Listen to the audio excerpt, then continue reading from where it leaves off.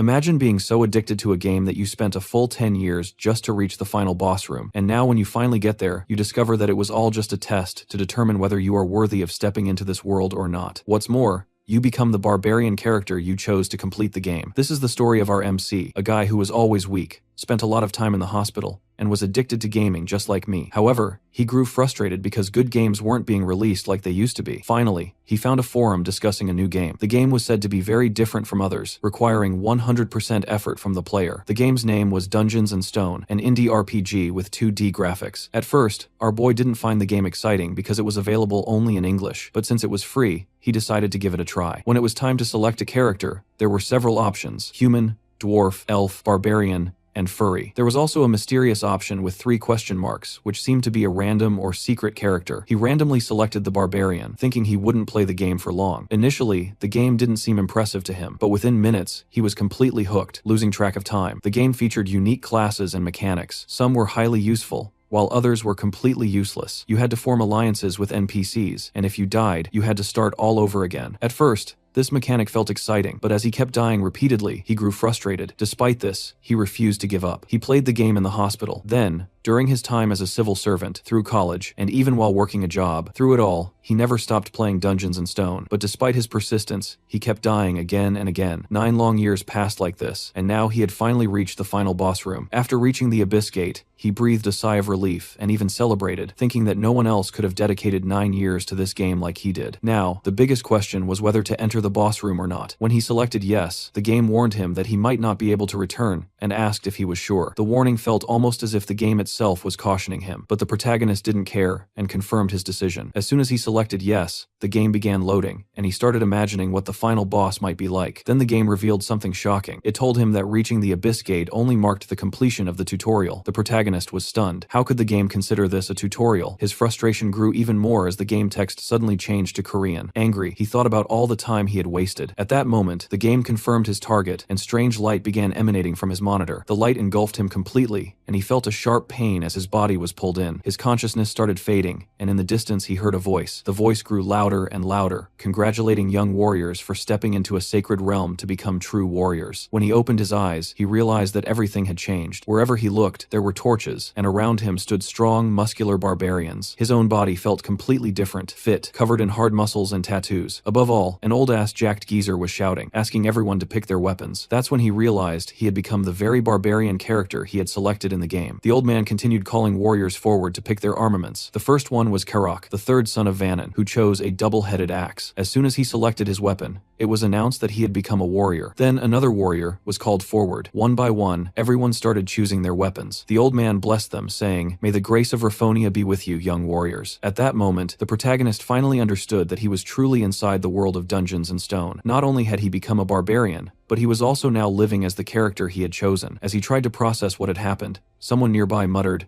"This can't be real." A terrified barbarian standing next to him said aloud that they were all inside the Dungeons & Stone game. Hearing this, the protagonist realized he wasn't the only one trapped in this strange world. Suddenly, the old barbarian shouted, "Who spoke? Was it you?" The protagonist, shocked, screamed that it wasn't him, and angrily glared at the person who had actually spoken. The old man stared at the person and said, "It was you, wasn't it?" The barbarian quickly asked, "Are we really inside Dungeons & Stone?" Without hesitation, the old man walked straight up to him and decapitated him. The old man then shouted, "Kadua's son, Orm was possessed by an evil spirit." He ordered the rest of the barbarians to erase everything the evil spirit had said from their minds and continue with the ceremony. The protagonist suddenly understood 3 critical pieces of information. First, people like him who had entered this game world were seen as evil spirits. Second, if anyone found out about his true nature, he would be killed. Third, if he had spoken earlier, his own head would now be lying on the ground. The old man then called for the 4th son of Senek to step forward. Seeing this situation, the protagonist grew increasingly anxious as people were being called one by one. Worse, those like him were being summoned as well. He devised a plan. If no one stepped forward within 2 seconds of their name being called, he would go instead. Soon, a name was announced. Bjorn, son of Jandel. The protagonist counted 1, 2. When no one came forward, he decided to step out. It was then revealed that his name was Bjorn, the son of Jandel. As the protagonist stepped forward,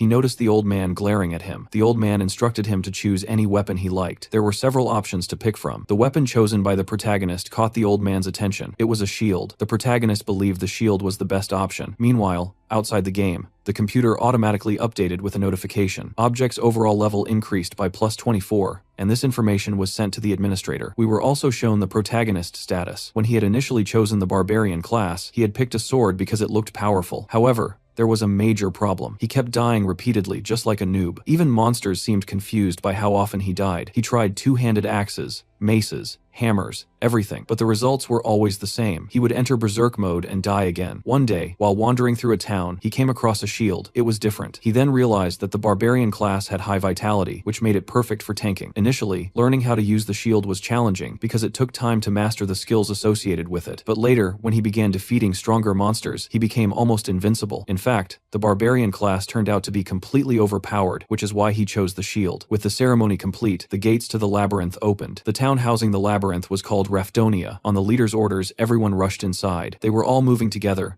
but had no idea where they were going. Suddenly, the person leading them turned around and admitted, "I've forgotten the way." Angered, everyone forced him to resign from his temporary leader position. Next, Einar, the second daughter of Fenelon, took the lead. The protagonist observed the situation quietly. A moment later, Einar announced that she too had forgotten the way. She looked dejected, and the protagonist realized this couldn't continue. However, he also couldn't afford to stand out too much. He pulled her aside and pointed toward a group that seemed to be heading toward the labyrinth. He suggested they follow that group. Einar understood his point and quickly informed everyone that she now knew the way. Shortly after, they found the labyrinth entrance. The protagonist began to wonder whether entering was the right decision. He considered leaving the barbarian group entirely. His life in the other world had been spent sick in bed. He had never fought before. Could he really defeat monsters here? At the very least, he needed to pay the game's taxes. In Dungeons & Stone, taxes were mandatory after the age of 20. Those who didn't pay were literally killed. There were two ways to earn money: enter the labyrinth to fight monsters, or take humble jobs in bars or markets. But there was a problem. As a barbarian, his reputation was that of a wild and destructive individual. This was due to the game setting. On the upside, barbarians were given weapons from the start. The downside was that the labyrinth only opened once a month, and there were just 10 minutes left before it closed. The protagonist was still stuck in his dilemma. Suddenly, Einar grabbed his hand and pulled him forward, urging him to hurry. The portal was shrinking. He told her to go ahead,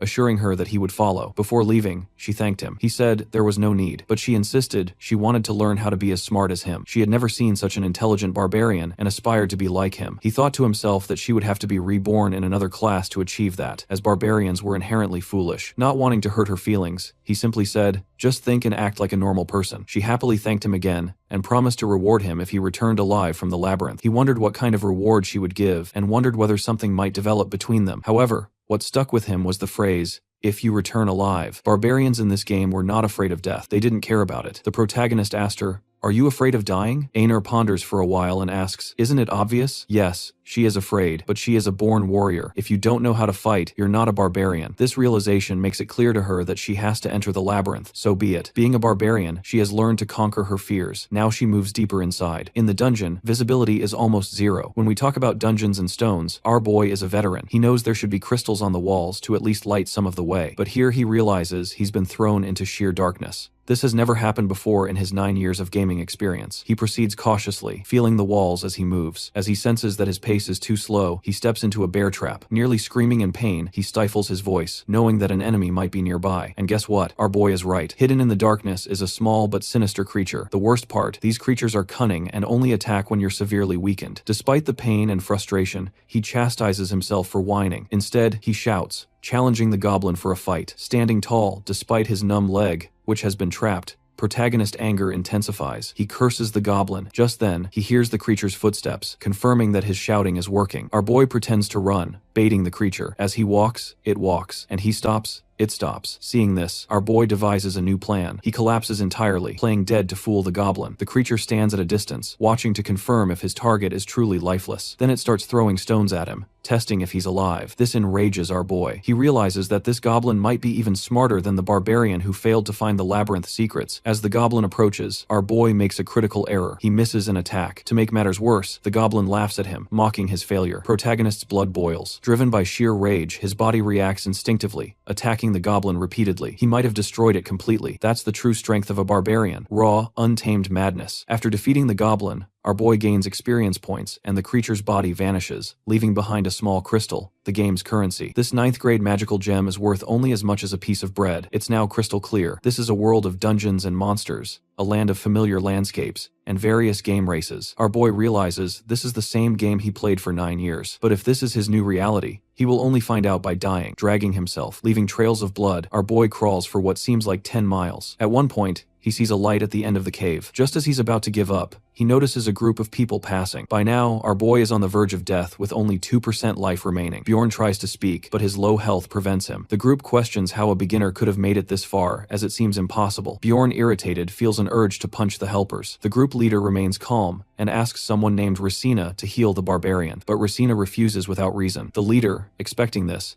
asks another member to offer a potion. The healer reluctantly agrees, explaining that divine powers might be needed later, but potions could suffice for now. The potion is poured on Bjorn's foot, which regenerates rapidly, but comes with excruciating pain. Bjorn screams in agony, but soon his foot is as good as new. He stands up, though this healing wasn't free. The group now wants information. They questioned, how did a beginner like him end up here? Bjorn honestly admits he doesn't know. He just stumbled into the dungeon. Palladino says this phenomenon only occurs once in 100 years. Bjorn laments his terrible luck. After gathering all the information, the group said that he won't need to pay for the potions because in this labyrinth, time is money. Bjorn finds it odd that these people are investing so much time in him. Still, he feels good about surviving. The group moves in the direction Bjorn came from, following a blood trail. After a while, the potion vendor remarks that Barbarian is lucky. The blonde guy agrees, mentioning he endured such trials at the beginning of the game, saying it's not something ordinary. The woman adds that the red-haired guy avoided using potions, and the leader ended up saving Protagonist instead. The potion vendor doesn't deny this, but points out that the priest also did the same. The environment becomes tense. While exchanging harsh words, they begin to speculate about how far that barbarian's blood has spread. Archer wonders whether this was truly luck for Barbarian. The group continues walking until they finally stop, facing the portal to the labyrinth 2nd floor. Seeing this, the group feels elated. However,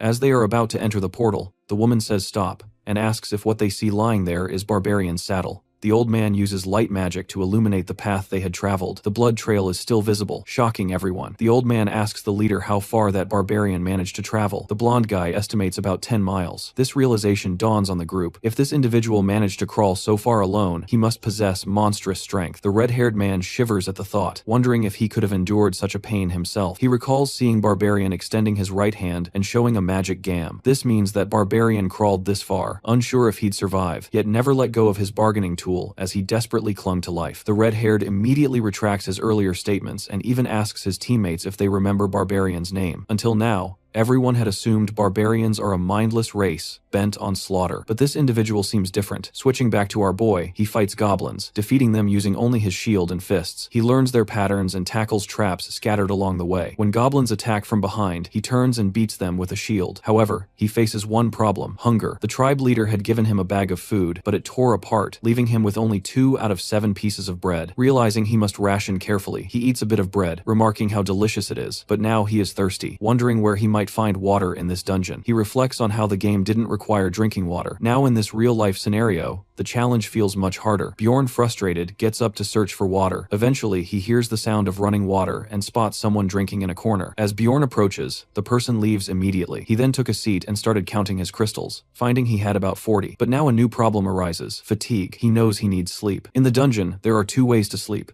The first is simply to lie down and leave your fate to God. The second method is a bit more effective. Choose a sleeping partner. But the protagonist didn't expect that everyone would turn him down, which made him pissed off. Though he gets angry at almost anything, suddenly someone calls out to him. It's a guy who is smiling, and his name is Han. He asks if the protagonist is really looking for a sleeping partner, and explains that it's just for taking care of each other while sleeping. Bjorn quickly agrees and introduces himself, but the guy shakes his hand in a romantic manner and says, "It would have been better if there were 3 of us." Then blushing, he asks, "Are we really just the 2 of us, bro? I don't like this guy's intentions." The protagonist feels like smashing his head in, but he holds himself back because he needs some nighttime company. The 2 play rock, paper, scissors, and Han wins, so he'll sleep first. As usual, our boy gets pissed off. This time, due to his bad luck, Han says, "Here, take this watch. When the pointer reaches here, Wake me up. Then Han falls asleep. Bjorn sat there thinking whether he should ask to borrow Han's sleeping bag. He also hopes no goblin will come. Time passes and finally he wakes Han up. Han thanks him for doing a good job and says it's now his turn to sleep for 2 hours. But obviously the Bjorn won't be able to sleep. How can he trust an unknown guy? So our boy pretends to snore as if he's asleep. He wonders if Han is going to betray him to appear clueless. He turns his back to him and just waits to see when Han will attack. But Han does nothing. 2 hours pass and now it's Bjorn's turn to stand guard. Not a single moment of sleep for him. He starts losing his sanity, wondering why Han hasn't done anything. Then he thinks he should have trusted him a little, and slowly he begins to fall asleep. Suddenly, he wakes up with a loud scream, and both of them just stare at each other. Bjorn explained, "I didn't even realize when I fell asleep." Han replies, "First, clean your mouth. Lucky for us, no one attacked while we were sleeping." Bjorn apologizes and tells him that if he wants to sleep more, he can and he'll watch. But Han happily says, "No need. You can sleep now. I'll keep watch." Bjorn thanked him. Han stays with his trademark smile the whole time. Bjorn offers him a real-life deal and doesn't blame him for falling asleep. He refuses to switch shifts when the mistake was his. Our boy knows that people like Han don't exist in the Dungeons and Stone game. As soon Bjorn opens his eyes, Han asks if he is awake, and holding a giant hammer over our boy's face asks him wants to sleep a little more. But at that moment, if Bjorn hadn't dodged, he would have been crushed right there. He quickly jumps to the side, and the guy can't believe that he dodged. It seems like he triggered the anger of someone whose mind wasn't all there. Bjorn attacks him with full hatred, and the guy shouted at him to stop. Our boy strikes him with a shield, cracking his head open. Han repeatedly says to stop, claiming he can explain, but in Bjorn's mind, this guy is like a goblin who wouldn't fall with just one hit, so he strikes him again. The guy falls 2 meters away and begins to crawl. Han keeps apologizing, but Bjorn just wants to know why he did it. Han reveals that he was planning to knock him out and steal his magic stone. He then talks about taking the shield and other equipment because he could sell it for a good sum. Our boy asks, "Is that all?" The guy replies, "Yes. Now let me go." Bjorn doesn't think this will happen. This is the last chance he's given the guy to tell the truth. Fearfully, the guy admits that he wanted a heart. Our boy is confused and doesn't understand. But the guy explains that the barbarian's heart sells for a lot of money and seems to be used as raw material for magical items. In simple words, our boy was nothing more than a goblin to him. If the guy had killed him, it would have benefited him. But now the Bjorn wants to know why he acted now and not when he was asleep. The reason is that the guy also needed to sleep. He says, "Now that I've told you everything, will you let me go?" Bjorn knows that more people like him will come. So, will he keep letting them go? Han says that he's not like the others, but our boy just picks up his shield. This is the first person he has killed with his own hands. He hasn't even been in this new world for a day, and already he's taken a life. With that, our boy equips shoulder pads, increasing his item level to 13. He then equips a backpack, increasing his inventory space, and a hammer, which raises his item level to 30. He also puts on boots. This means he's equipped with all of Han's gear. I've already mentioned that Han was a true friend. He gave our boy some cool items. Let's thank him. Thank you, Han. You're a true friend. Because of him, our boy has stepped out of his primitive life. Now he has water, medicine, and even a watch to check the time. Here's the current state of our boy. He's now wreaking havoc on goblins, and the big hammer is really coming in handy. The next day, goblins start appearing in groups that he can handle. But there's a problem. They aren't the goblins. He easily takes care of them. The problem now is sleep. He leans against a wall to relax. But at that moment, the goblins arrive, thinking he's asleep. This makes him furious. He says he doesn't even get 10 minutes of rest and crushes them all. After clearing everyone out, he says, "Now I'll take a nap." But suddenly, a large goblin is stabbing a knife into his chest. He wakes up with a jolt, slaps the goblin away, and sends him flying. Another goblin, seeing his friend flying about 69 kilometers per hour, notices that the barbarian is angry and quickly runs away. Our boy thought he would wake up gradually, but now he has to heal his wounds. While healing, our boy muttered that potion stabs hurt more than the wounds themselves. It's been 14 hours since Bjorn killed Han, and now he's thinking of finding a new nighttime companion. However, unlike the previous day, everyone now wants him on their team, probably because he looks a little cleaner, who knows. But anyone who passes by invites him. However, today he himself declines and says that he will stay with his own race, meaning with the barbarians. As he walks through the dungeon, he notices an elf girl sitting in a corner. Obviously, she notices him and gets scared. He immediately asks her if she is hurt, which makes her more alert. When he looks at her closely, he realizes he didn't notice it earlier. He asks her if humans injured her. As he gets closer, the elf kneels and starts apologizing. Bjorn is completely confused, and she keeps saying that she just wants to be forgiven just this once because she needs to take care of her little brother. This makes our boy even more confused, because it's not normal for an elf to behave like this. Elves in the game are usually very cold, but still, he smiles and says, "Don't be afraid, my dear elf. I have no intention of killing you." The elf is shocked, and keeps saying that she knows he is a barbarian, but is he really going to do it? Can he really let her go this time? Now, our boy starts getting angry and asks why she is so scared. Then he gives her some items for healing and says that they will talk later. These items are healing leaves that barbarians give to their old companions. She asks her if he needs a reason for help. He says, "Do I need a reason to protect you? Take care of your wounds." Obviously, he has a reason to help help her because he also needs a nighttime companion. And honestly, the wound looks pretty huge. It seems like he has never seen such a huge, if you know what I mean. But despite being so badly injured and without sleep, her appearance is still decent. This makes it even harder for her to find a nighttime companion compared to him. They introduce each other, and we learn that the elf's name is Erwin. Now, our boy wants to know why she is so scared of him. She says it's because she is an elf and he is a barbarian. She explains that barbarians are their mortal enemies, but this is different from the game where it wasn't mentioned. Soon, she regrets and says that actually the war ended 10 years ago, and she doesn't have any issues with barbarians. In short, she just doesn't want to fight. Up until now, our boy thought he knew everything about this world, but now he realizes that this world is different from the game, and there is a lot he doesn't know about it. Hearing this, he becomes a little worried. But the elf girl is happy when our hero says that it doesn't matter to him either. But actually, he wants her to be his nighttime companion. He is very tired,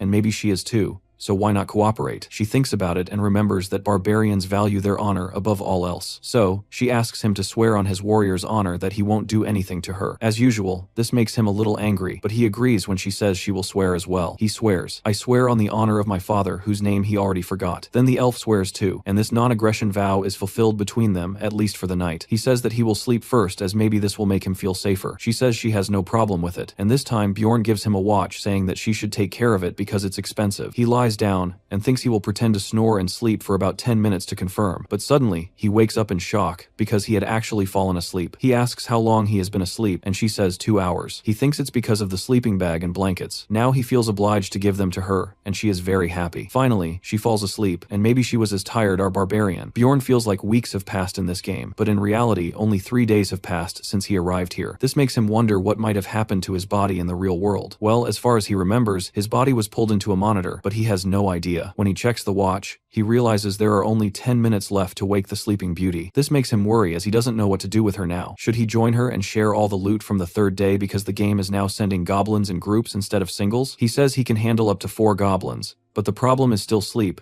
because if he joins her, he will have to divide the loot. But if he doesn't join her, he will have to find another nighttime companion the next day. Suddenly, he sees 2 humans coming toward him. They are already whispering. "Isn't this the elf we've been looking for?" One says, "Yes, this is her." Blondie comes up Bjorn and asks what his relationship with the elf is. He answers that she is his nighttime companion. But when Fat-ass Blondie asks how long they will be together, Bjorn gets furious and says him to fuck off. This scares the 2 chickens and they run away. Our boy understands they are looking for the elf and realizes it's time to wake her up. When he does, she slightly says, "Just 5 more minutes," and pulls the blanket over herself. But this makes Bjorn realize she was pretending to be asleep because the blanket was loose before, and now she is holding it. Suddenly, our boy pulls her up and sits her like a child. He directly asks her why she was pretending to sleep, and she sadly replies that if she woke up, he would probably leave her, since they only made a deal for the night. Bjorn understands now why she was pretending, because as soon as she opened her eyes, their agreement would end, and she would have to survive alone again. But before that, he asks her what connection she has with the 2 men, and she firmly says that there is no connection.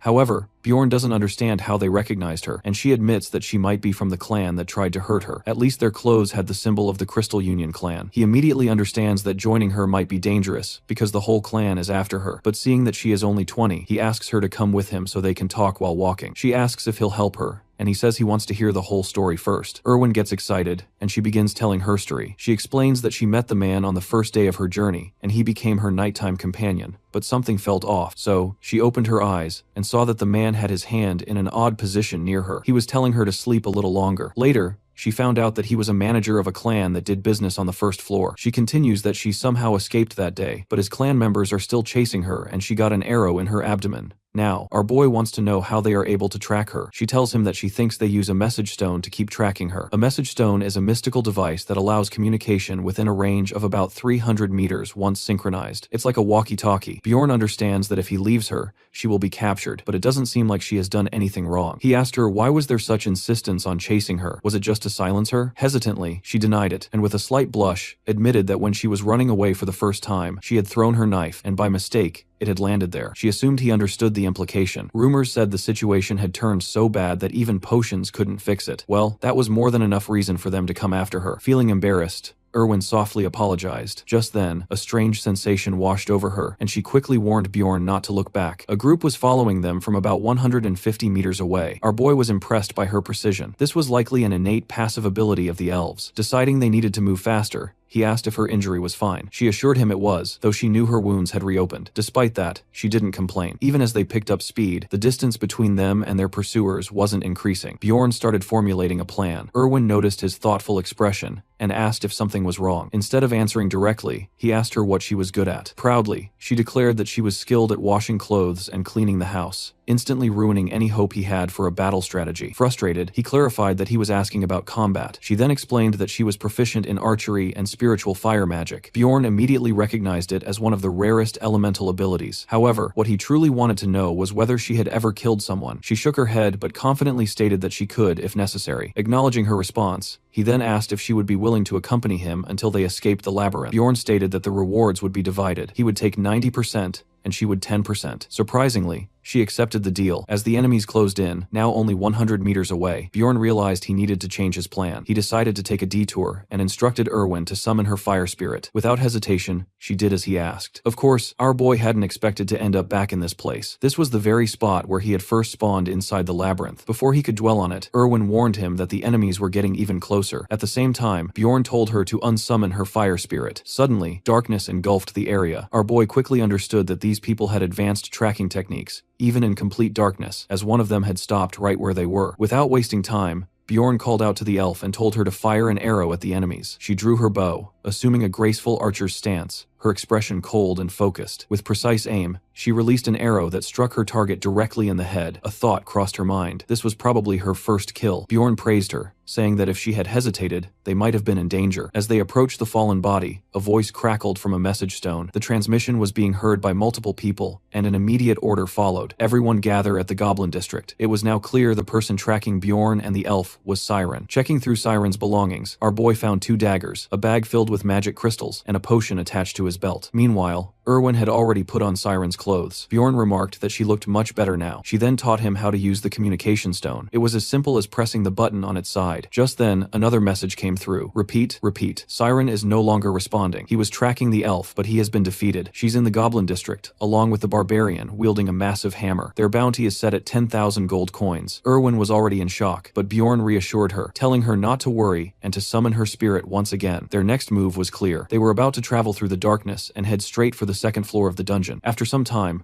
Erwin addressed him as Sir and asked if they were really heading to the second floor. He confirmed it, and she hesitantly inquired if he was aware that it was far more difficult than the first floor. He reassured her, saying he knew and that there wouldn't be any problems because they made a great combination. Hearing this, she felt a little embarrassed. After all, a tank and a long-range damage dealer always formed a strong team. However, she still hesitated to proceed. Just then, an announcement rang out. A voice stated that if they managed to capture the elf, they would be allowed to keep her in exchange for 10,000 gold. Upon hearing this, she quickly agreed and declared that she would go to the second floor with Bjorn. Our boy, of course, hadn't wanted her to hear such things and follow him merely out of fear, but at least this meant he didn't have to convince her. As far as he was concerned, he always liked helping those in need, especially if it meant he could take down some villains along the way. As they continued walking, she suddenly asked if he knew the way. He admitted that he wasn't exactly sure, but if they headed north, they would eventually reach it. He knew this because he had played the game extensively. Just then, Erwin abruptly told him to wait. There was a goblin trap ahead. She assured him she would handle it. Naturally, the goblins took this moment to launch a surprise attack from behind. However, she swiftly dodged the first goblin and shot an arrow straight into its head. The second goblin charged at her, but she was already moving at full speed, swiftly maneuvering behind it and taking it down as well. This girl was incredible. With a cheerful grin, she excitedly asked how she had done. Bjorn praised her, admitting that she was even better than he had expected. Delighted, Erwin handed him some magic crystals, reminding him of their agreement. He would get 9, and she would take 1. Happily, she remarked that if they kept progressing like this, she might actually earn enough to buy a gift for her younger brother. Bjorn, slightly puzzled, simply encouraged her to keep working hard. Suddenly, the message stone rang again, announcing that the reward had now been increased to 20,000 gold coins, dead or alive. As always,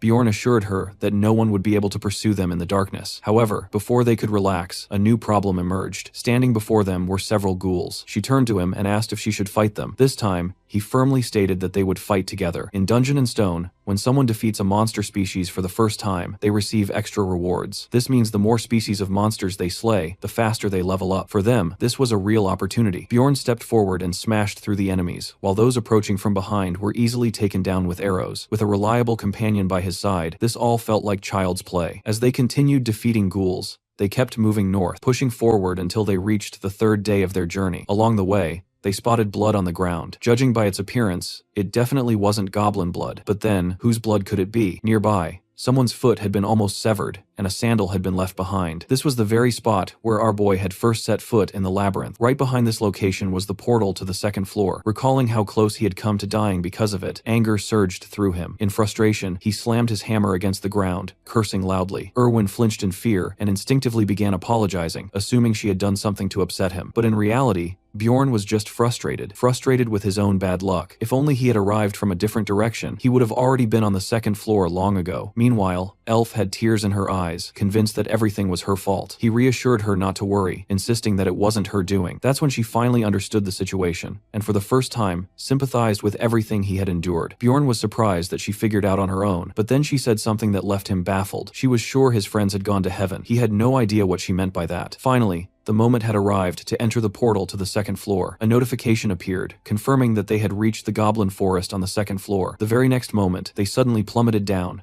crashing onto the ground. They had landed in the northern region of the goblin forest. Looking around, it seemed that there were no living beings within a 50 m radius. Erwin asked why she had never heard of a forest on the second floor before. In response, Bjorn explained that the first floor had 4 portals, one in the north leading to the goblin forest, another in the east leading to the beast slay zone, a third in the west opening to the land of the dead, and the last in the south leading to the Black Rocky Mountains. Among all these locations, the place they had landed in was the least dangerous. Bjorn then asked if she knew how to reach the city later, essentially how to get out of the dungeon. She explained that after a certain period, everyone would be automatically pulled out of the dungeon and transported to the city. Specifically, on the first floor, this happened after 168 hours, while on the second floor, it occurred after 240 hours. After that, they would be teleported straight to the city. Realizing this, our boy decided that when the 168-hour mark on the first floor approached, they would return and teleport out to avoid being spotted by the gang chasing them. For now, they planned to explore the area near the portal. As they moved forward,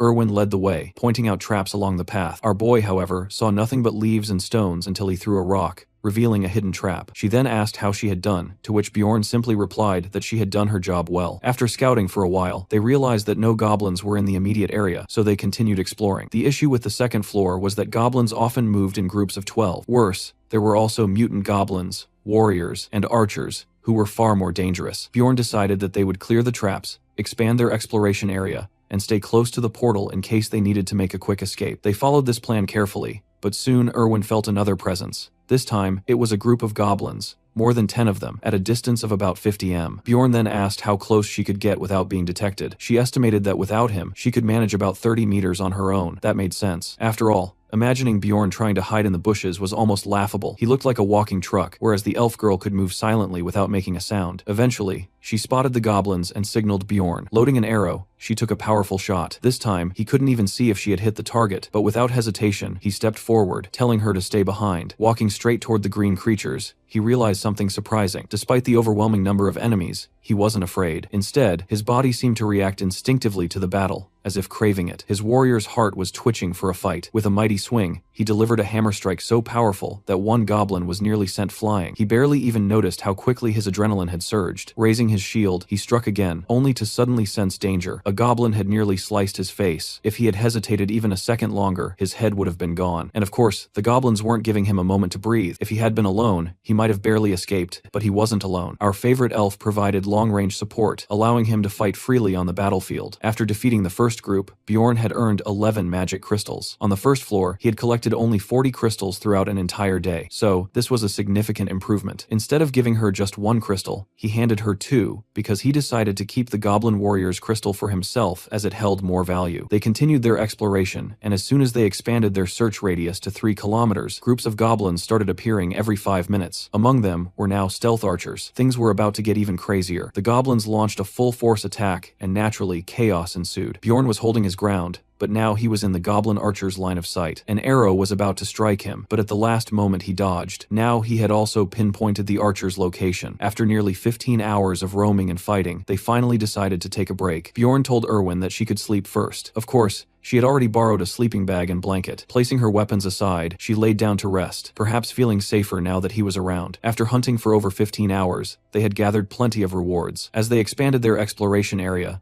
they encountered other groups, each consisting of more than 3 members, some even belonging to different species from another world. Though they merely passed by each other, Our boy wasn't fond of seeing other people. To him, explorers were scarier than dungeon monsters, especially now that he had a reason to be cautious. On the 4th day, inside the dungeon, they continued fighting. They rested on the 5th day, and on the 6th, they encountered more people. Finally, the 7th day arrived. The day they were supposed to escape the labyrinth. The first floor would close in 2 hours and 47 minutes. Bjorn ordered that they head toward the portal to avoid being late. The elf warned him about newly placed traps. Perhaps the goblins were respawning. She also mentioned another goblin group about 70 m away. Without hesitation, Bjorn decided they would fight again. However, this time their enemies consisted of 8 normal goblins, 2 archers, and 2 warriors, a total of 12 goblins. Like a bulldozer, my guy tore through the goblins, swiftly eliminating the warriors, while Erwin focused on the archers. His strikes seemed even stronger than before, perhaps due to all the battles he had fought up to this point. Erwin was also showing progress. She now instinctively knew where and when to shoot, as if she had become completely sync with our boy. She had initially mentioned 2 archers, yet no arrows had come her way. Of course, Bjorn praised her, but also wanted confirmation. Had she taken both archers down, he needed to know so he wouldn't have to worry about incoming arrows. She remained silent, unsure if the second archer was truly dead. That in itself was a good thing. Uncertain information could sometimes be more dangerous than the enemy itself. Her cautiousness made him feel a sense of pride in her. Suddenly, she noticed something unusual dropping from the goblin archer. What they saw was none other than a goblin archer essence. Bjorn immediately recognized it as something extremely rare. He had researched it before. According to forum discussions, essences were part of the game skill system. Each essence provided 1 passive and 1 active skill, though their attributes weren't fixed. However, there was a limit to how many essences one could absorb, making it crucial to choose wisely for the future. Its drop rate was close to 0. Bjorn felt a pang of disappointment. There was no way his luck was good enough to get something like this. Curious, the elf asked whether absorbing an essence would turn a person into a goblin. Bjorn explained that it wouldn't. It would only grant them some of the goblin's abilities. He even gave an example of a man who had consumed a wolf monster essence on the 1st floor, allowing him to track others by scent. Since he already had a specific essence in mind for himself, he let Erwin keep this one. He couldn't just pick any random essence, as that could lead to problems later. However, he made her promise something before taking it, a conversation he had intended to have back on the 1st floor. Before he could finish speaking, a group of people arrived and ordered them not to move. One of them stepped forward and asked, "What are you doing here?" The elf began explaining that they were out hunting, but Bjorn quickly warned her that she didn't need to answer them. Without hesitation, he grabbed her by the shoulders and literally threw her into the essence. As soon as she made contact, she merged with it. The man who had been watching all this unfold became desperate and furious. He shouted that the essence belonged to them. When the elf returned, Bjorn immediately challenged them, daring them to come forward if they wanted to fight, and readied his hammer to crush them. Instead of engaging, the group turned and ran at full speed toward the portal. He forced them to retreat. The problem, however, was that based on Bjorn's analysis, they were likely heading to the portal to return to the city. That meant they could cross paths again, which was best avoided. Just then, the elf warned that a group of goblins was about 50 meters away. Bjorn suggested trying to avoid them, but that plan quickly fell apart. The goblins had already detected them. At the last moment, he made a split-second decision. They needed to head in the opposite direction. The elf confirmed the plan, but just as she did,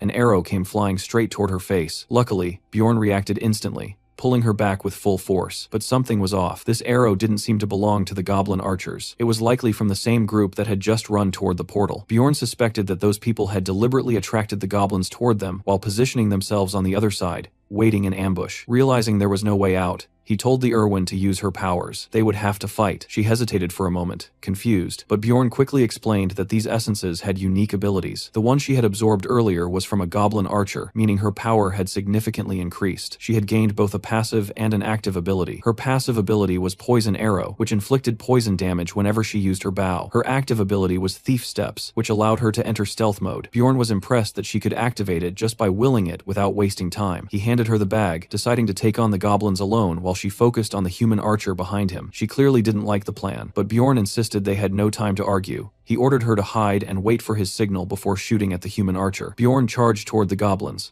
launching a fierce assault. With incredible speed, he defended and attacked simultaneously, taking on multiple goblins at once. As the archers resumed their attack, a brief moment of carelessness allowed a goblin to strike him from behind. Reacting instantly, he turned and eliminated the goblin in a single blow. However, without Erwin's support, dealing with the enemies ahead became more difficult. His injuries worsened, and fatigue started setting in. Just then, he sensed 2 incoming arrows, one from a goblin archer and another from a man holding a crossbow. Realizing it was impossible to block both, he made a last-moment decision to stylishly block the crossbow bolt. As a result, the goblin's poisoned arrow struck his elbow, causing his arm's movement to weaken. Now, he had to choose between a shield and hammer. Opting to keep the shield, he reasoned that it would allow him both to defend and attack, while also protecting himself from the humans. As always, he became completely furious, and the goblins, terrified, began to flee. He knew there was no need to chase them, especially when he had other opponents to deal with. At that moment, the humans stepped forward, acknowledging that he had handled the goblins alone, which was quite impressive. Bjorn, however, already knew these were the same people he had anticipated. When they insulted the elf, his rage exploded. Without hesitation, he challenged them to attack, pressuring them into a fight. But instead of engaging immediately, they attempted to blackmail him. Despite his strength, they pointed out that he was now injured. Offering him a deal, they said they would let him go if he revealed the elf's location. Hearing this, Bjorn simply smiled, prompting them to call him crazy for laughing in such a situation. Their leader, staying cautious, ordered his men not to lower their defenses,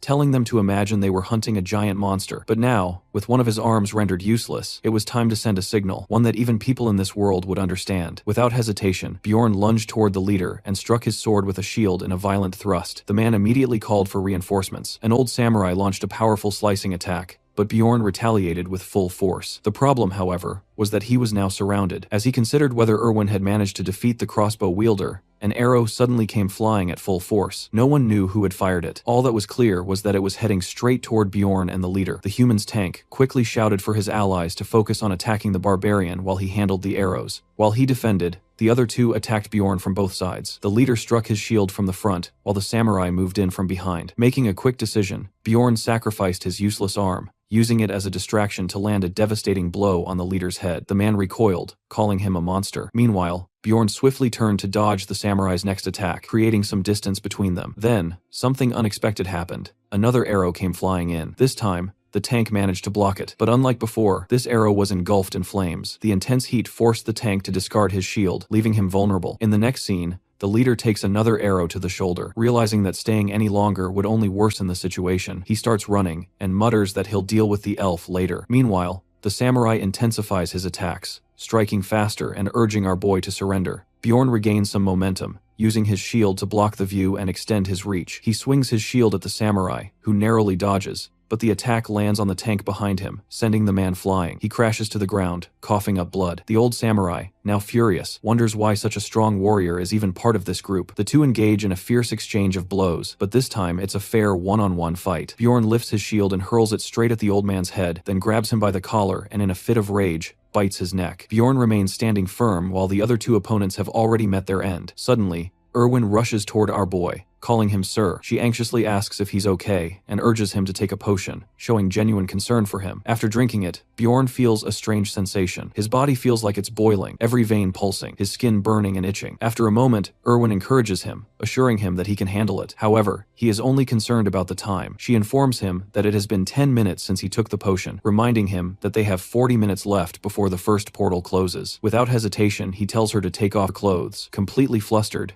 Erwin freezes, but then convinces herself that he must have a good reason for saying this. She hesitantly starts undressing, only for Bjorn to clarify. He wasn't telling her to take off her clothes, but to strip the bodies of the fallen enemies. Embarrassed, she quickly recovers and starts gathering only the useful items, leaving the unnecessary clothing behind. Without wasting time, she picks up a crossbow from one of the fallen men. With only 26 minutes left, they sprint as fast as they can. Finally, when just 8 minutes remain, the portal comes into view. As the countdown reaches 50 seconds, they dive through it as fast as possible. Bjorn crashes headfirst onto the ground on the other side, while Erwin lands gracefully. Frustrated by his rough landing, he groans. But Erwin, full of excitement, exclaims that the whole experience was so much fun. She thanks him for a job well done. He acknowledges her words, and she reminds him that he can now talk about the essence condition he had mentioned earlier. However, there isn't enough time to discuss it here, so they decide to talk about it after leaving. With only 8 seconds left, Bjorn struggles to remember the name of the tavern where they can meet later. His mind races, his head feeling like it's about to explode. Just as 4 seconds remain, the name finally comes to him. Blackwell. As soon as he utters the name, the labyrinth seals shut. The notification appeared confirming that he had been transported to Rafdonia, meaning he had finally returned to the city. Our boy was back, and it seemed like the others had also made it out. He hadn't expected so many people to return. No matter how much time one spent in the labyrinth once outside, it was always the next day at exactly noon, forcing them to readjust their clocks. Suddenly, a barbarian called out to him. Bjorn recognized him as Carrick. They exchanged greetings, and soon after, Senec arrived. Within moments, more barbarians gathered around, leaving Bjorn with the same reaction anyone would have. Where did all these barbarians suddenly come from? When he needed them inside the labyrinth, there was not a single one in sight. Before long, the group moved toward the store to count their collected crystals, betting on who had the most. Naturally, they invited Bjorn to join in on the wager. The woman in charge of counting announced that they had a total of 41,498 crystals, which left everyone impressed. Then it was Bjorn's turn. As the woman began counting rapidly, Bjorn found himself impressed. When she finally revealed the total, it was an astonishing 182,413 crystals. The crowd erupted in cheers, chanting his name as they lifted him onto their shoulders. He had set a new record. Time passed, and Bjorn wandered around with the other barbarians. That's when he spotted a familiar figure in the distance, his favorite elf. She was there, happily chatting with a group of elves, her cheerful demeanor standing out. A twinge of jealousy hit him. Why was she surrounded by all those guys? Meanwhile, he himself was stuck with a group of overly muscular men. When she noticed him, she waved slightly. He quietly indicated her to meet him at night. She confirmed with a nod, but before the moment could pass, another elf girl from her group turned to her and asked if she knew that barbarian. Caught off guard, Erwin quickly denied any acquaintance with him. At that moment, a large barbarian who had been eyeing the scene turned to Bjorn and asked if he had been looking at that elf. Bjorn casually denied it, but the man's expression darkened. With clear hostility, he declared that under no circumstances could the greatest warrior ever be on good terms with those cowardly, point-eared people. Hearing this, one of the elves visibly looked offended. Bjorn immediately sensed that things were taking a turn for the worse. A clash between the muscular warriors and the elegant, beautiful elves was just on the verge of breaking out. However, the tension eventually subsided. As he continued walking through the city, he saw families reuniting, brothers embracing, parents overjoyed, but not everyone had made it back. Some were still missing. It was a stark reminder of reality. Seeing it happen in real life was far different from watching it in a 2D game. But for now, it was time for celebration. The muscular warriors drank mug after mug of beer. Even the women were joining in. Some were even downing two at once. Bjorn couldn't help but wonder why he was here with them. Originally, he had only wanted to see if there was anything he could learn from the barbarians. But here, they were just drinking endlessly, drowning themselves in alcohol without a care in the world. Frustrated, he suddenly stood up and declared that he was leaving immediately. The moment he announced his departure, every barbarian in the bar turned to look at him. Some asked why he was leaving, but in the end, they simply wished him good luck, calling him the best barbarian warrior. After walking for some distance, he realized how peaceful the outside world was. Different races were even seen wandering together. He then headed to an inn, took a bath, and thought to himself, if things were this calm here, maybe living in this city wouldn't be so bad. After bathing, the massive barbarian lay on the bed wearing nothing but his underwear. He was so big that his legs dangled off the bed. The moment his head touched the pillow, memories of his old home resurfaced. When he woke up, it was already 9:18 at night. He had left the dungeon at noon, meaning he must have slept for around 4 to 5 hours. He inquired about a tavern only to be told that it had closed down. Apparently, the owner got caught up in a betting scheme 10 years ago, forcing them to change both the owner and the tavern's name. Curious about the new name, he was told it was now called Python, the very place he was standing in. It felt different from when he had last played. As he stepped into the bar, the lively atmosphere greeted him. Everything seemed normal until he spotted Erwin calling out to him. She was sitting with another grumpy elf. The woman immediately remarked, "So, you're the barbarian." However, he politely corrected her. "My name is Bjorn, and who are you?" She introduced herself as Erwin's older sister, Teresia. Then, suddenly standing up, she demanded to know why he called a young girl to a tavern so late at night. More importantly, why had he failed to show up after calling Erwin there himself? Without hesitation, she called him shameless.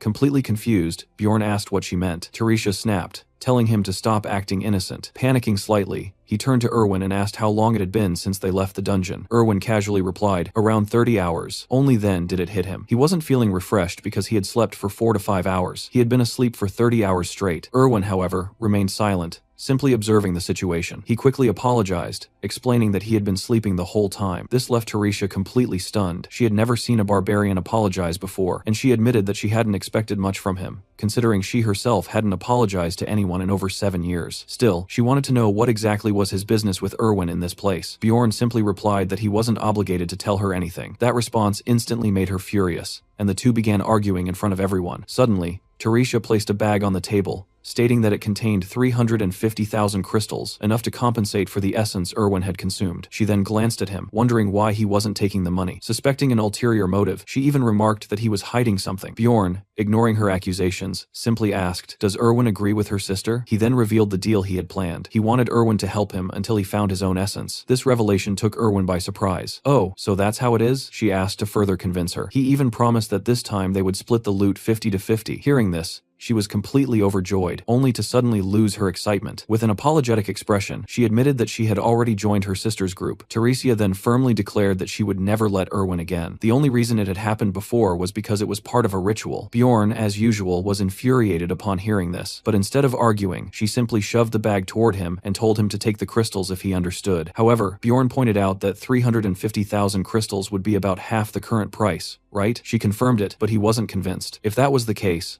then 280,000 crystals were missing, as their promise split was 90-10. Laughing, Teresia admitted that she had almost forgotten and then literally picked up 280,000 crystals and placed them on the table. She had actually tried to deceive him. Now, he fully understood why barbarians and elves hated each other so much. Satisfied, he told her she could leave since he needed to speak with Erwin privately. Her sister seemed a bit confused by this, but before she could respond, Erwin suddenly grabbed her hand, thanked her for coming, and told her she could go now. She needed to thank and say goodbye to the barbarian. Her sister, impressed, felt that Erwin was finally growing up. However, before leaving, she turned toward the hour boy and made a demand. He had to swear an oath that he would not sleep with Erwin. If he swore, she would leave. Hearing this, Erwin turned completely red while Bjorn found himself wondering, was she only forbidding sleeping with her? Were the other options allowed? But Teresia kept pointing at him, insisting that he swear. Since he didn't care either way, he made the oath. And just like that, she finally left. As she was leaving, she thanked him for saving Erwin. The young elf turned crimson with embarrassment, but Bjorn remained unfazed. Once her sister was gone, Erwin hesitantly asked if she had been too rude to her. She had never said no to her sister before. Bjorn reassured her that it was fine. She then, for his previous offer, but admitted that she had already decided to work with her sister. Apologizing, she said she hoped he wouldn't mind. He simply replied, "It's fine." Without hesitation, she then pulled out a bag containing 63,000 crystals, explaining that it was part of the loot from the crossbow guy and the redhead. She had already taken her share. She also mentioned that she had left 2 backpacks at her home and suggested that he visit tomorrow to check what was inside. That was when he realized, without even being asked, she always understood his needs. Losing such a helpful companion would truly be unfortunate. Suddenly, she asked how she should repay him. She was serious about paying him back for saving her in the dungeon. Now, her sister's concerns made a lot more sense. Bjorn thought for a moment, but couldn't come up with anything. So, instead, he simply asked if she wanted to eat something. She shook her head, saying she wasn't hungry. In response, he casually said, "Then I'll just order for myself." For some reason, she blushed and suddenly had a brilliant idea. She decided she did want something to have her first post-dungeon drink, and she wanted to share it with him. The thought sparked a memory. This was a significant tradition in elven culture. She then assumed that of course this wouldn't be his first post-dungeon drink. However, before she could finish her sentence, Bjorn interrupted, asking what she meant. This was actually his first time too. She was shocked. Wait, you weren't joking. Not only that, this was also his first time even going into a dungeon. Finally, their food arrived. Erwin complimented him on how well he had performed in the dungeon, and he returned the compliment. They raised their drinks in a toast, and after a while, their conversation drifted into silly topics, like how she was wearing a skirt today while he was in a t-shirt. He kept drinking one mug after another, impressing her. Then, out of nowhere, he declared that he had figured out a way for her to repay him. She was curious. "And what is that?" she asked with a bit of pompousness. But instead of answering directly, he said they needed to go somewhere else. Otherwise, the security guard would come after them. She blushed and mischievously asked, "Could we do it in my room?" A little while later, he was completely out of breath, drenched in sweat. She too was gasping for air, tears welling up as she exclaimed, "I can't take it anymore." She had known this barbarian was a scoundrel, but in reality, our boy was just giving her a chiropractic session. Since he didn't fully control his strength, he had nearly pulled her arm out of its socket. Tearing up, she cried, "I really can't take it anymore." When it was finally over, she thought about how close he had come to breaking her arm, but all he had really been doing was testing her flexibility. Furious, she demanded, "Wait, did you bring me here just to test my flexibility?" Unapologetically, Bjorn confirmed that yes, that was exactly what he had done. He simply wanted to check, since ability usage was prohibited within the city. Disappointed, she sighed as he started rambling on about game statistics and theories. After a while, she finally pulled him back to reality,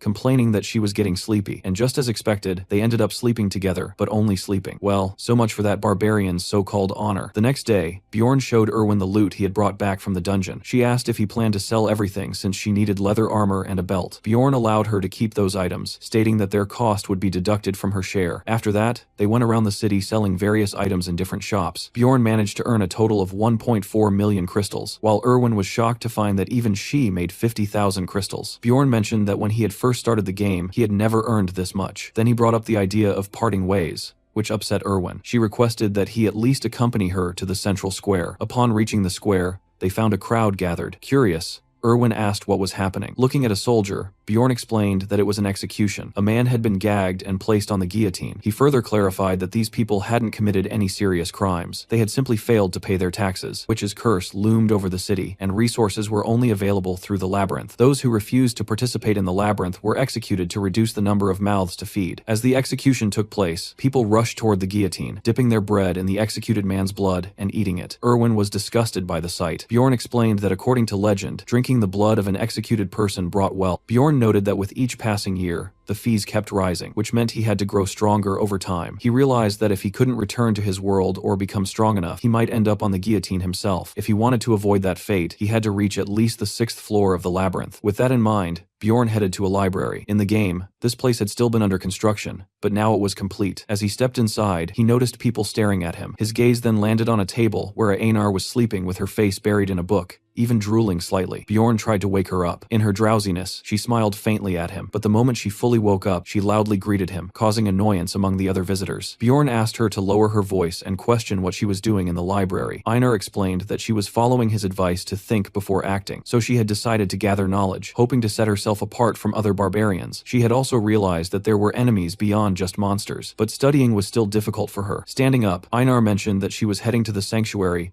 to learn to read and write from the elders. Before leaving, she reminded Bjorn that she had promised to repay the favor of his advice. She assured him that if he ever needed help, he could find her at the Brave Bull Inn and she would assist him. Bjorn thanked her, hoping she wouldn't forget her promise because he had a feeling he would need her help soon. Bjorn sat in the library wondering how to find the book he needed. As he scanned a room, he noticed someone slumped over a large table, fast asleep. Approaching quietly, he let out a small cough, stirring the librarian from her sleep. She blinked at him and asked what he needed. Just as Bjorn was about to say the book's name, she stopped him. With a wave of her hand, she cast a spell. Bjorn tensed for a moment, wondering if she had just cast magic on him, but nothing seemed to have changed. The librarian simply told him to take a walk. He would find what he was looking for. Before he could say anything, she had already dozed off again. As he wandered through the library, he gradually understood how her spell worked. The books related to his thoughts began glowing on the shelves. Curious, he picked one up and started reading. According to the book, no one could live in these lands due to a witch's curse. The last remaining fortress, Rafdonia, had prevented a great disaster, leading the royal family to create a pathway to an alternate dimension to ensure people wouldn't starve. This pathway was known as the Labyrinth. Bjorn found the story eerily similar to the beginning of the game. Another book he picked up mentioned magical crystals that could be transformed into bread and water. The third book detailed the war between elves and barbarians, but it was the fourth book that caught his attention. It spoke of evil spirits that came from another dimension and possessed human bodies. While there was no clear explanation for why this happened, the royal family had been trying to stop it for a long time. Bjorn realized that as long as he didn't say anything suspicious, no one could accuse him of anything. The fifth book he read described the death of a mortal king, stating that he had died 150 years ago. However, in the game, the king had only recently passed away. Another book discussed the instability of dimensions,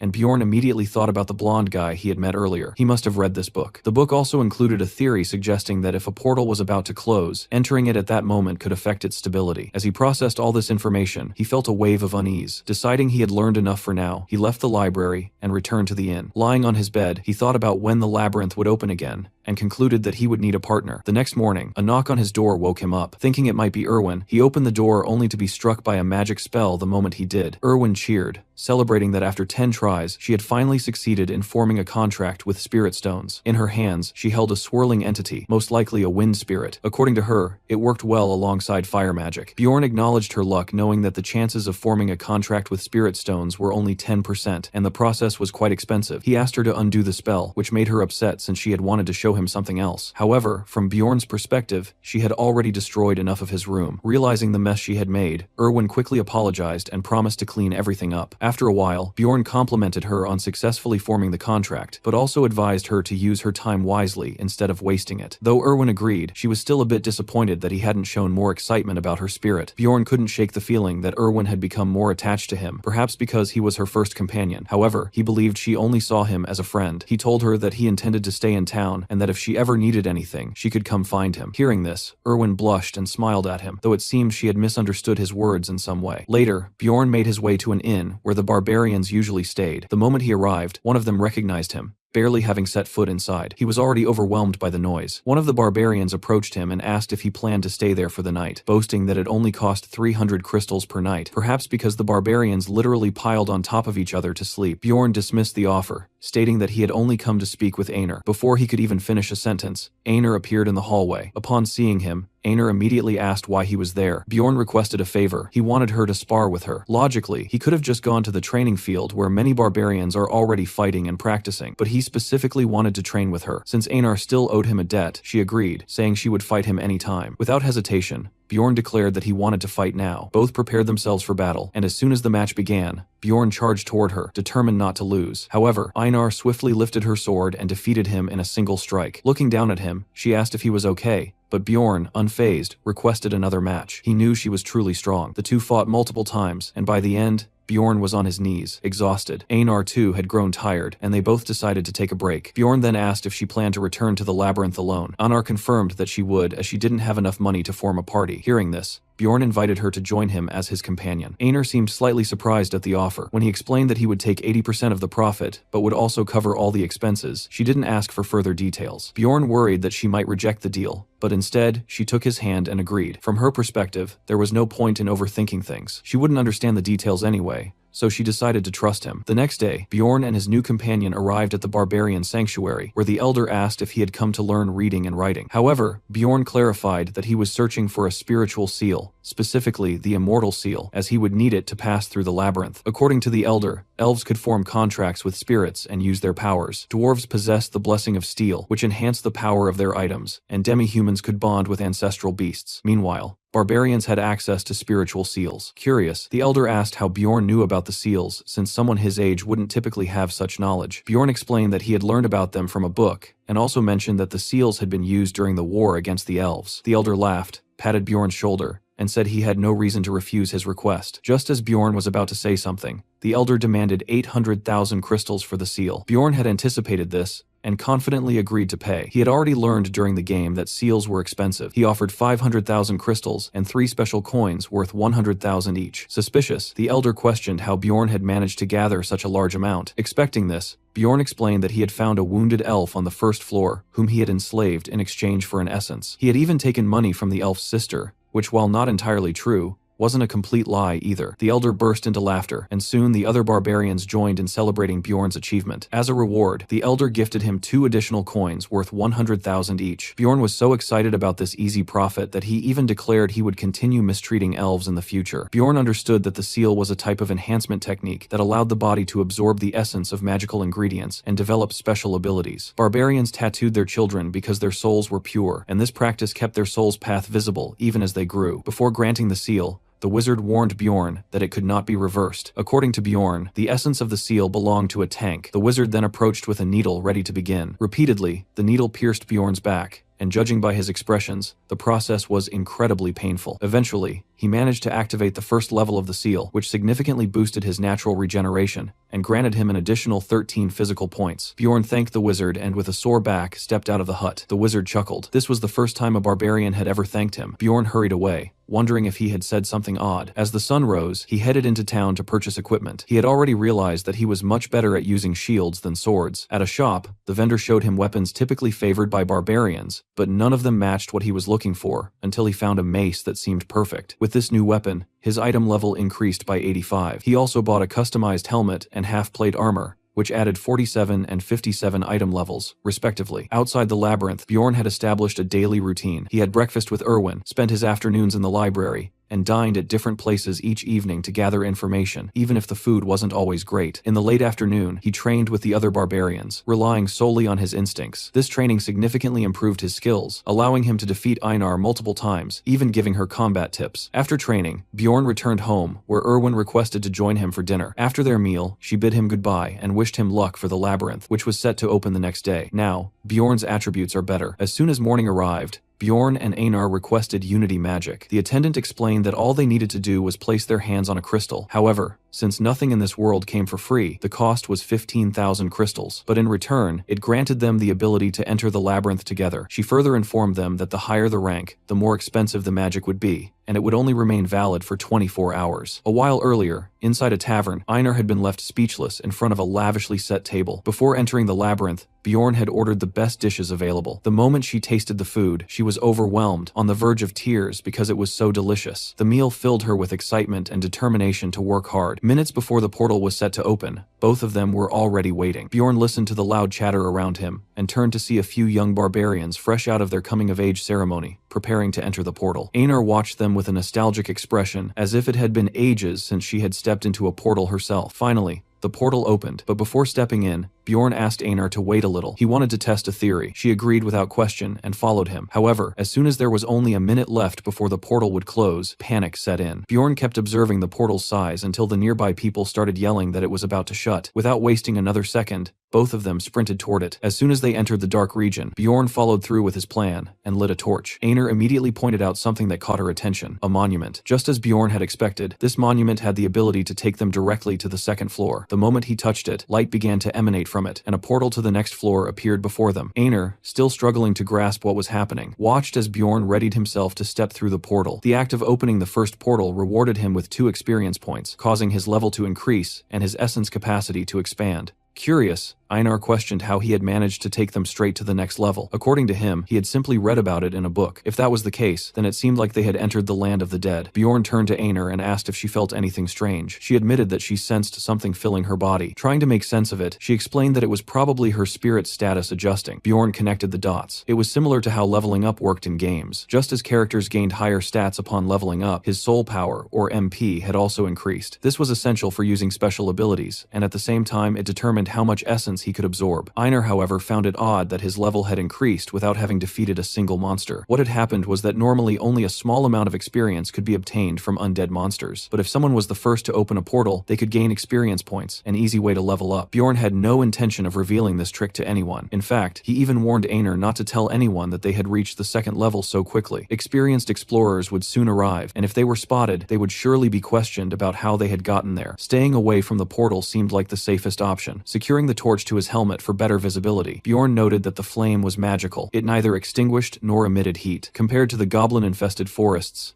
the land of the dead had stronger monsters, but at least it wasn't riddled with traps, making it a more favorable place for barbarians. Just then, Einar sensed something approaching. It was a small group of ghouls. Despite this, she felt an exhilarating excitement at the thought of battle. Without hesitation, she charged toward them and swiftly took them down. It almost seemed too easy until a chilling scream echoed through the air. In that instant, fear crept into her. Bjorn calmly explained that it was likely a banshee and that it was best to leave it alone. The creature wouldn't attack unless provoked. However, Einar, still nervous, asked if it wasn't a dangerous monster. According to Bjorn, if they attacked first, they would be cursed. Moreover, the banshee would follow them until the very end of the labyrinth. That thought alone sent a shiver down Einar's spine. Another eerie scream rang out, and this time Einar instinctively clung to Bjorn's neck. Moments later, skeletons began emerging, confirming her fears. Bjorn tried to explain their weak points, but before he could finish, Einar, without even listening, eliminated all of them in an instant. The two continued heading north, walking for almost 8 hours. Along the way, they encountered ghouls and mutant skeletons wielding weapons, but defeating them wasn't too difficult. These battles helped Bjorn improve his skills as he crushed the monsters with his mace. His new armor significantly boosted his defense, and his helmet was no longer just for carrying candles. It could now withstand arrows as well. Glancing at Einar, he noticed that she was quite skilled in combat. One thing stood out though. She constantly shouted, "Vahella,"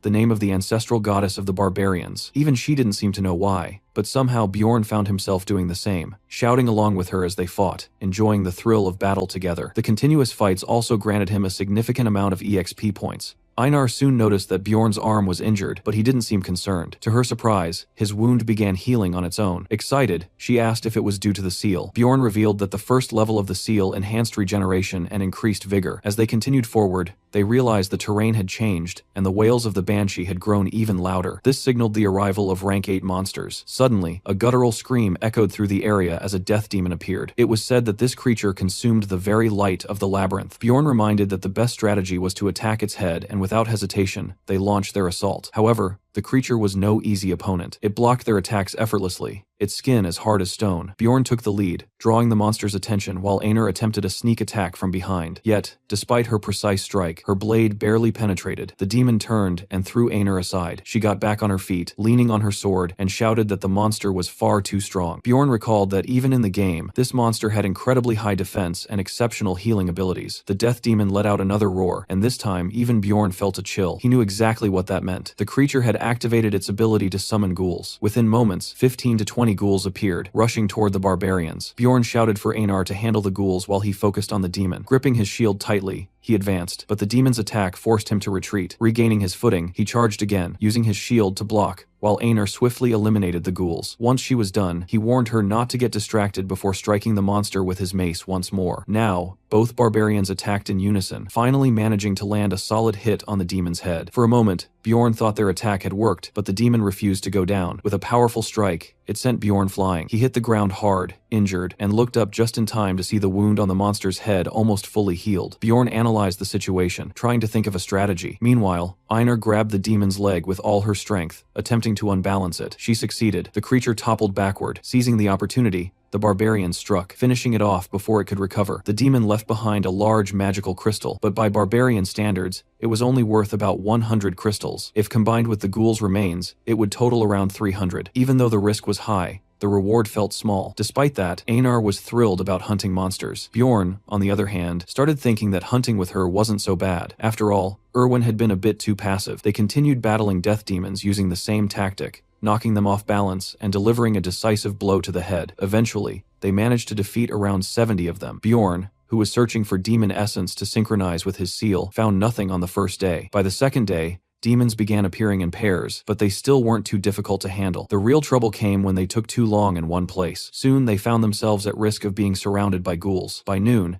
demons started appearing in groups of 3. That's when the barbarians realized the situation was becoming overwhelming. Just then, another group of explorers arrived. Before Bjorn could say anything, Einar interrupted and threatened them. Terrified, the explorers fled from the barbarians without a second thought. She then turned to Bjorn and said it would be better to set up camp elsewhere since humans had discovered their location, and they couldn't be trusted. As they continued on their way, Bjorn wondered if she had bad experiences with humans in the past. As they were discussing how they hadn't found a good camping spot, a desperate voice calling for help reached their ears. Moving forward cautiously, they came across several adventurers' bodies, all showing traces of poison. Both of them froze. Before they could react further, a plunderer appeared in front of them, someone who looked incredibly powerful. Unlike regular explorers, plunderers didn't hunt monsters, but instead targeted fellow adventurers to make money. This activity was punishable by death, but just as Bjorn had silenced the explorers who had abused him, if everyone here was eliminated, no one outside would ever know. The plunderer smirked and asked if this was their first time encountering someone like her. Bjorn remained silent, carefully analyzing his opponent. Judging by her stance and characteristics, she was highly skilled at her craft, so much so that he had never even heard of her before. Meanwhile,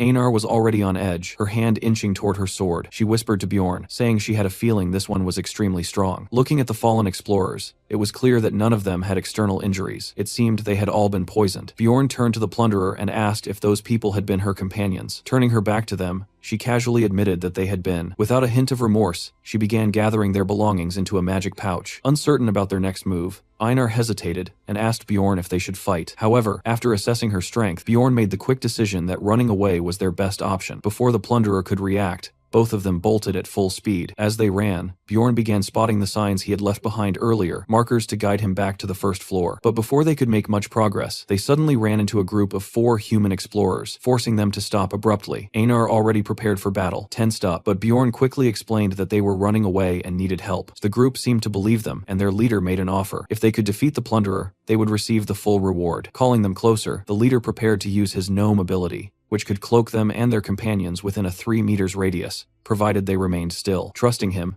Bjorn and Einar stepped forward. Lucky us, their leader mused. 2 barbarians just walked straight into our trap. A sudden wave of paralysis spread through Bjorn's body, and he finally understood. The plunderers had set them up. He had no idea how to break free from their magic. His mind raced, analyzing the effect. If they were truly immobilized, what kind of magic could this be? Then it hit him. It had to be the immobilization spell of a stone golem. That meant one thing. The person who cast this must have consumed the essence of such a creature, and the only way to break free was to take damage. As the plunderers casually discussed how much they could make from the barbarians, one of them grabbed Einar's face. Examining her closely with a wicked grin, he remarked how fortunate they were. After all, a barbarian's heart was incredibly valuable. Another plunderer turned to Bjorn, chuckling as he pulled out a knife. Too bad for you, he sneered. My eyes won't let you escape. With that, he drove a knife toward Bjorn's neck. However, Bjorn was ready. Just as the blade pierced his skin, he twisted his body, ensuring the wound was as shallow as possible. The pain was enough to break the paralysis. In an instant, he moved. Before anyone could react, he struck the plunderer directly in the face. The group gasped in shock. Bjorn, breathing heavily, yanked the knife from his neck and flung it aside. It landed dangerously close to Einar's chest. Though still in a combat stance, he was severely injured and his body could barely hold up. His legs buckled, and he collapsed onto his knees. But Einar wasted no time. Gripping her sword tightly, she lunged forward, slicing through the plunderers with swift, merciless strikes. One by one, they fell until only the leader remained. Seeing his entire group wiped out, he turned and fled. Einar barely spared him a glance. Instead, she rushed to Bjorn, who was in critical condition. Desperation filled her voice as she shouted at him to stay alive. Clutching her sword, she swore vengeance while Bjorn, barely conscious, weakly reached out, struggling to ask for a potion. Bjorn's near-death experience resulted in an increase of 3 points in his mentality. After taking a potion and with the help of the seal, his neck wound healed quickly. Einar congratulated him, joking that he was now the only barbarian with a scar on his neck. Now fully recovered, Bjorn wanted to track down the leader of the plunderers, and soon they managed to capture him. However, instead of killing him, Bjorn intended to use his ability to hide from the plunderer woman. Just then, a dart shot through the air and struck the captured plunderer directly in the neck. Both of them turned to see his lifeless body while the redhead plunderer approached. She revealed that she had been watching their fight with his group. Bjorn immediately shouted to Einar that it was time to attack, and both of them rushed toward the woman. However, despite being attacked by 2 barbarians at once, she remained eerily calm. She easily dodged Einar's strike, and even managed to block Bjorn's attack. Bjorn couldn't help but wonder how many essences she possessed. She was incredibly strong. Deciding to change tactics, he dropped his weapon and attempted to push her while shouting at Einar to attack. But suddenly, he collapsed to his knees, realizing too late that the plunderer had stabbed him with a dagger.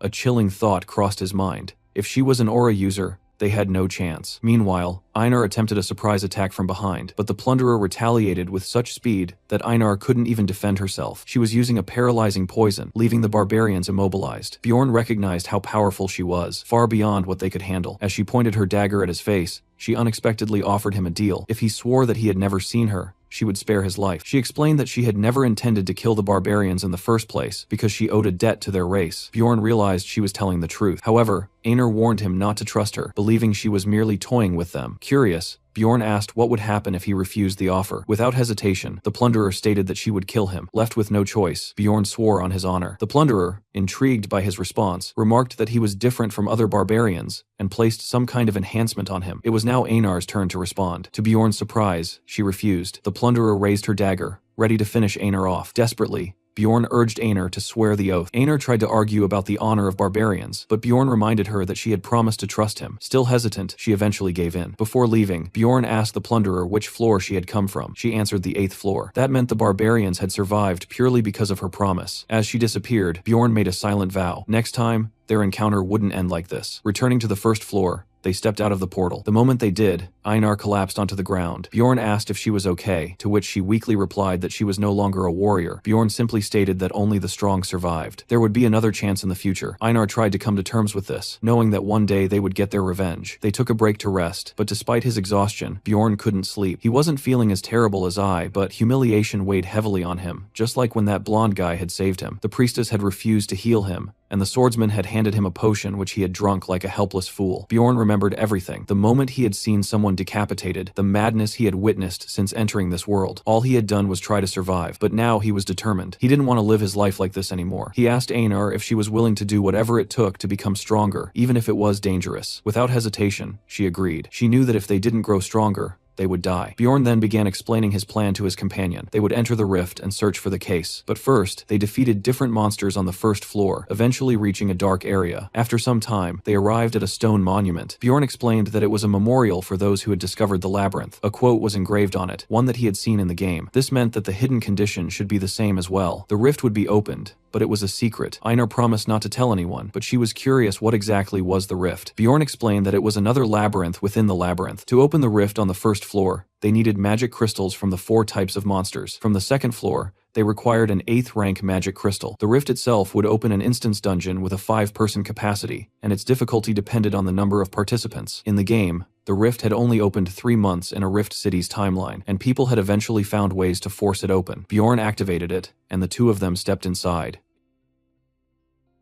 Narration went on to describe ruptures as something like a labyrinth hidden inside another labyrinth. In the game, they were referred to as instance dungeons, special zones that appeared randomly on each floor. However, these ruptures didn't just open freely, they operated on cooldown cycles. On the 1st floor, a natural reopening would take at least 3 months in city time. Since waiting around that long was clearly inefficient, explorers had come up with ways to force them open, such as the ritual Bjorn had just carried out. It was then explained that 4 different ruptures existed on the 1st floor, and the focus shifted to the one they had just entered. The moment they arrived, they found themselves standing beneath a sky soaked in apocalyptic red, while flocks of crows circled ominously above a massive dark fortress known as the Blood-Tinted Castle. Bjorn wasn't surprised by the sight, having anticipated this outcome after using a Death Fiend crystal. Einar, on the other hand, couldn't help but feel overwhelmed by the sheer scale of the structure. Still, he steadied himself, reminding himself that all first-floor ruptures were ultimately manageable, no matter how terrifying they looked at first glance. Bjorn's attention then moved to a more practical concern, figuring out which companions the dungeon system would assign to join their raid. Right at that moment, Einar sensed something and warned that someone else was arriving. Almost immediately, a new figure stepped out through the blood-like rift and onto the castle grounds. Both Bjorn and Einar tensed up, their minds racing as they tried to figure out who this unexpected newcomer might be. At the same time,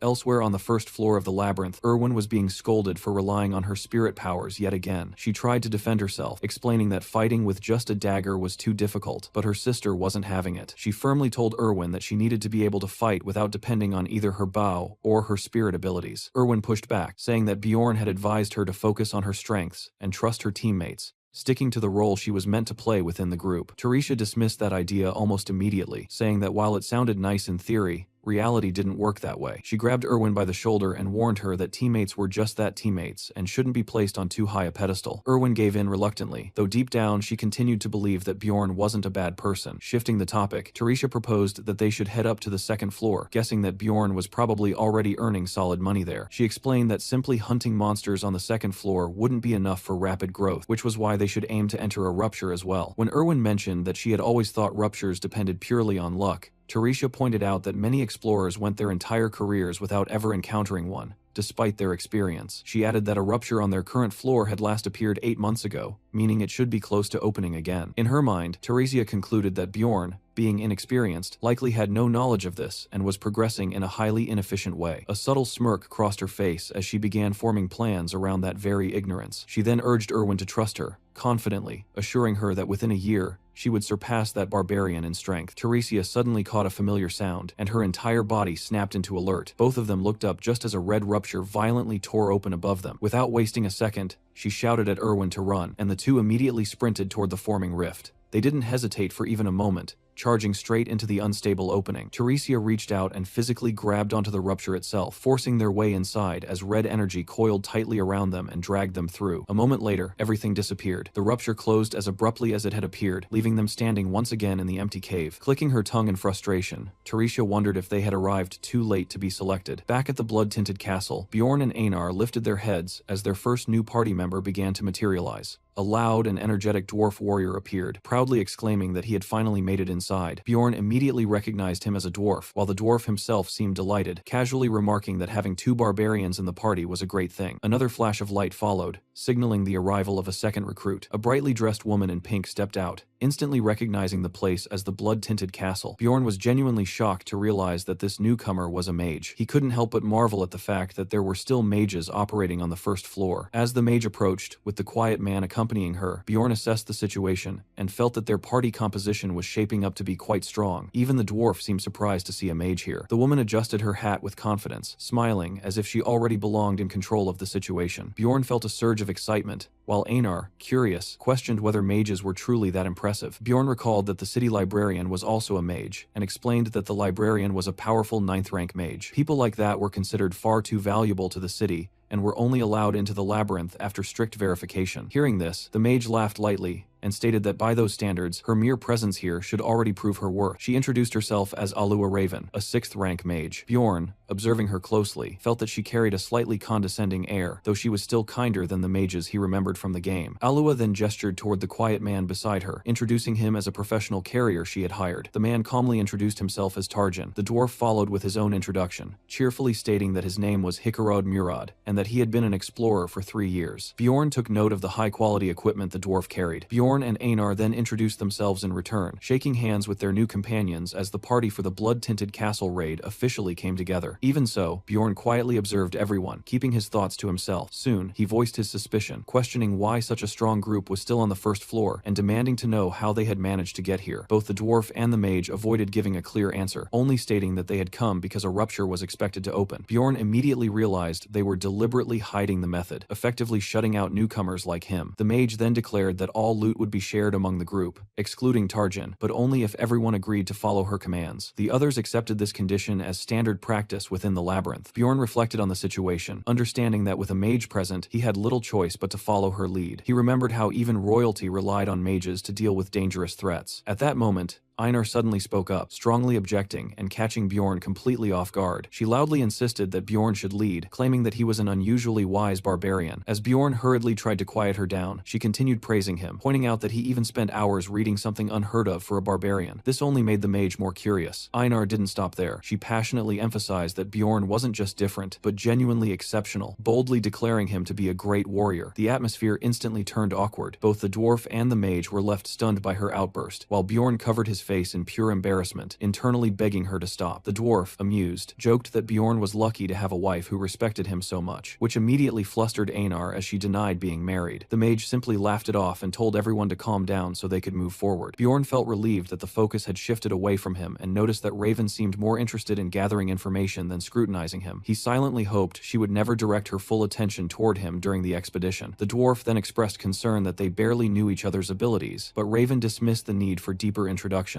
She explained that the monsters in this area were ranked 7 or lower, and that she and Tarjin alone were more than capable of handling them. This statement made Bjorn and his companions tense up slightly. Raven then added that she would personally claim all loot from the Guardian for research purposes. The dwarf repeated her statement in disbelief, clearly upset that she intended to take everything from the Guardian. Conflicts like this over loot distribution were common in dungeons. The dwarf grew angry, questioning whether she thought he was a fool. The tension escalated rapidly, and as sparks began to fly, it became clear that the argument was on the verge of turning violent. Bjorn recalled that the Guardian dropped the highly valuable Rupture Flower. While mages prioritized research materials, explorers like them were mainly driven by money. Sensing the rising tension, Raven quickly offered to let the others take all the magic crystals instead. Bjorn immediately recognized this as a problem she herself had created. The dwarf rejected her offer, arguing that it left them with scraps, while Raven insisted her proposal was fair given the uncertainty of the drops. Bjorn noticed that Raven seemed genuinely surprised by the resistance, making him wonder if she was simply naive. Eventually, the two reached a compromise. Raven would take the Guardian's essence, while the dwarf would claim the numbered item. Bjorn quietly observed that both he and Einar had been completely ignored during this negotiation. At that point, Bjorn stepped forward, refusing to be left out. He made it clear that he wouldn't continue without securing a share for himself. He conceded the essence and the numbered item, but demanded the Rupture Stone for himself and Einar. Both Raven and the dwarf immediately called him greedy. They argued that having 2 barbarians in the party was already unnecessary, and that asking for the Rupture Stone was excessive. Bjorn quickly realized that his initial demand had failed. Adjusting his approach, he backed down from the Rupture Stone and instead negotiated for 2 non-Guardian essences. Raven and the dwarf fell silent for a moment, reconsidering his revised proposal. After a brief pause, Raven smiled and agreed to the new terms. Bjorn accepted that this was likely the best outcome they could get. He also noticed how quickly the atmosphere shifted back to friendliness, as if the intense conflict had never happened. The mage cheerfully suggested that they get moving, while Bjorn muttered to himself about how frighteningly ruthless explorers could be. Watching Raven demonstrate her authority once again, he strengthened his resolve to grow stronger. As the tension finally eased, Bjorn let out a quiet breath of relief. Despite dealing with experienced explorers who tried to suppress others from rising, he swore to himself that he would climb the ranks no matter what. A system message rang out, announcing that they had entered the blood-tinted castle. The narration followed by explaining that the castle was divided into 4 distinct chapters. The first chapter was the entrance drawbridge. The second was the outer castle wall district, shaped by urban-style combat. The third was the underground prison hidden within the inner walls. And the fourth and final chapter was the demon worship room, located inside the castle lord's chambers. As the party moved forward, they approached a massive doorway guarded by towering statues on both sides. Raven immediately identified them as gargoyles. The narration described these creatures as 8th-rank monsters that usually remained completely still, like statues, only coming to life the moment they detected intruders. True to that, the gargoyles suddenly activated and launched a high-speed attack without warning. Bjorn tensed up instantly, knowing their signature ability was petrification. The usual method to deal with them involved sacrificing one person to the petrification effect, while the others fought back. As Einar panicked and shouted Bjorn's name, fearing he would be the one sacrificed, Raven simply tipped her hat with quiet confidence, already prepared to handle the situation. The narration pointed out that everything changed when a mage was present. Raven cast her spell, invoking Artena Bjar, directly countering the curse. Bjorn immediately recognized it as a curse-canceling spell, and the petrification effect on him was completely nullified. With their most dangerous ability gone, the gargoyles were reduced to nothing more than melee opponents. Bjorn and Einar rushed in together, striking hard and cutting one down with ease. At the same time, the dwarf let out a loud battle cry as he charged the second gargoyle, smashing it with a crushing hammer blow. The creature staggered,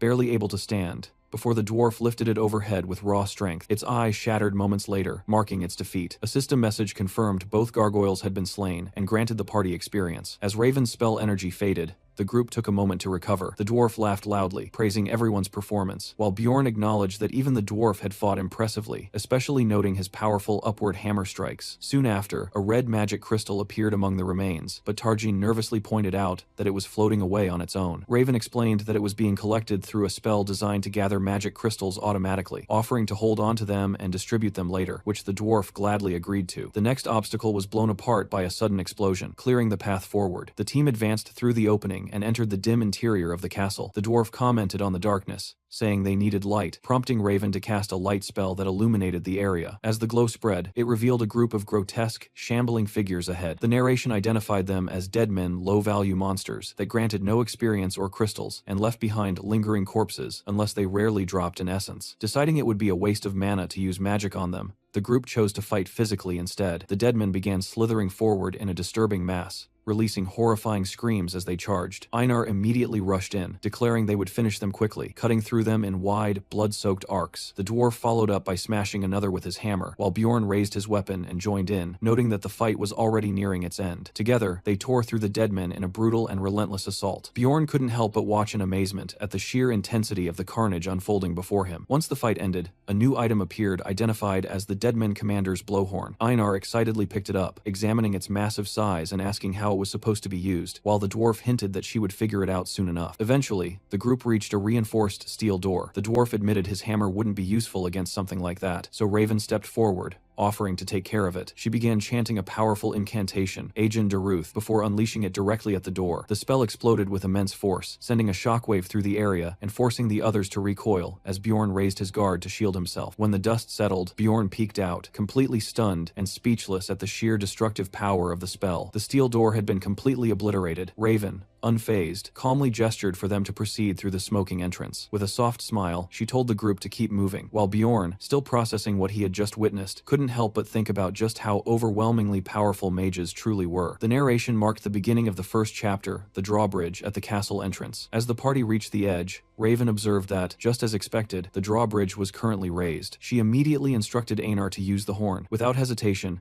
Einar blew into it, activating the artifact. A deep, echoing rumble spread throughout the castle as the group waited below. A system message appeared, announcing that a long-dormant magical seal had been awakened. Still holding the horn, Einar grew uneasy, clearly caught off guard by the sudden reaction. The massive drawbridge began descending slowly toward them. As the situation escalated, someone pointed out that the moat's blood-like water was rapidly rising. Einar looked closer and noticed shapes forming within the crimson liquid. The narration explained that the castle's name came from these eerie red waters and skies. Raven calmly reassured her that the figures were nothing more than dead men. Even as Einar denied being afraid, a bloody hand suddenly slapped onto the edge of the bridge, making the objective of this chapter clear. The system ordered them to endure until the drawbridge fully lowered, meaning they had to survive continuous waves of dead men. The narrator remarked that such a task would be difficult for an ordinary party, but Raven simply smirked, already prepared. She called everyone to gather around her, explaining that with a wide area mage present, this stage was trivial. Then she unleashed another large-scale spell, Utherna Daruth, flooding the surroundings with overwhelming magical force. The party stood within the spell's protective and destructive range as it tore through the incoming deadmen. By the time the light faded, piles of disintegrating bodies surrounded them, while the group itself remained completely unharmed. The dwarf stared in amazement at the devastation, but Raven brushed it off as nothing more than dealing with weak enemies. Bjorn, however, couldn't hide his shock. He had known she was strong, but witnessing this made him realize just how massive the gap in power truly was. Raven casually stated that all that remained was to wait for the drawbridge to finish lowering, which surprised Bjorn, as the stage had ended far faster than expected. Soon after, the bridge slammed into place. Raven announced that they should proceed, and the narration confirmed the completion of the first chapter of the blood-tinted castle. With his helmet lowered, Bjorn quietly reflected on how effortlessly everything had gone, feeling that the entire stage had ended almost disappointingly easily. A map-like narration followed,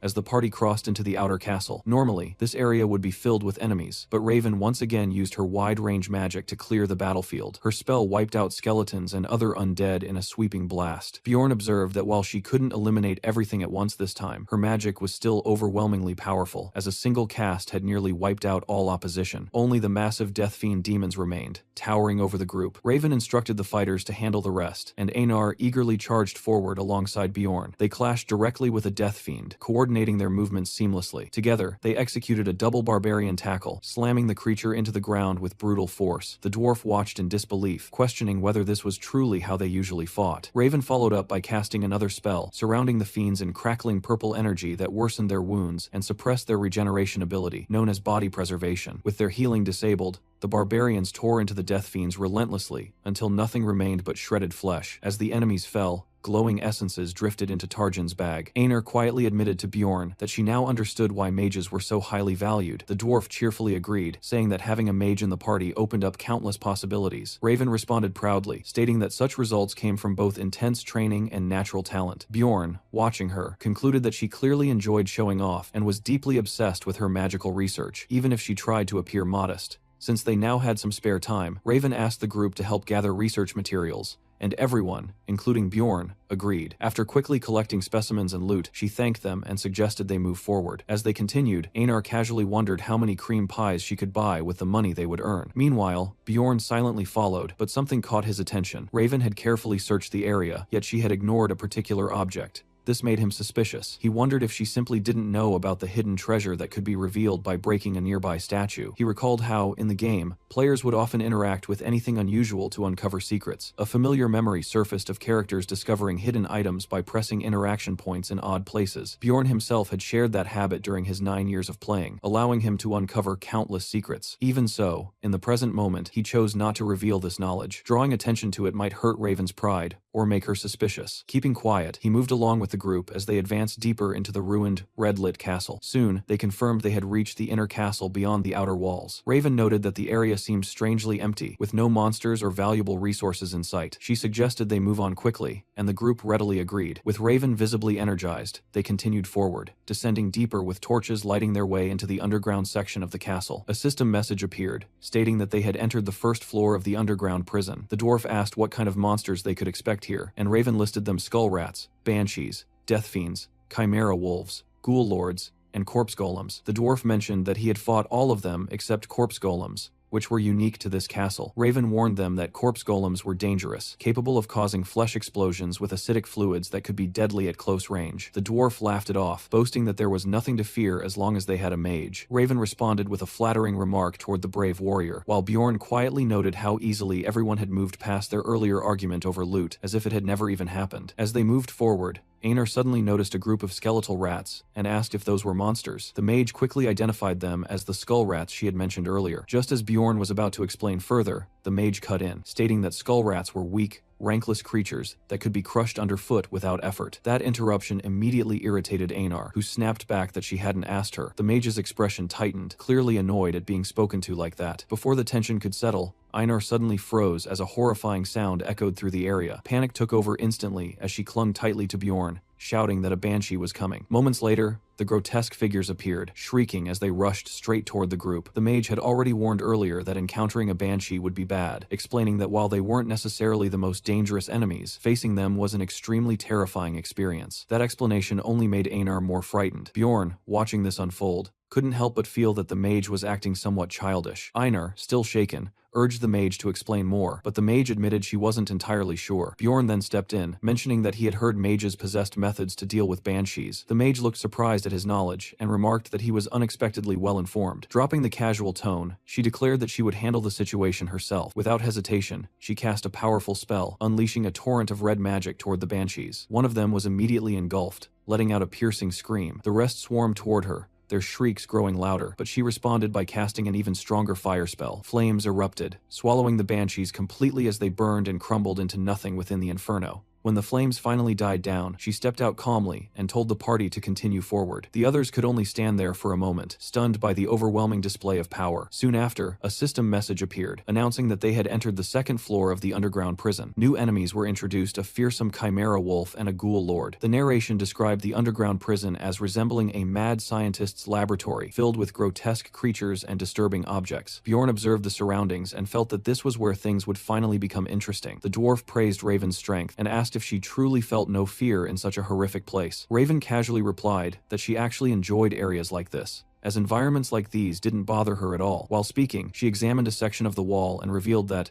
According to a map she had memorized, there was a hidden door there. She added that a corpse golem was waiting just beyond it. Bjorn quietly noted that she had even skipped the usual process of acquiring such a map. The group decided to leave behind their heavier gear before proceeding. Raven then asked Bjorn to light his torch so they could see clearly. Once ready, she announced that she was opening the hidden door. As the door creaked open, it revealed a chamber packed with countless corpses. The party stood at the entrance, greeted by an overwhelming stench and a seemingly endless mountain of bodies stretching deep into the darkness. As they stepped inside, Bjorn reflected on how, in the past, a sight like this would have made him faint instantly. Now, however, his barbarian body dulled the physical impact of the scene, leaving him largely unaffected. The first to react was Tarjan, the carrier, who immediately began retching from the unbearable smell. Raven followed soon after, struggling to suppress her own nausea. Bjorn realized that while she might be accustomed to gruesome sights from dissections, she clearly wasn't prepared for the stench as she began coughing and gagging. The dwarf, noticing this, felt relieved that at least the two barbarians remained unaffected and urged them to keep moving forward. They continue through the corpse-filled area, noticing another immense pile ahead. The party stops again before another towering heap of corpses. The corpse mound suddenly speaks to them, shocking the group. Many voices in the corpses cry out for help and to be saved, horrifying the party. Bjorn focuses on a glowing red point within the mass. A system message declares that the first boss, the corpse golem, has appeared while the writhing flesh screams in pain, and Bjorn recalls that it was silent in the game. Hearing their pleas, he realizes they must act immediately. He shouts for everyone to pull themselves together. He curses that the dwarf has frozen up in terror. The corpse golem's agonized voices continue to echo, amplifying the oppressive atmosphere. Raven and the dwarf are reduced to trembling wrecks, and the Bjorn thinks bitterly that they are not living up to their reputations. He concludes that, at this rate, the strong allies will be useless, and that he will have to carry the fight. The corpse golem looms before the two barbarians as they ready themselves to battle it. Dungeon & Stone is a niche game that has managed to reach its peak because of how many features it offered to different types of players. What stood out the most in his memory were its incredibly lifelike illustrations, especially the ones depicting creatures like the corpse golem. Those visuals had been so vivid that they spread across the internet as memes, even reaching people who had never played the game. Because of that, many could recognize monsters like the corpse golem without knowing anything about where they came from. But now, standing face to face with the real thing, Bjorn realized just how different reality was. No matter how detailed the game's artwork had been, it couldn't come close to the sheer horror of seeing the creature in person. The living corpse golem was far more terrifying than any drawing could ever capture. The mage, who had earlier claimed to be skilled in dissections, was now bent over, barely holding back vomit. Even the experienced dwarf looked shaken to his core, and the supposedly tough carrier was visibly trembling, drool slipping from his mouth in fear. Bjorn noticed the irony in all of this. Despite being treated like inexperienced newcomers, only he and Einar were mentally holding it together. The two barbarians were the only ones still ready to fight. As the corpse golem suddenly attacked,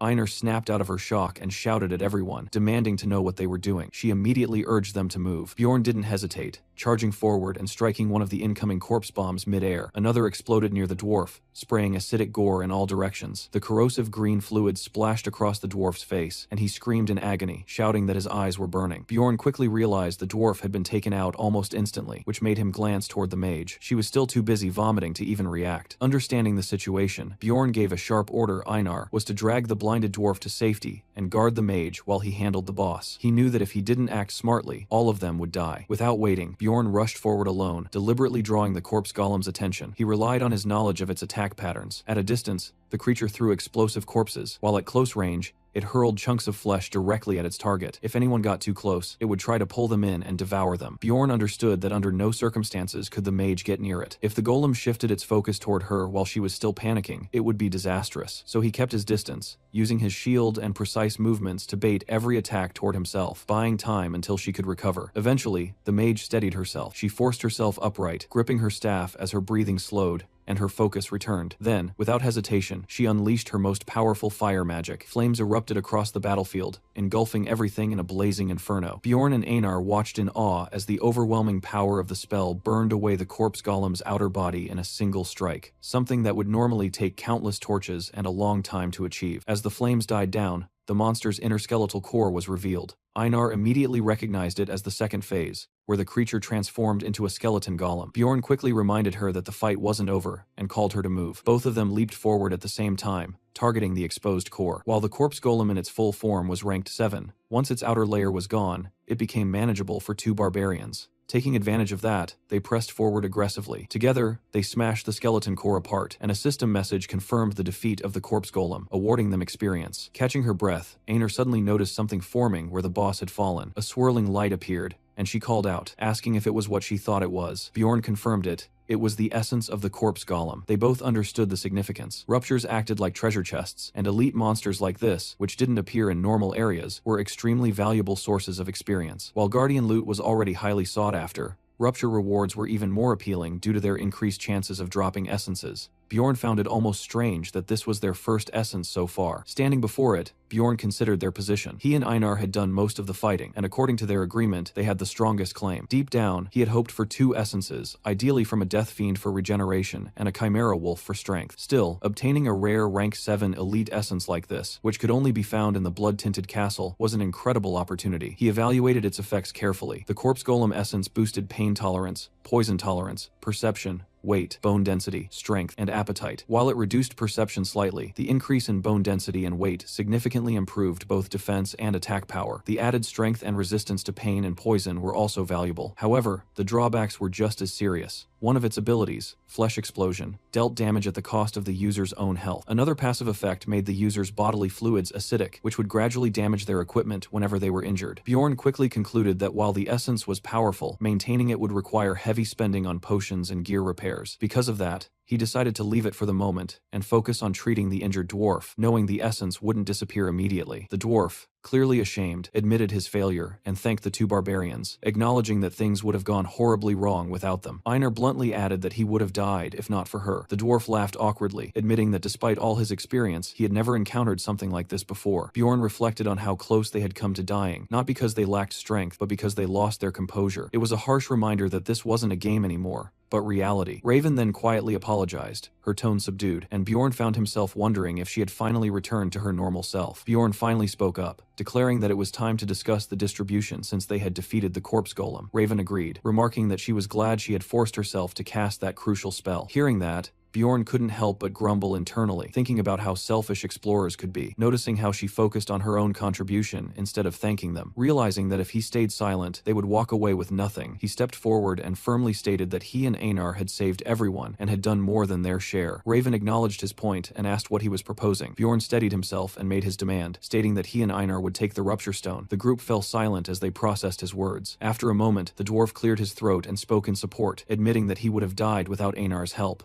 Raven hesitated, clearly conflicted, saying she wasn't fully in favor of the arrangement. Bjorn countered by promising that if they encountered another Rupture Stone later, he would give them a fair chance at it, presenting it as a reasonable compromise. Then, preparing to push further, Bjorn revealed that the corpse golem had dropped an essence and asked for their thoughts. Raven's reaction was immediate. She was astonished, explaining that such an essence was even rarer than a Guardian's, and so uncommon that even the Explorers Guild didn't fully understand it. As she excitedly imagined researching it, Bjorn realized his prediction about her reaction had been correct, and prepared to negotiate seriously. He offered her a deal. He would give her the corpse golem's essence. In return, if they later obtained a Guardian's essence, it would belong to him. He laid out the proposal clearly and waited for her decision. Raven repeated the terms, confirming that he wanted to trade the corpse golem essence for a potential Guardian's essence. Bjorn reminded her that there was no guarantee a Guardian would drop one, but she still chose to take the risk. Delighted, she accepted the deal, stating that she was far more interested in the corpse golem than the Guardian. With the negotiation settled, the dwarf asked whether the mage intended to give the essence to one of the barbarians, since mages couldn't absorb essences themselves. Raven clarified that she only wanted it for research and produced a special test tube to store it. She explained that such tubes were extremely expensive and only worth using for essences above the 6th rank. The dwarf was impressed that she owned such a costly item, and she admitted she only had one. Bjorn realized that using her only tube on this essence meant she valued the corpse golem highly, reinforcing his belief that trading it had been a worthwhile gamble. After carefully sealing the essence inside the tube, Raven announced she was ready to move on. The dwarf happily declared it was time to leave the dreadful area, and the group quickly agreed as they began to depart. They walked through a hall filled with demonic statues and piles of skulls. The dwarf questioned whether the statues might be gargoyles, but Raven examined one and concluded it was just a lifeless sculpture with no mana. Looking around, she remarked that the castle lord's residence must have been located above them, and expressed regret that they couldn't explore it. As she reached out and touched the face of one statue, something inside shifted with a mechanical sound. A hidden mechanism activated,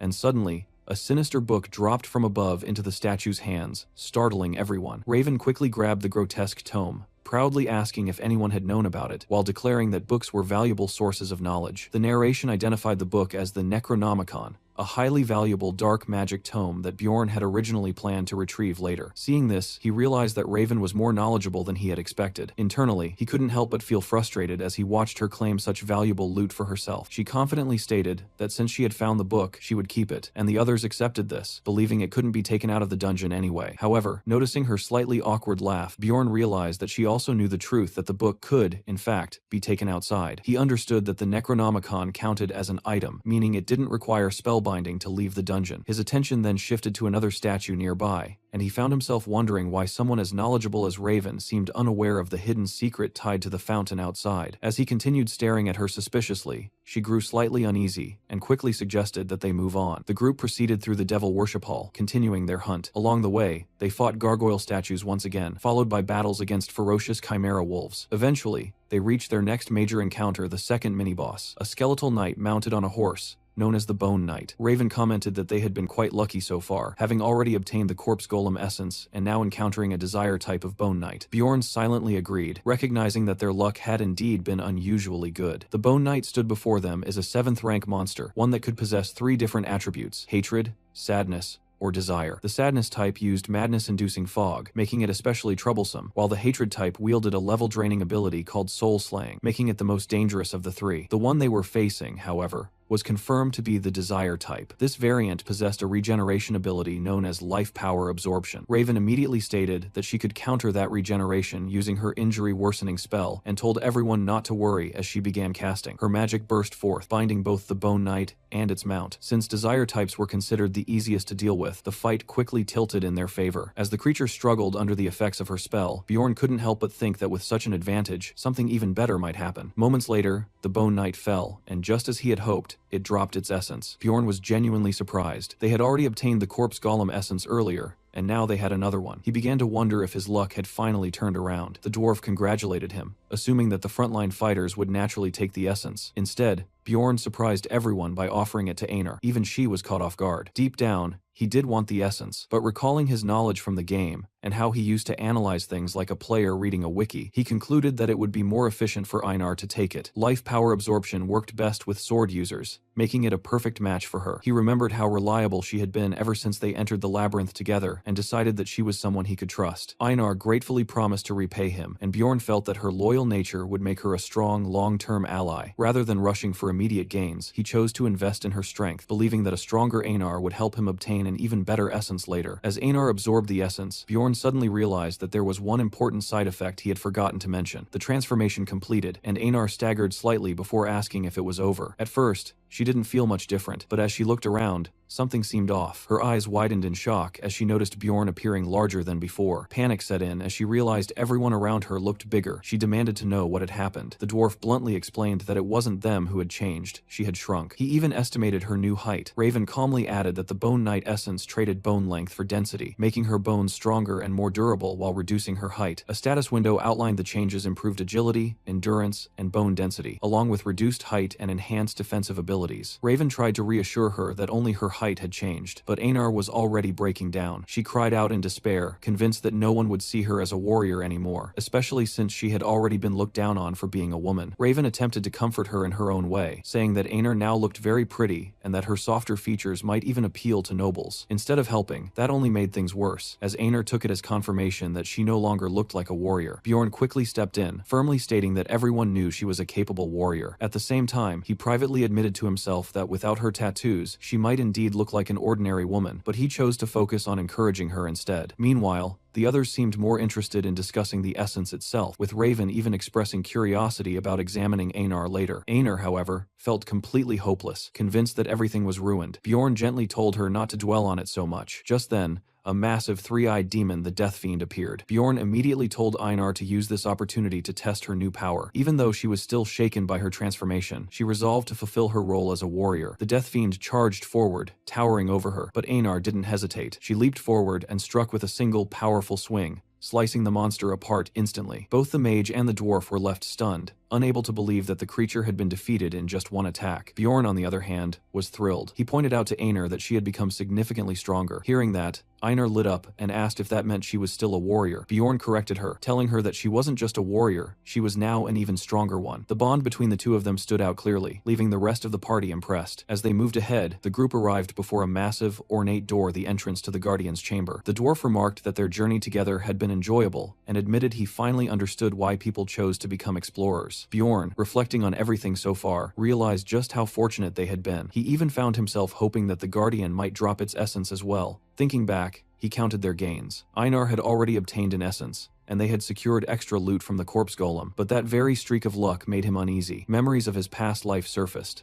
especially moments in the hospital where hope had often been crushed. It made him question whether things had ever gone this smoothly for him before. Now, standing here in his new barbarian life, he instinctively asked himself what the worst possible outcome could be. The dwarf, still in high spirits, stepped forward and decided to open the door. As the handle turned, Bjorn's eyes narrowed. Something about it felt off. The color of the handle was different from what it should have been, and a sudden sense of danger hit him. Without hesitation, he lunged forward, shouting for the door to be shut immediately. The dwarf, confused, began to question him, but it was already too late. A system message appeared, announcing that the master of the blood-tinted castle was awakening. Bjorn cursed under his breath, realizing they had missed their chance to avoid it. An overwhelming presence flooded the corridor. The mage froze in horror, staring ahead as she struggled to process what she was seeing. Slowly, a grotesque figure emerged, a vampire seated like a king upon his throne, casually licking his lips as if savoring the moment. He spoke, remarking that it had been a long time since he had seen living beings. The mage quickly identified the creature, clarifying that it wasn't just any monster. It was a vampire, an advanced variant that normally appeared only on much higher floors. Worse, it was an intelligent, named entity. The monsters were divided into 4 categories. The first were mutants, where basic monsters gained specialized roles, like goblins becoming archers or swordsmen. The second were advanced variants, which exceeded the normal rank of their floor. The third were rare monsters, found only in special ruptures, such as the corpse golem, or even elusive mimics. The final and most dangerous category were advanced mutants named monsters that retained memories and identities, like the one before them. This creature is Vampire Duke Cambermere. The moment the realization hit, the group turned and fled. The dwarf and the mage shouted in panic, overwhelmed by the unexpected encounter, while Bjorn snapped at them to stop complaining and run. In his mind, he immediately recognized the threat. Cambermere was a 5th-rank boss, skilled in both combat and dark magic, and capable of acting independently. The mage cried out that the Guardian had never been an advanced mutant before, but Bjorn, recalling other rupture anomalies, knew that such irregularities could happen. Even after thousands of hours of gameplay, he had never personally encountered this boss, which showed just how rare it was. He had only ever seen it once before through an online gameplay stream in his previous life. As they ran, the mage demanded to know how Bjorn had sensed the danger before the door even opened. Annoyed by her timing, he told her to focus on escaping. Out loud, he simply claimed he had a bad feeling, but internally, he knew the truth. He had noticed the subtle difference in the door handle's color. He remembered how he had once tried to replicate another player's method for summoning this boss,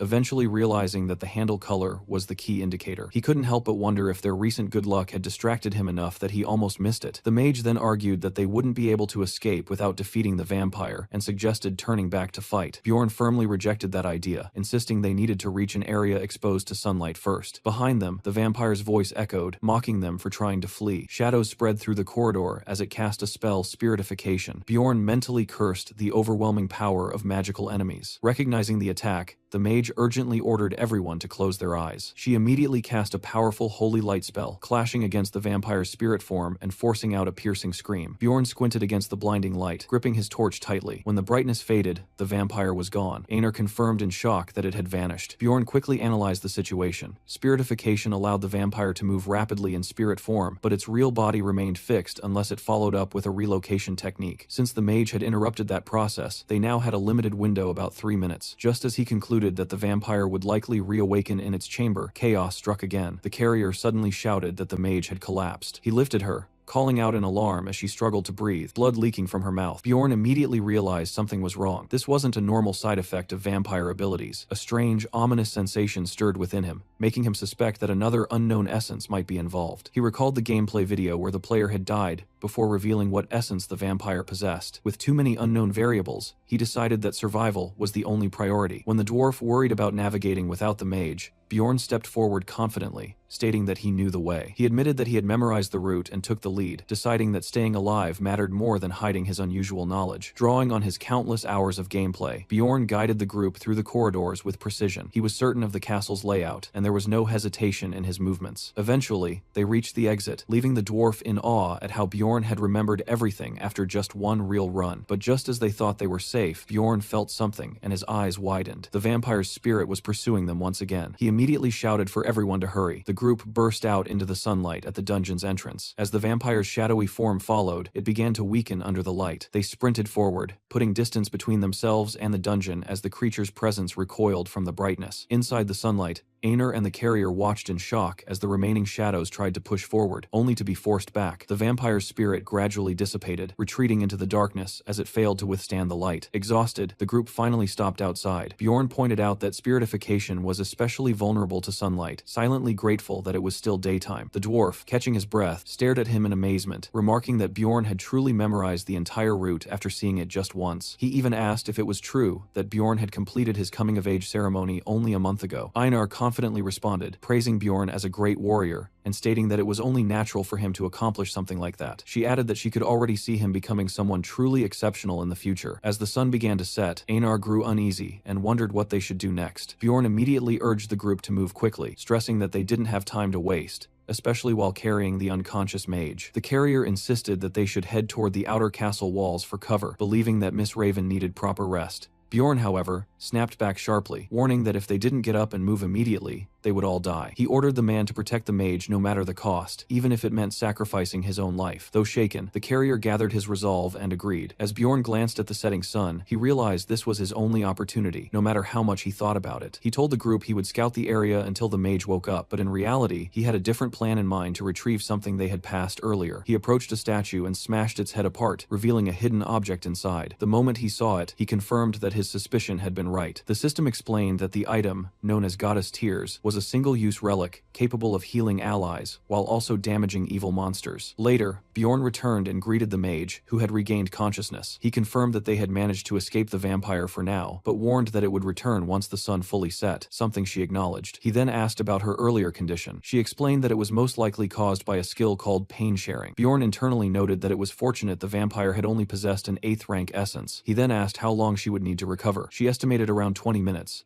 after which she would be able to cast a 7th rank spell about 5 times. Bjorn found that number far from reassuring. Without hesitation, he asked if she knew any sun-based magic. The question immediately irritated her, as she pointed out that asking a mage to reveal their spell list was considered extremely rude. Bjorn acknowledged that he knew about such etiquette from his knowledge of the game, but dismissed it, deciding that it didn't matter. He reminded himself that, as a barbarian, he wasn't expected to follow such refined rules anyway, except perhaps in front of royalty. The mage was left speechless, clearly exasperated by his blunt attitude, but eventually gave in. She revealed that she could cast a sun attribute spell called Sunspot Sphere, a 6th rank spell similar in nature to a flame sphere. Bjorn immediately followed up by asking whether she could enhance it using attribute reinforcement. She confirmed that she could, but it would require an additional 10 minutes of preparation. After thinking it through, Bjorn decided that he would hold the line alone for 30 minutes. He instructed her to conserve her mana and not interfere during that time. She began to question his authority, asking why he was suddenly taking the lead, but Bjorn dismissed the concern, stating that no one else was more suitable and that it didn't really matter anyway. The dwarf burst out laughing at that, openly declaring that he trusted Bjorn's judgment completely. He even boasted that he was good at reading people. Bjorn simply gave a cold acknowledgement in response. Time moved forward, and night finally took over completely as the vampire duke awakened, his voice carrying an ominous tone as he remarked that something felt strange, then slowly approached the group while saying that just seeing them was enough to make his bloodlust uncontrollable, even going as far as to taunt them by asking if they could guess the reason behind it. Bjorn and the others stood firm in formation, fully aware that their only objective now was to survive for 30 minutes until the mage's spell was ready, because anything less than that meant certain death. Without warning, the vampire attacked, slashing forward with his long claws and drawing blood before releasing a feral scream as his power erupted violently, forcing Bjorn to immediately take control of the situation, as he ordered Tarjin to retreat with Raven while he and the others held the line against the charging monster. To Bjorn, the situation felt exactly like the game, where even intelligent monsters rarely wasted time talking before diving straight into battle, and just as expected,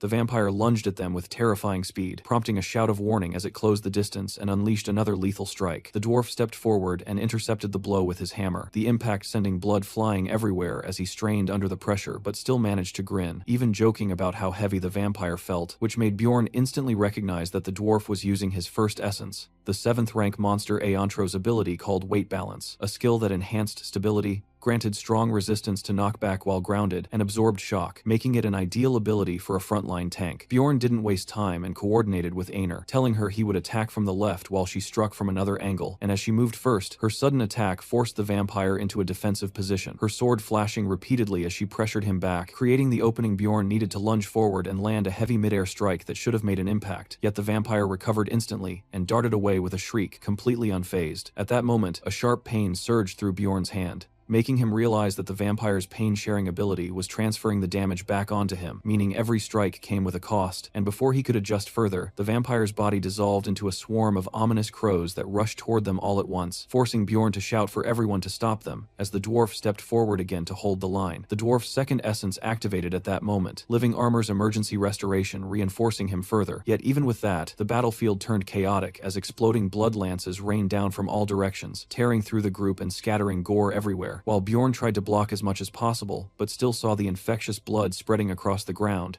turning the entire area into a lethal hazard. Einar suddenly noticed a strange mark forming on the dwarf's forehead and panicked, asking what was happening, but Bjorn quickly realized that all of them had been affected and identified it as the activation of the vampire's sacrificial seal, which a system message confirmed as it declared that they had been selected as sacrificial offerings, temporarily boosting Vampire Duke Cambermere's physical power depending on how many marked targets were nearby. Bjorn immediately analyzed the situation, understanding that sacrificial seal worked alongside the vampire's passive immortality, massively increasing its regeneration as its health dropped, while another passive ability called Owner of Blood allowed it to absorb certain skills or traits from opponents whose blood it consumed, making it clear that this monster possessed 3 extremely dangerous abilities that worked together in a devastating combination. What made it worse was that this particular vampire could utilize all of them seamlessly, shifting into smoke to evade attacks, transforming into explosive or swarming crows, and using blood to summon threats, which made it overwhelmingly powerful even among high-rank bosses. And despite their efforts, the dwarf was eventually overpowered and thrown back, vomiting blood as he collapsed.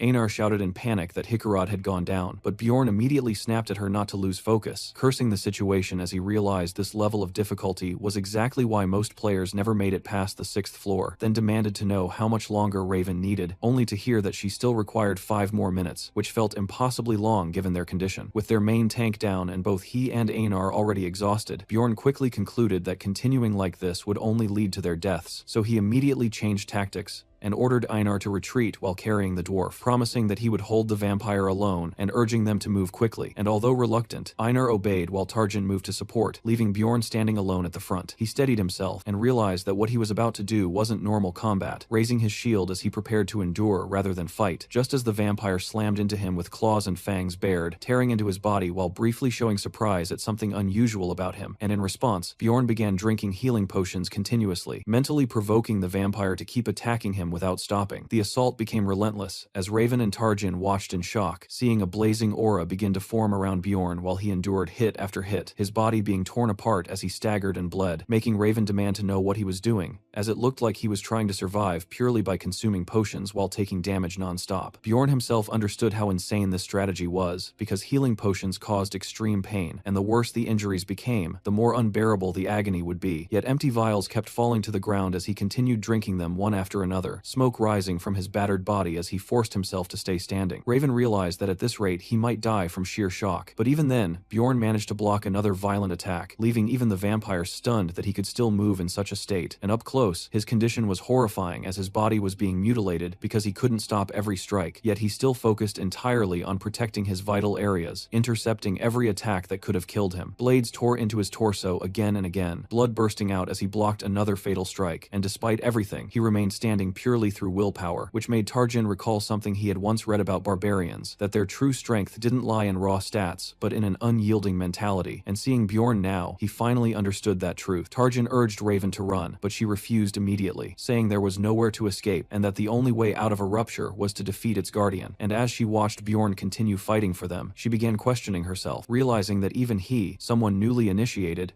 was making the best possible decisions under pressure while she hesitated. Understanding that Bjorn's death would mean all of them would die, she resolved to act and ordered Tarjin to assist the dwarf so Einar could return to the front line, reminding herself that a mage's role was not just to attack from the rear, but to analyze situations and guide the team. And once she accepted that, she took out the essence vial containing the corpse golem essence. She decided that using it on Bjorn was the best possible choice and activated her targeting magic to enhance her accuracy before calling out to him and throwing the vial toward him with magic. And as Bjorn turned in surprise, the vial struck him and shattered instantly, releasing a surge of energy that entered his body. A system message appeared immediately, stating that the corpse golem's essence was being absorbed into his soul, followed by multiple notifications showing massive increases in his pain tolerance, strength, bone density, poison resistance, appetite, and more, as overwhelming power surged through him while steam and aura erupted from his body. Behind him, the massive spectral form of a corpse golem manifested, towering over the battlefield as his transformation completed and his status updated in real time, showing Bjorn Jandel's level and combat index rising dramatically, while confirming that the 7th rank corpse golem essence had now become part of his power. Bjorn felt his mind slipping into a fog as his vision blurred, the world around him distorting while he barely made out the vampire looming in front of him, its presence pressing down like a nightmare made real. And before he could fully stabilize himself, the vampire lunged again with claws aimed to finish him, forcing Bjorn to grit his teeth and remind himself that he had to stay standing no matter what. He reacted instantly, launching a blazing counterattack upward as the vampire moved through the air, fully aware that he could no longer block every strike, and making a brutal decision to sacrifice his arms and legs if necessary, while protecting only his vital points. Their clash erupted in a violent burst of energy, blue light flashing as they exchanged heavy blows.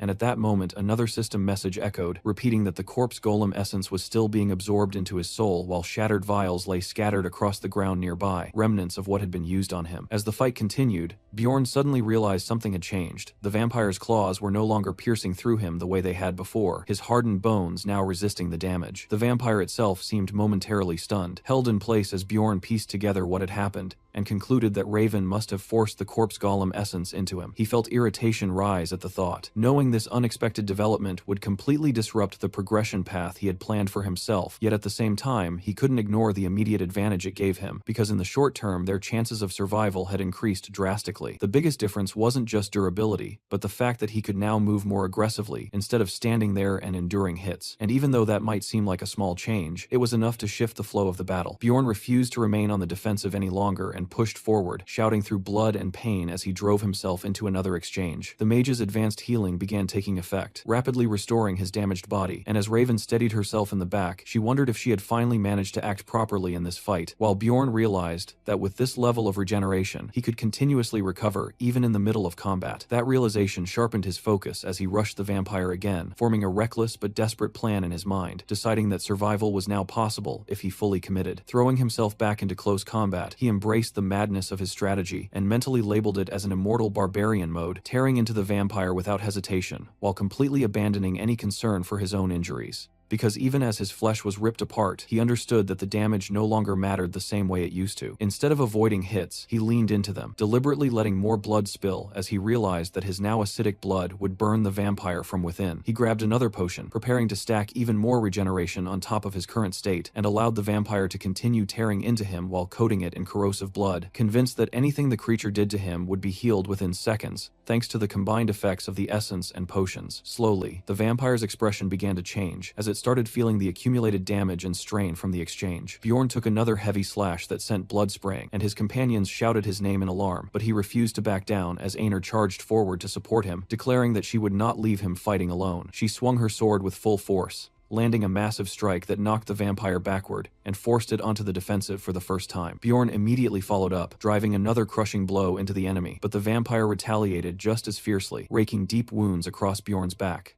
Bjorn coughed up blood, but still refused to fall, enduring everything as Einar continued her assault. While inside his mind he cursed the situation and wondered how much longer they had to hold on before the mage's prepared spell was ready. Just as he took another hit, Raven finally announced that her attack magic, Sunspot Sphere, was complete, and Bjorn instantly recognized that the decisive moment had arrived. Something struck nearby, signaling the start of their final move as the vampire grabbed hold of Bjorn, confused by the sudden shift in momentum, while Bjorn groaned through the pain and prepared himself for what came next. With a shout, he launched himself upward while dragging the vampire along, forcing both of them into the air toward the incoming attack, and while holding onto the creature, he yelled for the dwarf to act immediately. The dwarf responded without hesitation, lightning gathering around him as he activated his skill, Expulsion, releasing a massive surge of energy that shot toward the vampire, and in the next moment, a gigantic mass of lightning crashed down, engulfing the stunned creature and electrocuting it where it stood. A system message appeared, declaring that Vampire Count Cambermere had been rendered unconscious. Seeing the opportunity, Bjorn realized it was finally time to use the item he had been saving. He pulled out the vial he had obtained earlier, recalling the statue he had destroyed to retrieve it, and identified it as Goddess Tears. Without hesitation, he pinned the vampire down and declared that he would feed it this so-called treasure, forcing the vial into its mouth before slamming a punch into it and shouting for it to take it and die. The blessing activated instantly, designating the target area for destruction as a burst of holy light erupted around both Bjorn and the vampire, and the system confirmed that the blessing temporarily sealed all of the vampire's resistances, leaving it crippled and unable to move freely. Another update followed, stating that its condition had worsened from unconsciousness to full paralysis due to the overwhelming shock. Raven shouted desperately for Bjorn to escape the blast zone, but at that exact moment, she released the fully prepared 6th rank spell, Sunspot Sphere, warning that anything caught within its range would be incinerated. The blazing sphere descended rapidly, heading straight toward Bjorn and the immobilized vampire, and as Bjorn saw it coming, he cursed inwardly, realizing too late that he should have retreated when he had the chance. The spell detonated in a massive explosion, engulfing everything in a sea of flames, and a system message followed, stating that Bjorn had been caught in the blast and rendered unconscious, while the vampire triggered its pain-sharing ability at the same moment, causing the mage, the dwarf, Einar, and Tarjan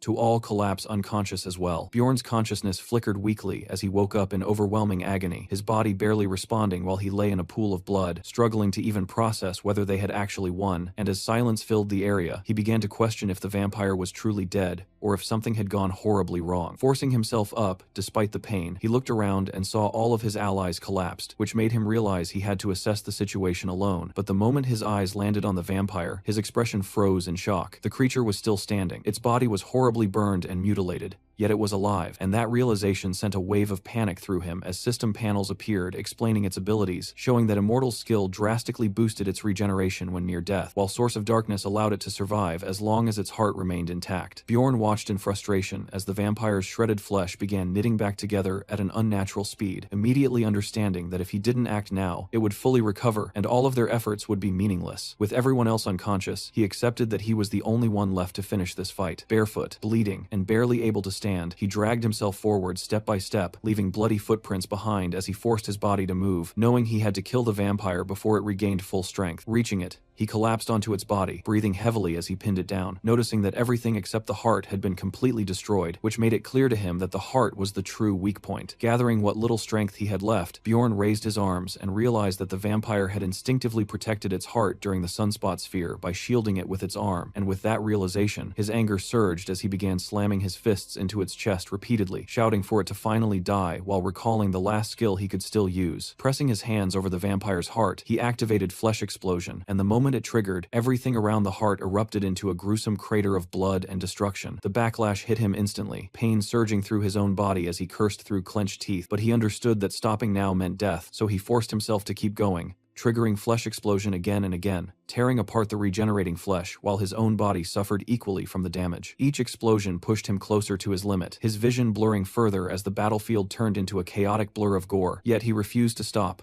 even as a warning appeared, showing that his HP had dropped below 1%. He realized that if he continued, he would die alongside the vampire, but he accepted that outcome without hesitation and unleashed another explosion directly at the heart, pushing his HP to 0 as a system message announced the start of a death countdown. Even then, he didn't stop. Despite his HP reached 0, he continued activating Flesh Explosion, driven purely by willpower, knowing that stopping now would make everything meaningless. System messages began showing his mentality points draining continuously as he pushed beyond his limits, blood covering his body as he repeated the skill again and again, telling himself that if he was going to die anyway, there was no reason to hold anything back. His mentality kept dropping with every activation, yet he remained seated over the vampire, surrounded by smoke and destruction, breathing heavily as ash drifted from his ruined arms. When he finally glanced down, he realized both of his hands had been completely destroyed. Even so, he didn't hesitate. If his hands were gone, then he would use his entire body instead. With that resolve, he triggered one final flesh explosion, using himself as the catalyst, and the resulting blast consumed everything in a blinding eruption. A system message confirmed that Vampire Count Cambermere had finally been defeated, granting him experience, and Bjorn recognized that the monster had truly been killed only because he had pushed himself to the very end. Additional system notifications followed, awarding bonus experience for defeating a high-ranking mutant guardian and announcing that he had leveled up, though he immediately noted that leveling up did not restore HP in this world. Then new prompts appeared, showing his spirit power increasing along with his maximum essence capacity, and to his surprise, the rare Guardian Essence, something that only had a 1/3 drop chance, had actually appeared, and before he could react, the vampire's Guardian Essence was absorbed into his soul in a burst of light. Another system window explained that due to the passive ability Source of Darkness, he could no longer die unless his heart was destroyed, while additional notifications showed that the immortal effect had rapidly restored his HP, pushing it back above 1% and canceling the death countdown entirely. An achievement message followed, rewarding him with a permanent increase in mentality for surviving even after the countdown had begun, and his updated status window displayed Bjorn Jandal at level 3, with significantly improved stats and the newly acquired Guardian Vampire Essence. Sometime later, Bjorn suddenly jolted awake, gasping for air, as he realized with shock that he was still alive, and as his vision cleared, he saw that his head was resting in Einar's lap, who greeted him happily as he tried to process what had happened. He immediately asked where the others were, and she explained that they had left 3 days ago, worried about his condition, which shocked him further as he learned he had been unconscious for 3 full days. The realization hit him hard as he exclaimed that if 3 days had passed, then it must already be the crucial 7th day, and as he tested his fingers, he was stunned to find his hands fully restored, with no visible injuries remaining on his body. Then suddenly, something else hit him, and he demanded to know where his pants had gone. Einar casually admitted that she had removed them because they were completely destroyed and getting in the way, then cheerfully told him not to feel embarrassed while praising him as a great warrior, which only made him desperately ask her to stop talking. After that, she began explaining what had happened while he was unconscious, saying that the dwarf had taken the numbered item while the mage had taken the rupture stones. Bjorn quickly pieced things together, realizing that since he was alive, he must have successfully absorbed the vampire's Guardian Essence, and from that, he inferred that the Guardian had dropped all 3 rare items, remembering their earlier agreement to decide ownership of the stones by rolling dice. Einar then recalled how the mage had refused to follow that agreement, insisting that she needed the stones to recover her losses and taking them for herself, while the dwarf had remained indifferent, saying he would accept whatever decision was made since he hadn't contributed much. However, Einar herself had protested, only for the mage to argue that Bjorn had already received the best reward possible, meaning he had no right to complain about her taking the stones. Hearing that, Bjorn realized that only the mage knew he had absorbed the vampire's essence, and he also remembered that she had given him the corpse golem essence, along with all of her remaining potions, meaning she had technically gained nothing and only suffered losses during the entire rupture. Even so, Einar remained angry, insisting that the mage had acted selfishly by taking everything and leaving without waiting for him to wake up, and Bjorn decided that it was safer to agree with her perspective. Einar immediately brightened and thanked him enthusiastically for supporting her, and he simply replied that it was obvious, since they were comrades. When Einar asked if they should leave the labyrinth now, Bjorn shook his head and said there was still one thing he needed to retrieve, thinking that even if most of the loot had been taken, that particular item should still be there. Then, remembering his current state, he awkwardly asked Einar if she had anything he could wear. Later, a system message appeared announcing that Bjorn had entered the first floor's crystal cave, followed immediately by another message stating that the labyrinth itself had now been shut down and that he was being transported back to the city of Rafdonia. When he arrived, still shirtless and marked with scars, Bjorn expected that everything they had endured would at least translate into a decent profit. At the exchange, a clerk carefully counted the earnings and reported that they had made 231,520 stone. Bjorn felt that the amount seemed underwhelming compared to the hardships they had gone through, but he accepted it since he had gained 2 powerful essences, reaching out to take the heavy pouch with quiet satisfaction. Before he could even secure it, the bag was suddenly yanked from his hand, catching him completely off guard. The clerk's tone shifted as she suspiciously pointed out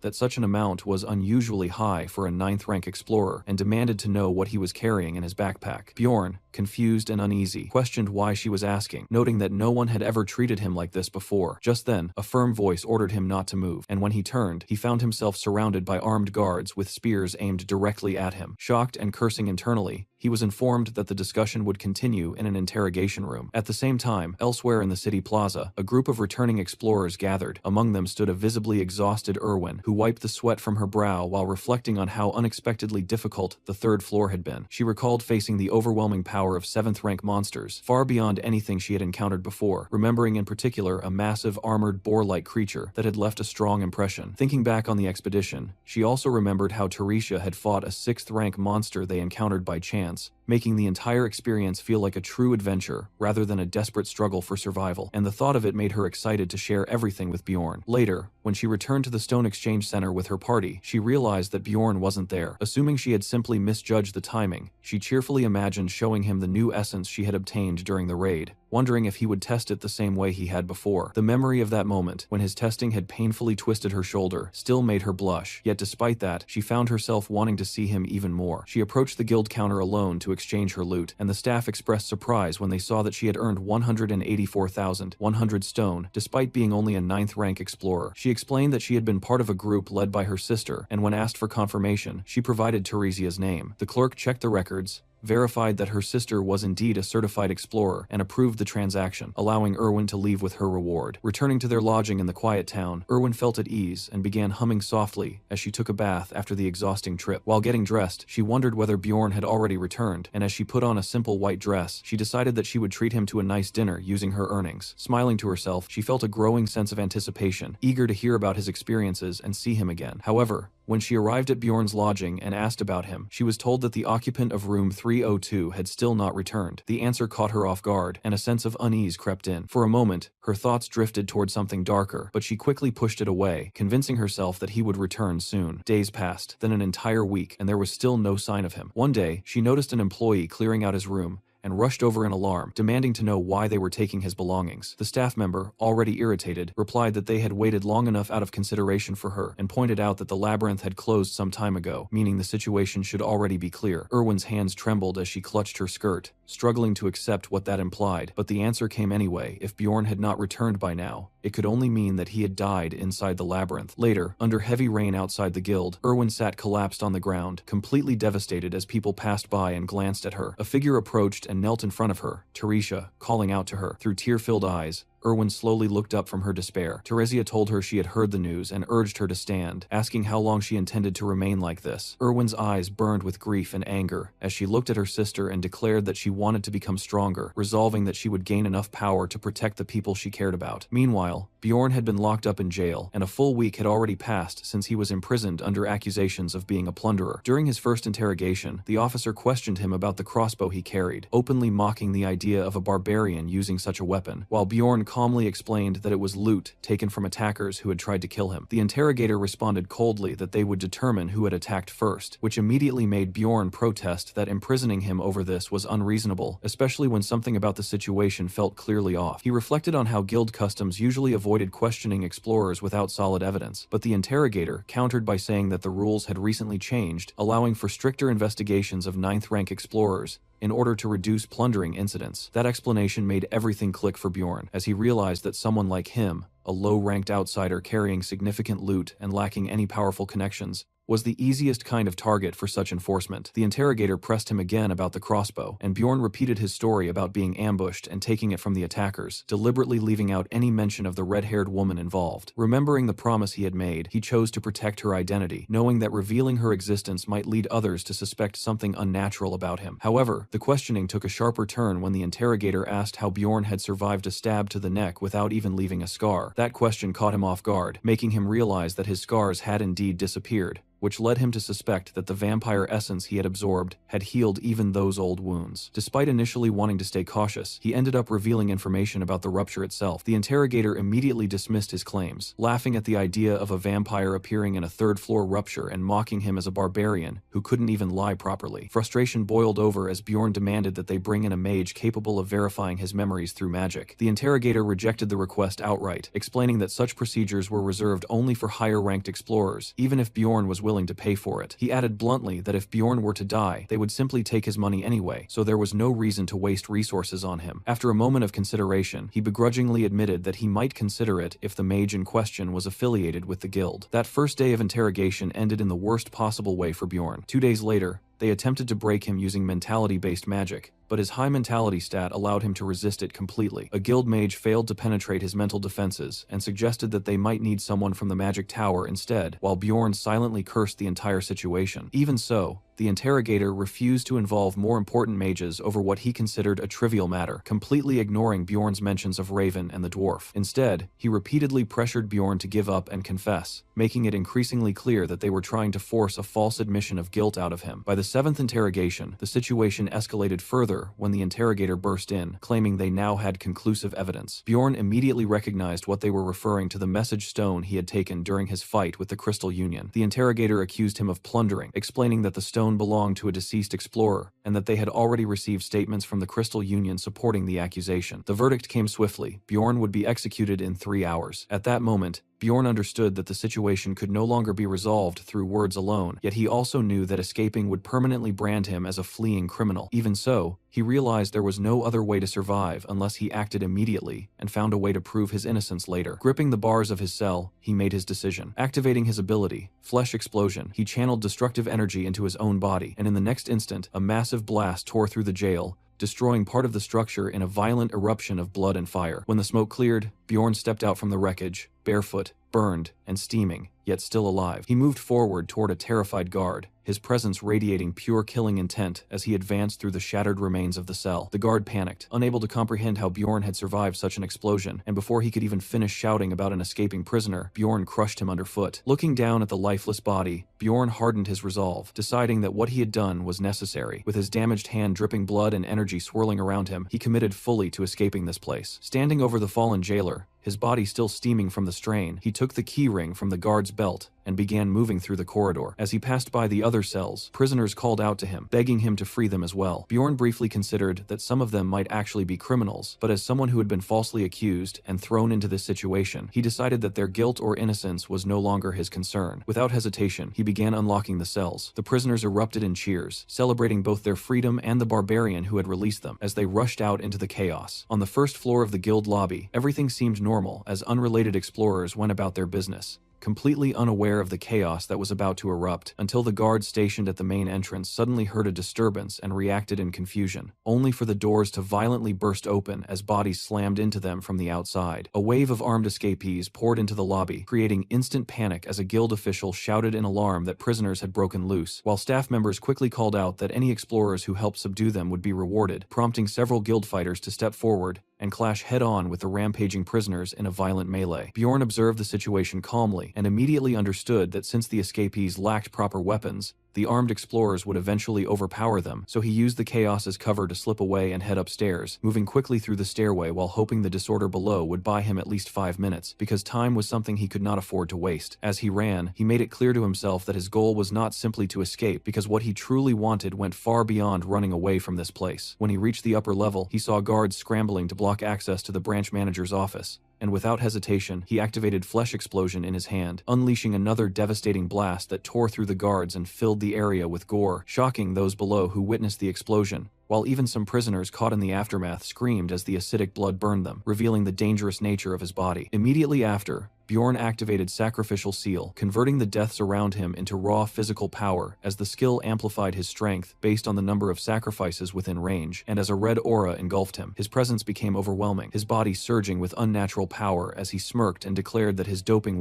is complete before launching himself forward with explosive speed. He crashed into the remaining guards like a force of nature, his sheer ferocity terrifying them as he slammed one armored opponent into the ground with such force that the man coughed up blood instantly, completely crushed by the impact, while another guard charged him in anger, only to be met with a brutal counterattack that dropped him just as quickly, and one after another, the defenders fell as Bjorn tore through them effortlessly in the chaos of the lobby. Those watching were left stunned as they saw his wounds healing almost instantly, unable to comprehend how such regeneration was possible. But before they could react, Bjorn continued his assault, smashing another guard who questioned his abilities, while inside, he felt the combined effects of his skills surging and boiling within him, granting him overwhelming strength as he knocked down multiple opponents at once when they rushed him together. Even he found himself marveling at how powerful this state felt, recognizing the immense doping effect of his abilities, while the remaining guards began to hesitate, unable to understand how a mere 9th rank barbarian could reach such a level of strength, and Bjorn realized that since this branch typically dealt only with low-rank explorers, no one had ever expected someone like him to become this dangerous. He continued forward without slowing down, his attacks ripping through the remaining defenders in a relentless storm until the path ahead was completely cleared, allowing him to approach the large doors leading to the branch manager's office, which he kicked open without hesitation, only to immediately realize he had walked into an ambush as a man inside attacked him the moment he entered. The guard lunged forward and slashed at Bjorn's leg, drawing blood and confidently believing he had landed a decisive blow. But that confidence vanished instantly when Bjorn's blood splashed onto his face and the man screamed in agony as the acidic blood burned into his skin, realizing too late the true danger of his opponent. Hearing the scream, a young woman rushed into the room and called out in alarm, only to freeze in shock when she saw the situation, recognizing the intruder and understanding what was happening, while the injured man desperately warned her not to come closer, revealing that she was the district manager's daughter. Bjorn immediately recognized the opportunity, realizing that her presence could completely shift the situation in his favor, while the injured man threatened him, warning that harming her would lead to severe consequences. But Bjorn ignored the warning, knocking the man unconscious and deciding to adapt his plan around this unexpected advantage. Although he had not originally intended to go this far, he quickly concluded that taking the district manager's daughter hostage would dramatically change the balance of power, and as she reacted angrily to his calm demeanor, calling him terrible, Bjorn snapped back at her, accusing her of acting as if everything revolved around her and bluntly telling her to stay quiet,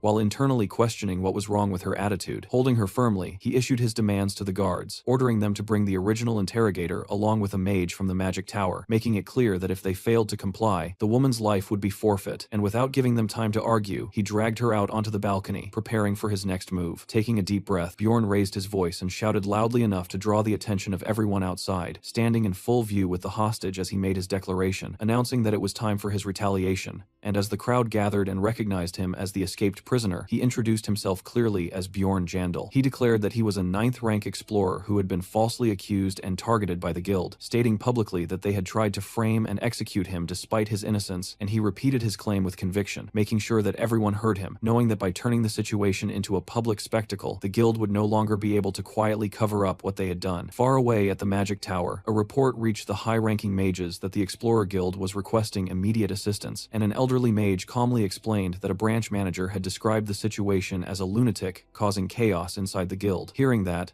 a younger blonde mage, who was none other than Raven, frowned at the description and questioned what kind of person they were calling a psycho, prompting the elder to elaborate that the man had freed prisoners, taken the district manager's daughter hostage, and was demanding the presence of a mage, which made Raven scoff and call him both stupid and insane. Even so, since she already had someone she wanted to check on, she accepted the request and decided to go, curious about this troublemaker. Back at the guild, the tension remained thick as Bjorn held the frightened girl firmly while the situation stalled. In front of him, Raven stood flying, immediately recognizing him and reacting with anger as she demanded to know what he thought he was doing, scolding him for recklessly risking his life again. Yet despite her frustration, she understood the urgency, and Bjorn quickly asked her to use memory verification magic to prove his innocence. Seeing the time pressure, Raven became serious and agreed, but only on the condition that he would owe her a favor in the future, which he accepted without hesitation, as long as it was within his ability. Satisfied, she stepped forward and placed her glowing hand on his forehead, casting a memory spell, but to her surprise, it failed to penetrate his mind due to his strong mental resistance, making her ask if he possessed any anti-psychological equipment, while Bjorn insisted he had nothing and urged her to try another method, leaving the hostage confused as she watched the exchange. At the same time, behind him, the staff checked on the injured branch manager, who was already shaken by the chaos spreading across the first floor, and demanded to know what had happened, while the inspector began explaining the situation, but suddenly froze when he noticed Raven, recognizing her instantly. He immediately pointed at Bjorn and declared him responsible for everything, but the branch manager calmly stated that he was already aware and reminded the inspector that he had personally handled the case,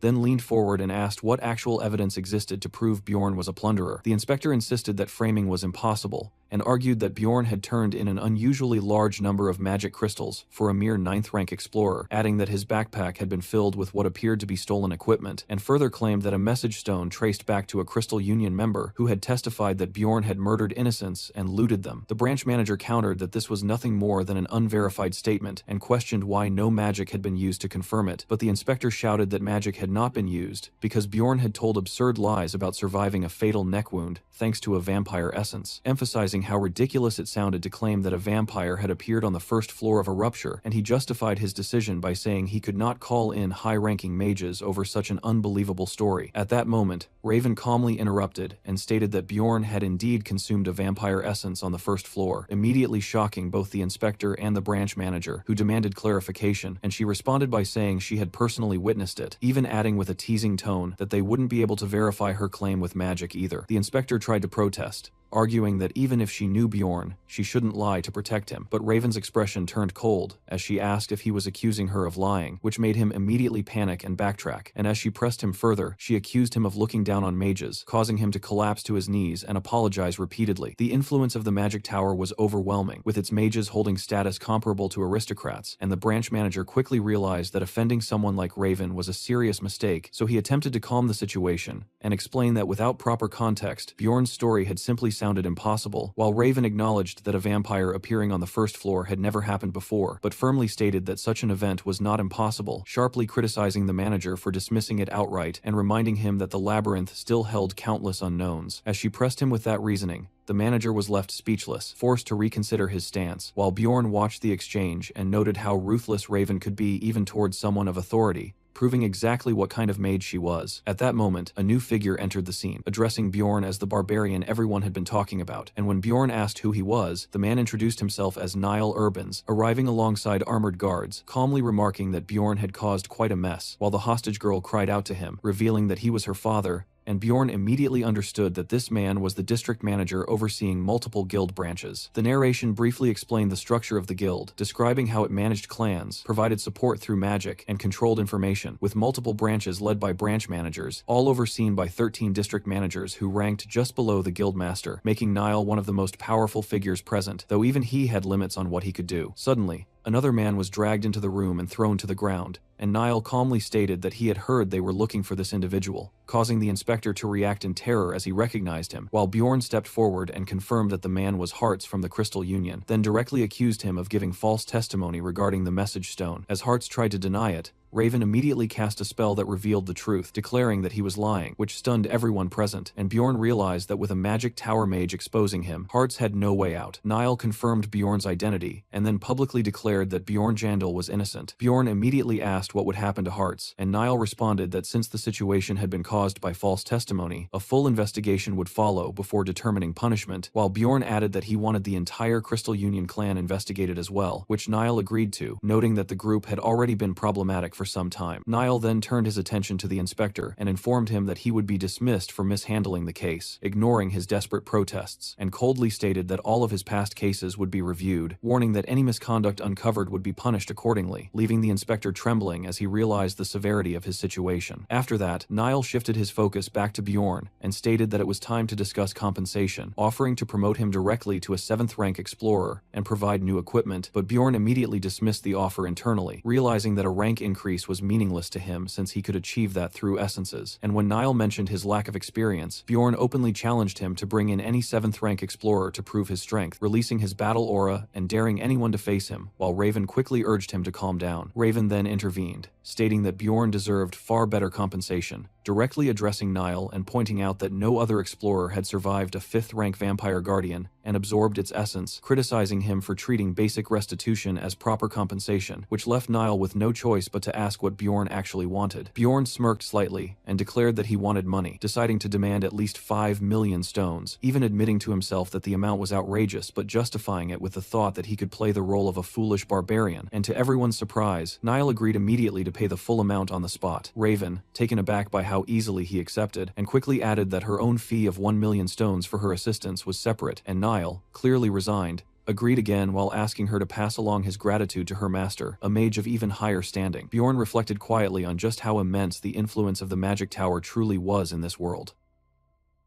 The scene shifted to the Magic Tower, specifically to Alua Raven's personal laboratory at the Altemian school, and later, inside that cluttered and chaotic space, Bjorn found himself looking around in confusion, wondering why everything was such a mess, while Raven quietly giggled to herself as if completely unbothered by the disorder. She casually handed him a beaker filled with blue liquid and told him to drink it, which immediately made him wary as he asked what exactly it was, then cautiously took a sip and guessed that it was probably just water, while Raven, almost teasingly, offered to give him something more interesting if he preferred. Deciding that water was the safest option, Bjorn drank it anyway, all while thinking that the container had probably held some kind of strange monster fluid before. After that, he asked her directly why she had brought him to her lab in the first place, and with a small smile, Raven reminded him that he had promised to do her a favor, which made Bjorn recall that he had only agreed under pressure at the time, though he also reasoned that maintaining a good relationship with a mage was not a bad idea, so he clarified that he would help only if her request was reasonable, prompting her to finally explain her intention. With dramatic flair, Raven declared that she wanted to study the vampire essence he had absorbed, insisting that the research would benefit him as well, since no one had ever consumed such an essence before, and there could be unknown side effects that only proper study could uncover. The narration emphasized just how rare this situation was, noting that even corpse golems were already considered rare research subjects, yet a vampire guardian appearing in a rupture had never been recorded, making Bjorn's case completely unprecedented. Watching her excitement, Bjorn couldn't help but think that mages resembled obsessive graduate students, completely absorbed in their work, but at the same time, he admitted that her reasoning sounded fair, until he suddenly connected something and realized that her earlier behavior during the settlement negotiation had been linked to this very goal. A memory surfaced of Raven ensuring that the guild did not officially record his consumption of the vampire essence, something he had appreciated at the time, but now he understood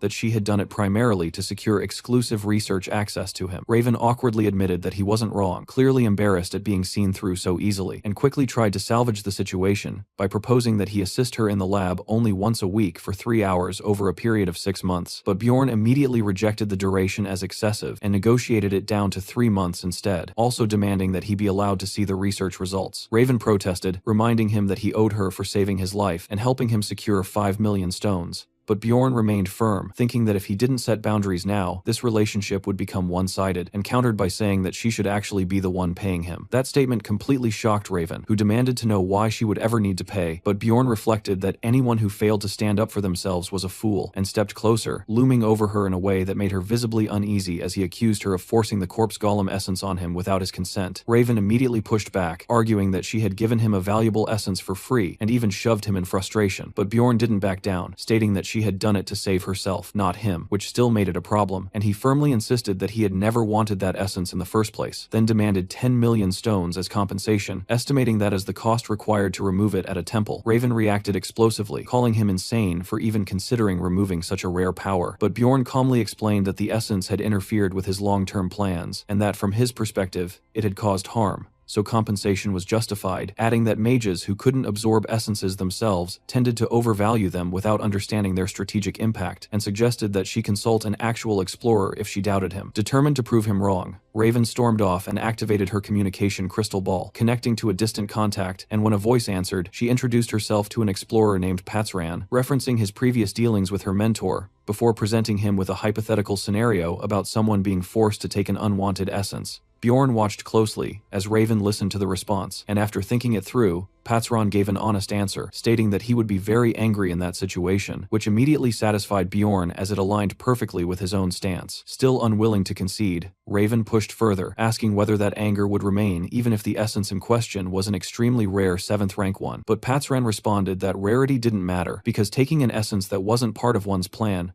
would only hinder progress, reinforcing Bjorn's belief that explorers understood the importance of balancing their abilities far better than mages did. As Raven absorbed this, she began to realize that forcing an essence onto someone could completely disrupt their growth path, and with growing unease, she asked what kind of compensation would be appropriate if such a mistake occurred, to which Patsran replied that he would demand money, suggesting 15 million stones as a reasonable amount. The sheer number left Raven horrified, making her comment that temples seem to value money more than gods themselves, and in desperation, she asked what someone should do if they couldn't pay, only for Patsran to answer bluntly that in such a case, he might simply break the offender's neck if they were standing in front of him. Hearing that, Raven panicked internally, while Bjorn calmly observed that people in this world often lacked imagination when it came to consequences, and concluded that Patsran was clearly a highly experienced explorer who understood essence balance deeply, noting that if she had asked a struggling low-rank explorer instead, they might have simply accepted any essence without question. Satisfied, Bjorn mentally declared that the difference in perspective had decided the argument and pressed Raven to admit that she had been wrong. A booming laugh suddenly echoed through the room, interrupting the tense atmosphere as an elderly mage stepped in, clearly amused that a barbarian had just out-argued one of his own kind. The old man introduced himself as Dayan Tevelian, Raven's mentor and the master of the Altemian school, and while Raven immediately protested that she hadn't been crying, Bjorn quickly realized the weight behind that name, understanding that this was the powerful figure who controlled multiple floors of the magic tower, and whose authority could rival, or even surpass, that of a district manager. Dayan cheerfully admitted that he had been eavesdropping on their entire discussion,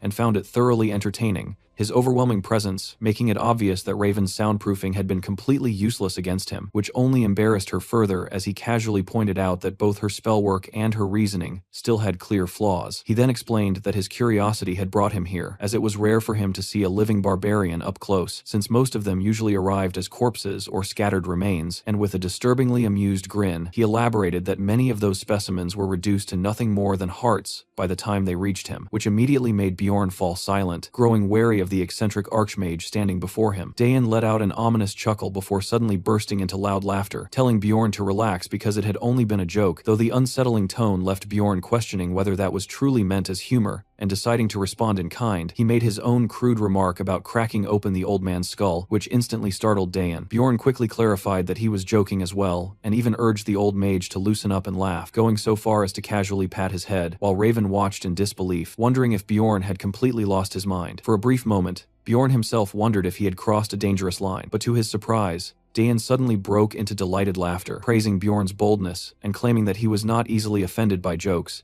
even though it was obvious from his expression that some part of him was still irritated. Bjorn brushed it off by leaning into his barbarian persona, while Dayan shifted the conversation and offered an alternative to the 10 million stones Bjorn had demanded earlier. Instead of money, Dayan presented a rare artifact known as the Frost Spirit Ring, casually mentioning that it was a numbered item despite its high serial number, which immediately caught Bjorn's attention, as numbered items were extremely rare pieces of equipment that could only be obtained from Rupture Guardians, each possessing unique and powerful abilities. Bjorn was genuinely surprised that such an item was being handed over so casually, and asked what made the ring valuable, to which Dayan explained that it could seal one ability from an essence Bjorn had already consumed, specifically suggesting that it could suppress the inconvenient acidic blood trait from the corpse golem essence. However, as Bjorn listened, he realized something important despite being such a renowned mage. Dayan himself did not fully understand the ring's true hidden potential. Recognizing this, Bjorn accepted the ring as payment without hesitation. As he prepared to leave, Raven reminded him of his promise to assist with her research on the corpse golem essence twice a week, and he agreed, while she worried whether he would actually remember their arrangement. After he left, Raven apologized to her mentor for making him give away such a valuable item, but Dayan dismissed it with a smug expression, claiming that the ring was practically unsellable and only worth around 1.5 million stones on the market, secretly thinking that the barbarian would be furious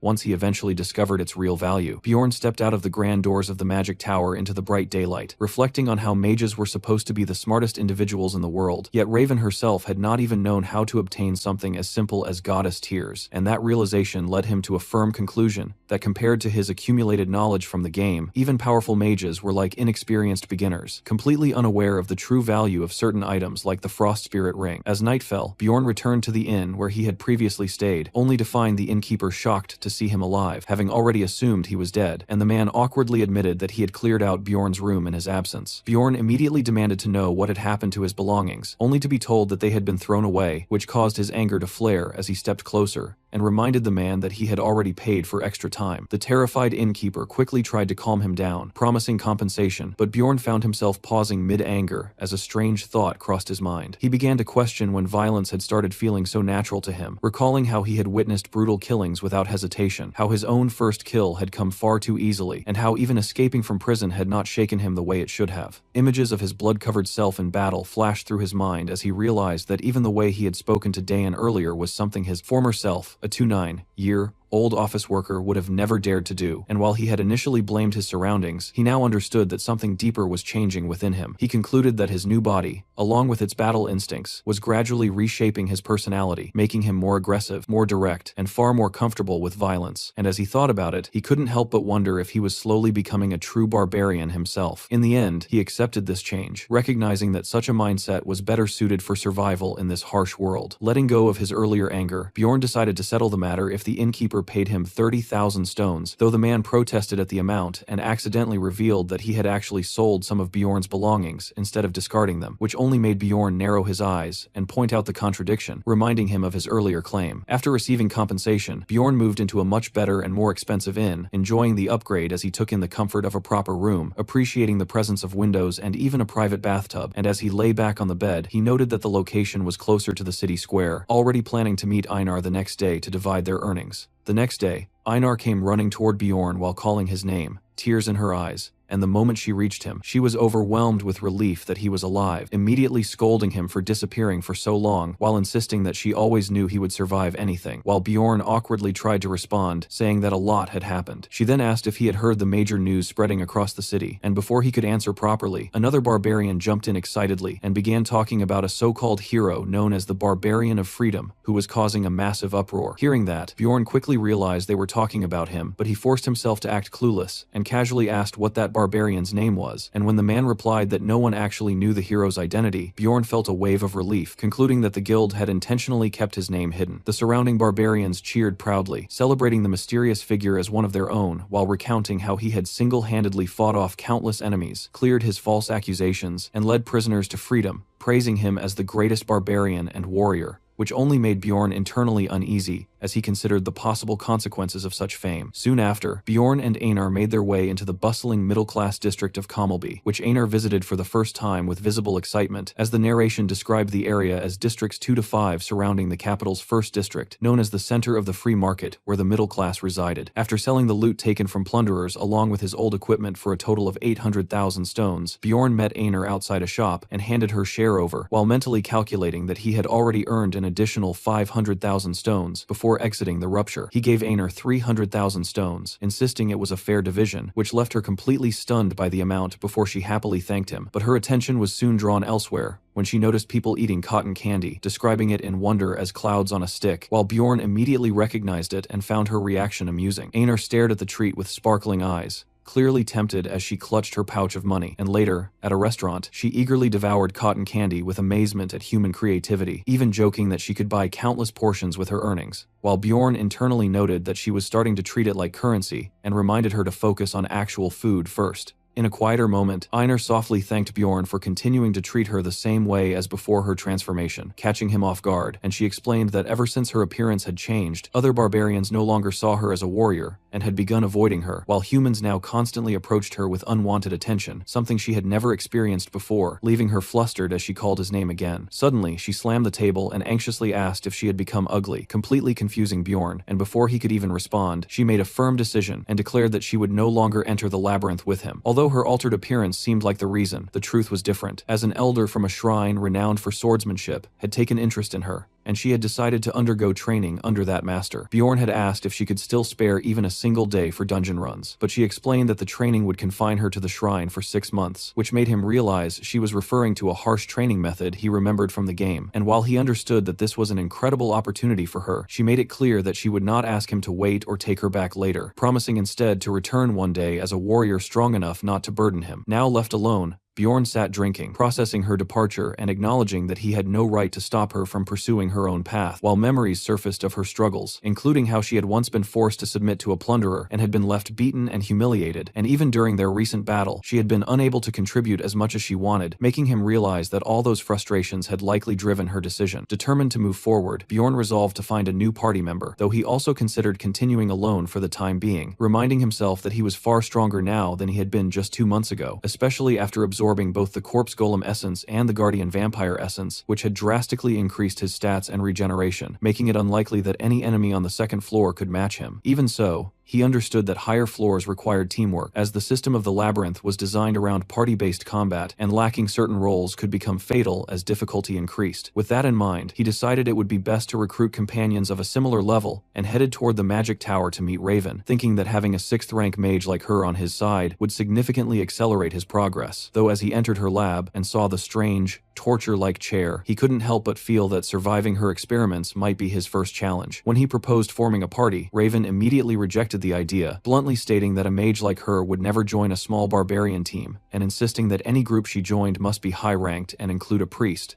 Conditions that Bjorn silently accepted as unrealistic for now, while she added that it would take him at least 3 years to meet those standards, confirming his expectation that she would refuse. Shifting the conversation, Raven presented him with a report analyzing the vampire essence, and while Bjorn found the analysis somewhat crude, he didn't care much, since he already knew his exact stats, though he still acknowledged how impressive the listed bonuses were, recognizing that guardian essences not only granted high stat boosts, but also came with powerful abilities. The first passive skill, Source of Darkness, allowed him to resist death as long as his heart remained intact, while another active skill, Sacrificial Seal, increased his physical power based on how many living beings were affected by his blood. A third skill, Owner of Blood, enabled him to temporarily copy an enemy's ability by absorbing their blood, and the final skill, Immortal, dramatically boosted his regeneration as his health decreased. Reflecting on this combination, Bjorn realized that he had effectively stacked multiple regeneration-based abilities, making his growth rate far faster than anything he had experienced in his 10 years of playing the game, and with that in mind, he decided it was time to head out again. However, just as he turned to leave, Raven stopped him abruptly and asked what he had shoved into the vampire's mouth during the battle, explaining that she had sensed a divine power at that moment. Bjorn immediately understood she was referring to the goddess Tears, but instead of answering honestly, he casually dismissed it, pretending she must have imagined it in the chaos, while even picking his nose to act indifferent. When Raven insisted that she had clearly seen it, Bjorn quickly excused himself, claiming he was hungry and needed to leave, then rushed out before she could press further, leaving her shouting after him in frustration, as he switched straight into full barbarian sprint mode. Fuming, Raven became convinced that he was hiding something important and swore to uncover the truth, and later, inside the Magic Tower's library, she retrieved a large ancient tome using magic, recalling that she had once discovered valuable information about ruptures within it. As she searched through the book, she found the section describing the blood-tinted castle, though part of the text had been obscured by a stain,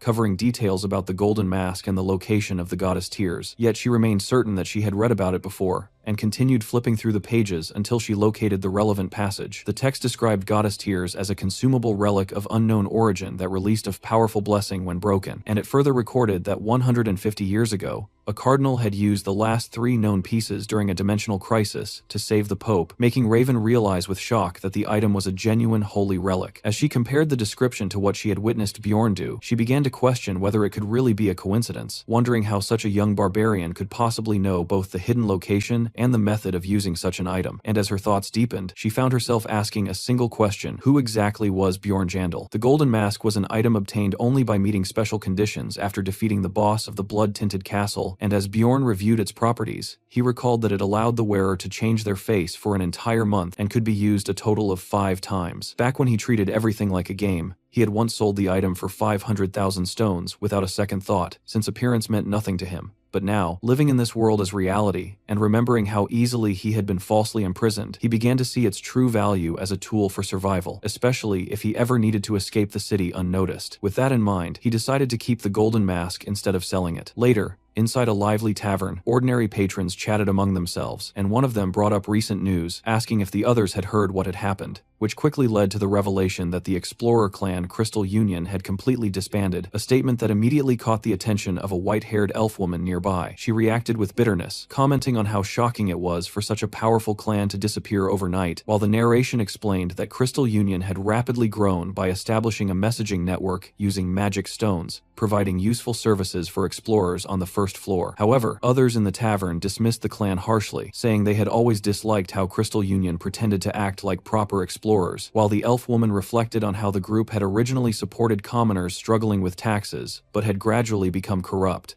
eventually exploiting outsiders and committing repeated crimes against beginners. She remembered what they had done to her own sister as one of their many atrocities, and admitted that without Bjorn's intervention, something terrible would have happened during that incident. She had once considered taking action against the clan herself, but now she was hearing that someone else had already destroyed them, which made her listen more carefully as the story unfolded, and when she heard that their downfall was caused by a barbarian, her interest sharpened immediately. The gossipers went on to describe how this barbarian had escaped imprisonment, cleared his name, and even taken the district manager's daughter hostage during the incident, which ultimately led to the reconsideration of the anti-plunderer law. And the most shocking detail of all was that this so-called barbarian of freedom was only a 9th-rank explorer who had just completed his coming-of-age ceremony. Hearing all of this, Teresia began to suspect that the rumored barbarian might somehow be connected to her, but she initially dismissed the idea as too unlikely, only for doubt to creep back in as she questioned whether that barbarian was truly dead. And when she thought it through again, she realized that if the barbarian of freedom really was that same person, it would explain his week-long disappearance. As she reached for a door, she hesitated, uncertain whether what she was about to do was the right choice, but eventually entered Erwin's room, where she found her sitting on the bed surrounded by flickering elemental flames, tense and guarded, silently watching her approach. Teresia gathered her resolve, troubled by how she would break the news to her. Meanwhile, at the Guildhall counter, a receptionist asked Bjorn what he needed, and he stated that he wanted to recruit a party of at least 4 explorers capable of tackling the 3rd floor or higher, prompting the clerk to request his identification and details, which he provided without hesitation. As she reviewed his information, she noted that Bjorn Jandel was ranked 7th, but then suddenly paused in shock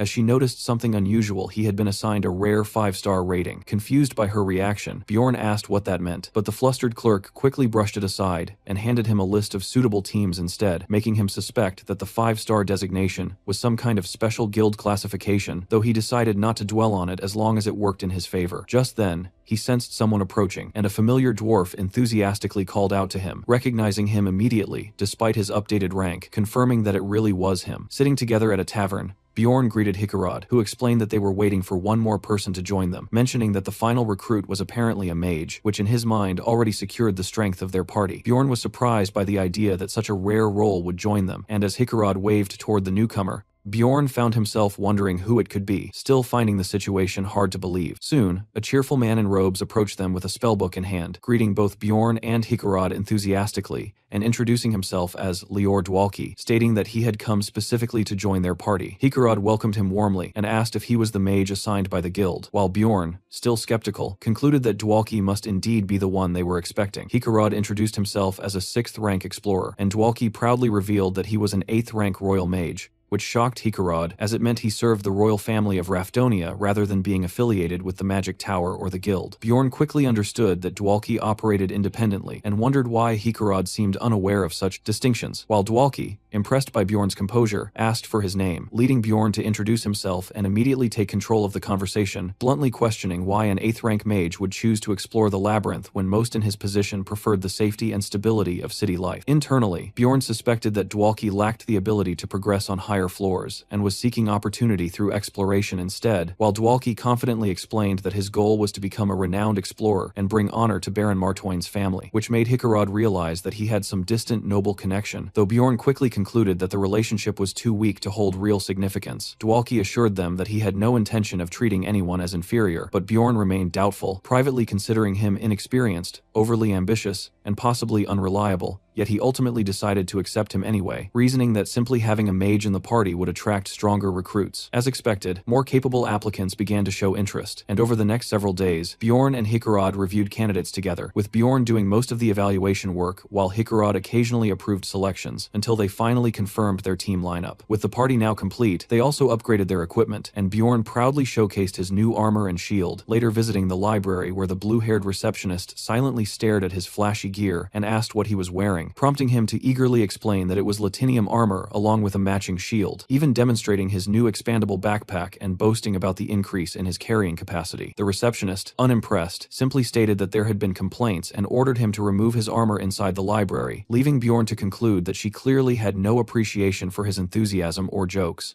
Later, Bjorn walked through the city streets in simple casual clothes, blending in far more easily than before, when something unusual caught his attention, prompting him to turn into a narrow alley where he spotted a pitiful sight: a barbarian slumped against the wall, looking weak and completely unarmed. That alone was enough to alarm Bjorn, because among barbarians, even the poorest always carried a weapon, and seeing one without it was practically unheard of. He approached carefully and addressed the man, whose fearful eyes immediately locked onto Bjorn's armored figure, clearly intimidated, but Bjorn calmly reassured him that he meant no harm, and asked why he had no weapon and what he was doing there. The man stammered nervously, explaining that he had sold his weapon because he had no money left, and as Bjorn listened, he couldn't help but notice how strangely polite the man sounded for a barbarian. Connecting all the clues, Bjorn quickly reached a conclusion: this wasn't a normal barbarian, but another player like himself. He introduced himself as Jandel's son Bjorn, and the man replied hesitantly that he was Leon's son, Tarakan, which only confirmed Bjorn's suspicion further, leading him to internally label Tarakan as an evil spirit, inhabiting a barbarian's body. Later, at a tavern, Tarakan devoured the food Bjorn had bought him with desperate hunger, tears forming in his eyes as he repeatedly vowed never to forget this kindness,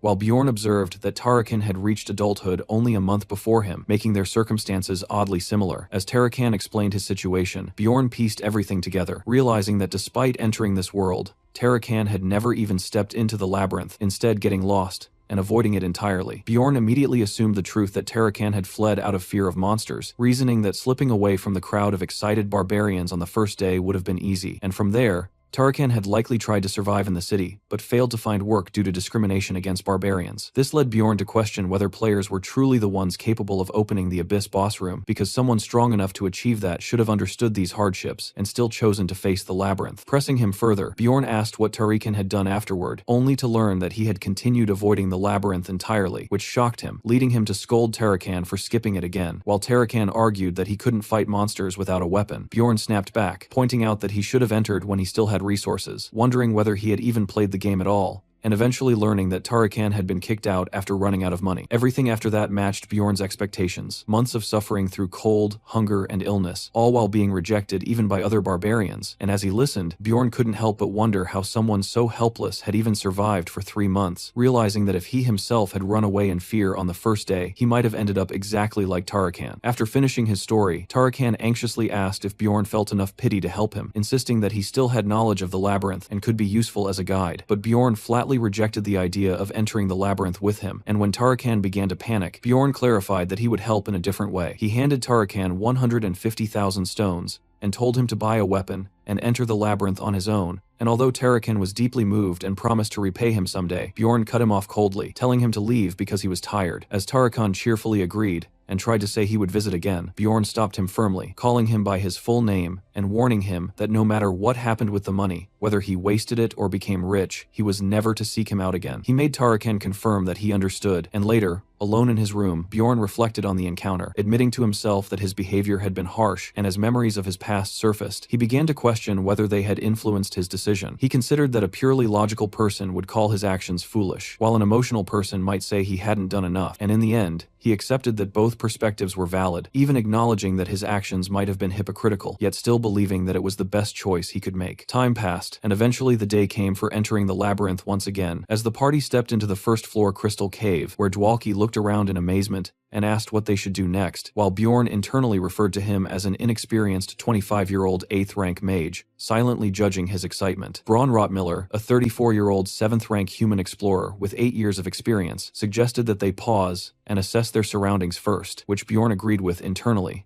considering Rottmiller the most balanced and sensible member of the group. Hikarod, the 6th-rank dwarf explorer, stood as the team's leader, while Bjorn himself took on the role of the 7th-rank barbarian tank. The final member, Misha Karlstein, a 25-year-old 7th-rank beast human explorer with 5 years of experience, spoke in a peculiar way, ending nearly every sentence with Nia, claiming it was simply part of her nature, making her unlike anyone Bjorn had ever met. Hikarod jokingly referred to her as a princess, which she immediately rejected while threatening him in annoyance, and as Bjorn watched the interaction, he vaguely recalled that she might actually be the 13th princess of some tribe, though he couldn't remember the details clearly. Rottmiller soon signaled that it was time to move, instructing everyone to stay close together as they advanced through the cave, his focus fixed on the guiding instrument in his hand as he carefully led the way. Thanks to Rottmiller's navigation skills, they managed to reach the portal to the 2nd floor in just 10 hours, which was an impressive pace, but upon arrival, Rottmiller noticed that another party had already reached it before them, leaving him slightly frustrated despite knowing they had moved efficiently. Bjorn, on the other hand, considered their time more than acceptable and silently appreciated Rottmiller's guide-type ability that allowed him to sense the direction of portals, finding himself pleasantly surprised by the ranger's competence before giving the order for the team to proceed through the portal. Even so, he couldn't help but feel a slight regret at missing the experience reward for being the one to open it.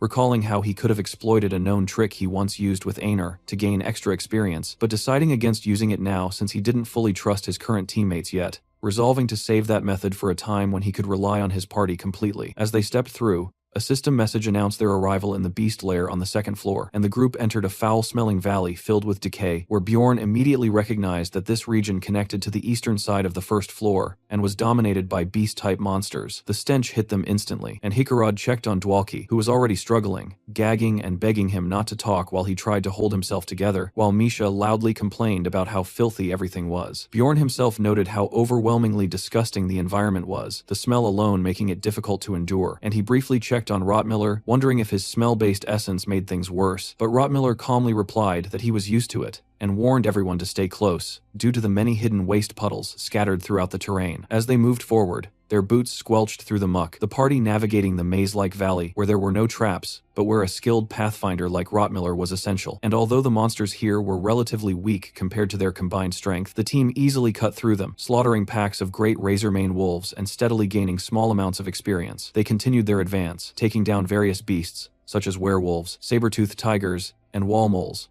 accumulating more experience with each encounter, and by nightfall, they established a routine thanks to Dwalki's alarm spell, which allowed them to rotate 4 guards while he himself enjoyed a full 6 hours of uninterrupted sleep. Even so, Dwalki questioned why such precautions were necessary when his alarm magic was already active, but Hikarad explained that the spell only detected monsters, not other dangers, emphasizing that in the labyrinth, other explorers were often far more dangerous than any creature they might face. Hearing that, Dwalki grew uneasy and asked if it was really true, but Hikarad simply told him to rest, assuring him that he didn't need to take a watch. While nearby, Bjorn silently observed the exchange, forming a quiet conclusion in his mind that this expedition might very well be their last one with Dwalki. On the second day, shortly after midday, Rottmiller pointed ahead and informed the group that the portal to the 3rd floor was just up ahead, where they planned to begin hunting 7th to 8th rank monsters. Bjorn reflected on what awaited them, recalling that the 3rd floor, Pilgrim's Passage, was a massive shared map that connected multiple second-floor routes into one central area, and he knew that their starting position would depend entirely on where they entered from, silently hoping they would land in a favorable location. Misha, curious, asked Bjorn if he had ever been to the 3rd floor before, and he confirmed that he had, which prompted her to mention that it had taken her an entire year to reach that level, leading Bjorn to ask how long it had taken her to reach the 4th floor. She estimated around 2 years, and Hikarad casually remarked that his own progression had been similar, which annoyed Misha, who pointed out that Bjorn had already reached a high level much faster despite having less experience, while Hikarad jokingly attributed it to her background. Before the exchange could escalate, Rottmiller sharply told them to stop arguing, and both Misha and Hikarad quickly apologized,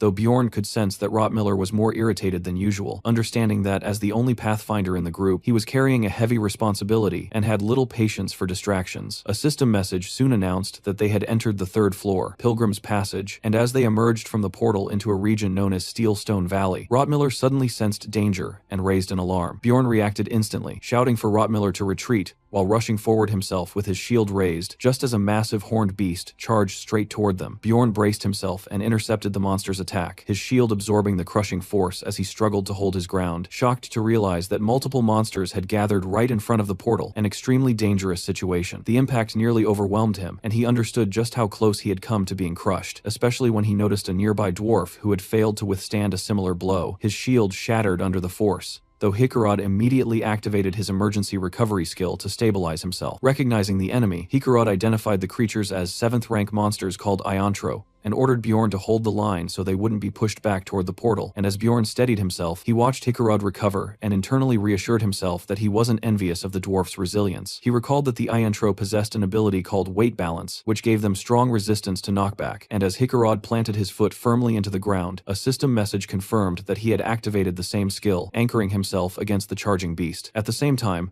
another message appeared announcing that Dwalki had cast an 8th rank curse spell, Corruption, which immediately took effect, causing the affected Iantro to howl in confusion as dark energy wrapped around it. Dwalki, surrounded by swirling cursed power, focused intensely on maintaining the spell, earning praise from Hikarad, who seized the opportunity and charged forward, declaring that he would finish the monster. With Dwalki preparing additional support, the battered creature was overwhelmed and blasted away by their combined assault. Meanwhile, Misha suddenly warned that one of the monsters was still alive. She leapt into action, launching herself from above while calling upon her essence, diving toward the remaining Iontro and delivering a powerful slash across its flank. The beast let out a final scream before collapsing under the attack, and a system message confirmed its defeat, along with the experience gained. As the fight ended, Bjorn began to question why such monsters had been waiting right at the portal, and he immediately asked Rotmiller if he could detect any other people nearby, prompting the ranger to activate his body warmth detection skill. A system notice confirmed the search, and the thermal scan revealed no one in the immediate vicinity, leading Rotmiller to report that the area was currently clear. However, he added that faint traces of human presence remained, indicating that others had been there just moments earlier and had likely retreated after observing the battle from a distance, which led Hikarad to worry that they had been deliberately set up, though Rotmiller clarified that the trap was probably not aimed specifically at them. He explained that plunderers often use this tactic, luring monsters toward portals, so that newly arrived explorers would be attacked immediately upon entry, leaving them weakened and easy targets for ambush. Misha, hearing this, suggested that they should hunt down those plunderers for profit, since eliminating them would also bring rewards, but Rotmiller cautioned that without clear evidence, pursuing them could backfire and result in their own party being accused instead. Misha countered bluntly that dead plunderers couldn't testify, while Hikarad nervously suggested that it would be safer to simply leave a warning at the portal and move on, choosing not to take unnecessary risks. And meanwhile, Dwalki listened to the conversation with unease, clearly shaken by the reality of how dangerous other explorers could be. As they continued walking, Misha casually praised Rotmiller's knowledge, admitting she had never even heard of such a tactic before, and mentioning that encounters with plunderers were actually quite rare, which immediately caught Bjorn off guard because it completely contradicted his own experience. Curious, he asked her how often she had encountered plunderers, and she calmly replied that it had only happened around 8 times over the past 5 years, which made Bjorn blurt out in disbelief that the number was ridiculously low, revealing that he himself had already run into plunderers 5 times in just the last 3 months, including the incident from earlier that day. The group reacted with amusement, joking that Bjorn's luck must be absolutely terrible, even comparing his situation to the chaotic and dangerous era from centuries ago, when plunderers were far more common. And although such incidents had declined significantly in recent times, they teased that Bjorn's misfortune alone might have attracted the plunderers they had just encountered, leaving him internally sinking into frustration over how absurd his situation felt. Seeing this, Rotmiller scolded the others for making fun of him, pointing out that Misha herself was unusually lucky, and then sharing his own experience of encountering plunderers only once every 3 months or so, which Bjorn noted was still far less frequent than his own encounters, making the gap feel even more ridiculous. When the others noticed his gloomy reaction, Bjorn simply brushed it off and told them to keep moving, unwilling to dwell on it further. As they advanced, they encountered and defeated various monsters along the way, including Wormstones, Iron Falcons, and Steel Valley Guardians, steadily progressing through the area until Rotmiller eventually decided that they would set up camp near the edge of the region for the night and continue to the next area the following day. Bjorn quickly realized that the seemingly awkward campsite had been deliberately chosen because it had a relatively low concentration of monsters, reinforcing his impression of Rotmiller's reliability. Around the campfire, Hikarad checked on Dwalki, noting that he had seemed unwell for some time, and while Dwalki remained silent at first, Bjorn observed that the usually talkative mage now looked completely drained and dejected. Sitting quietly by the fire, Dwalki finally spoke, admitting that his romanticized vision of exploration had been completely shattered, and he worried that the others now saw him as naive, acknowledging that his thoughts might sound childish. He reflected on everything he had witnessed, especially the existence of plunderers, and how the reality of explorers killing one another had shaken him deeply, realizing that some people in this world murdered without hesitation, while others spoke casually about profiting from such acts. Dwalki admitted that the world he had stepped into was nothing like the heroic fantasy he had once imagined, and he confessed that if he continued down this path, there might come a day when he himself would have to kill another person. He revealed that throughout the journey, he had been mentally preparing himself for that possibility, and when Bjorn asked if he truly felt ready, Dwalki's eyes hardened with determination as he listened, eventually answering that he was prepared, yet still admitting that he wasn't sure whether he could actually go through with it when the moment came. Bjorn noted that his resolve was clearly mixed with fear and uncertainty, while Hikarad felt a quiet sympathy for him. Even so, Bjorn thought that Dwalki was still better than the kind of people who boasted loudly only to collapse when faced with real danger, and Rotmiller added that it was actually a good sign that Dwalki wasn't arrogant, explaining that such honesty made him more reliable than someone who was blindly overconfident. After a moment, Rotmiller asked the group to give him some time, saying there was something he wanted to show them, and as they followed him to a higher vantage point, they were left speechless by the sight that unfolded before them. A breathtaking night landscape stretched out in the distance, filled with floating lights and a glowing tower far away, creating a surreal and mesmerizing view that captivated everyone present. Rotmiller explained that this phenomenon could only be seen at this specific time, and Misha openly admired its beauty, while he added that no one truly understood why it occurred only on the 3rd floor, a mystery that made it even more fascinating. Hikarad agreed that the view was incredible, and Dwalki, blushing slightly, admitted that understanding the reason didn't matter when the sight itself was so breathtaking. Rotmiller then asked Dwalki if witnessing something like this gave him the courage to continue exploring, and as Dwalki gazed out at the glowing scenery, he quietly contemplated his answer, lost in thought, until the lights eventually faded away, and the labyrinth returned to its usual darkness. That night, as the others rested around the campfire, Bjorn remained on watch duty, observing the group in silence, and while doing so, he noticed something subtle. Dwalki stayed awake longer than the others, clearly troubled by his thoughts, before eventually his breathing steadied, signaling that he had finally fallen asleep. The next day, as they continued traveling deeper into the third floor, Bjorn quietly calculated his progress and realized he had earned just over 50 experience points so far, noting that he needed a total of 150 experience to reach level 4, and since he was currently level 3, he could absorb up to 3 essences. Having already absorbed 2, he recognized that he still had 1 slot available, which led him to decide that there was no need to rush leveling up, instead resolving to reserve that final slot for a truly valuable essence rather than wasting it on something mediocre. Their movement came to a halt when Rotmiller suddenly raised his hand and announced that they had reached their destination, pointing ahead to a fortified palisade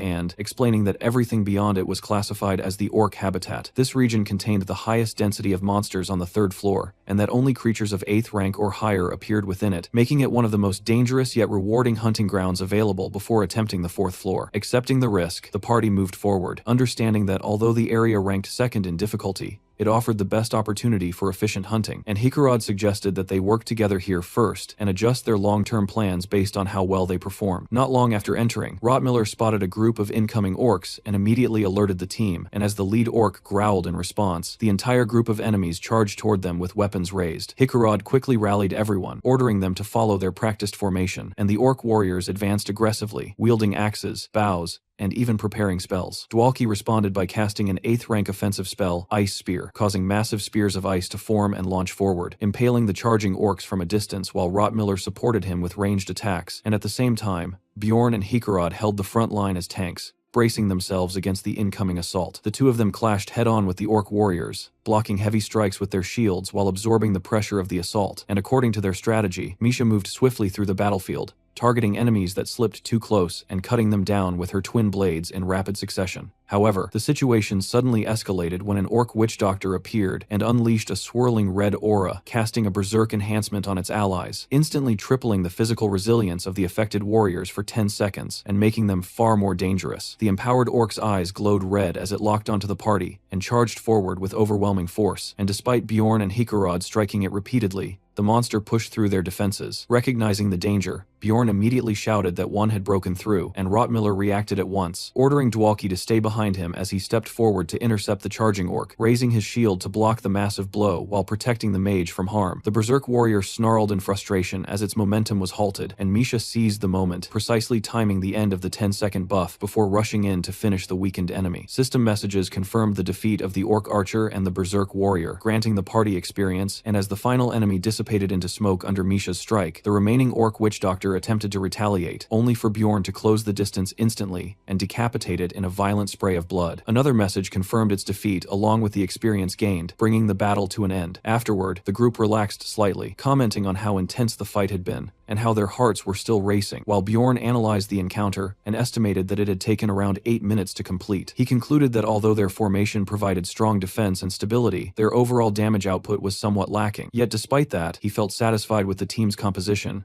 and found himself growing comfortable fighting alongside them. As they continued deeper into the labyrinth, they steadily battled through multiple groups of orcs, with Hikarad leading the charge at the front, while Rotmiller provided precise crossbow support from behind, and as the groups of enemies grew larger, their coordination continued to hold. At one point, they even faced a 7th rank Great Orc Warrior, a significantly stronger variant, but even that opponent was defeated without much difficulty due to their teamwork. Even so, as everything seemed to be progressing smoothly, Bjorn couldn't shake a familiar thought, realizing from experience that misfortune had a habit of appearing precisely when things started going too well. Suddenly, an unfamiliar older mage appeared and began chanting a strange incantation, and before anyone could react, a massive explosion erupted nearby, blasting the area with fire and debris as the shockwave tore through the surroundings. Bjorn instinctively raised his shield in panic, realizing that if that attack had landed directly on them, their entire party would have been wiped out instantly. As the smoke slowly cleared, a lone figure stood calmly before them, and the old mage declared that the orc habitat belonged to the Jarwi clan, ordering them to leave immediately. Bjorn immediately recalled from his knowledge of Dungeon and Stone that while it was originally a single-player game, clans in this world could claim regions of the labyrinth and restrict access to hunting grounds, though such territorial control required significant power and effort and was usually reserved for boss zones or areas with rare monsters. Because of that, he couldn't understand why a powerful clan would bother claiming a relatively ordinary third-floor field. Hikarad, clearly surprised, pointed out that the Jarwi clan was known to operate on the 6th floor and demanded to know why they were here, but the elder coldly replied that he had no obligation to explain anything. Hikarad muttered that while strong clans could legally control parts of the labyrinth, he had never heard of this particular habitat being officially assigned to them, and then bluntly questioned whether they were even who they claimed to be. The elder's expression hardened at the accusation, calling it an interesting claim as both sides tensed, the atmosphere turning hostile as they prepared for possible conflict. Bjorn thought Hikarad was being a bit too aggressive, but he understood that it came from his responsibility as the team's leader, and before things could escalate further, Misha suddenly moved behind Bjorn, clutching him tightly as she trembled, clearly trying to avoid someone. Bjorn immediately noticed her fear and wondered what had triggered such a reaction, and at that moment, the elder called out, asking if the halfling among them was someone he recognized. Misha froze, her eyes widening with fear, and quietly revealed to Bjorn that the red-haired scout standing among the opposing group was her brother, Talon. The moment she acknowledged him, Talon snapped at her angrily, telling her not to call him her brother in public, forcing her to hurriedly apologize. The elder then turned to Talon and asked if she was indeed his sister, which he confirmed without hesitation, but he immediately cut off any attempt at leniency, stating that the matter was purely familial and that their father wouldn't care what happened to her. Accepting that stance, the elder finally explained their situation, stating that the clan urgently needed the essence of the great orc warrior for their own purposes, and asking Bjorn's group to leave the area for the time being. Bjorn found this reasoning suspicious, silently questioning why a powerful 6th floor clan would go to such lengths for an essence that wasn't even considered rare, suspecting that there was likely another hidden motive behind their actions. The elder added that since they were already actively hunting in the area, there would be no monsters left for Bjorn's party anyway, making it clear that even if they stayed, their efforts would be sabotaged, and Bjorn quickly understood that this was less of a request and more of a warning. He knew that within the labyrinth, strength dictated everything, and pushing back against a clan of that level would be suicidal, even as both he and Hikarad internally cursed their helplessness.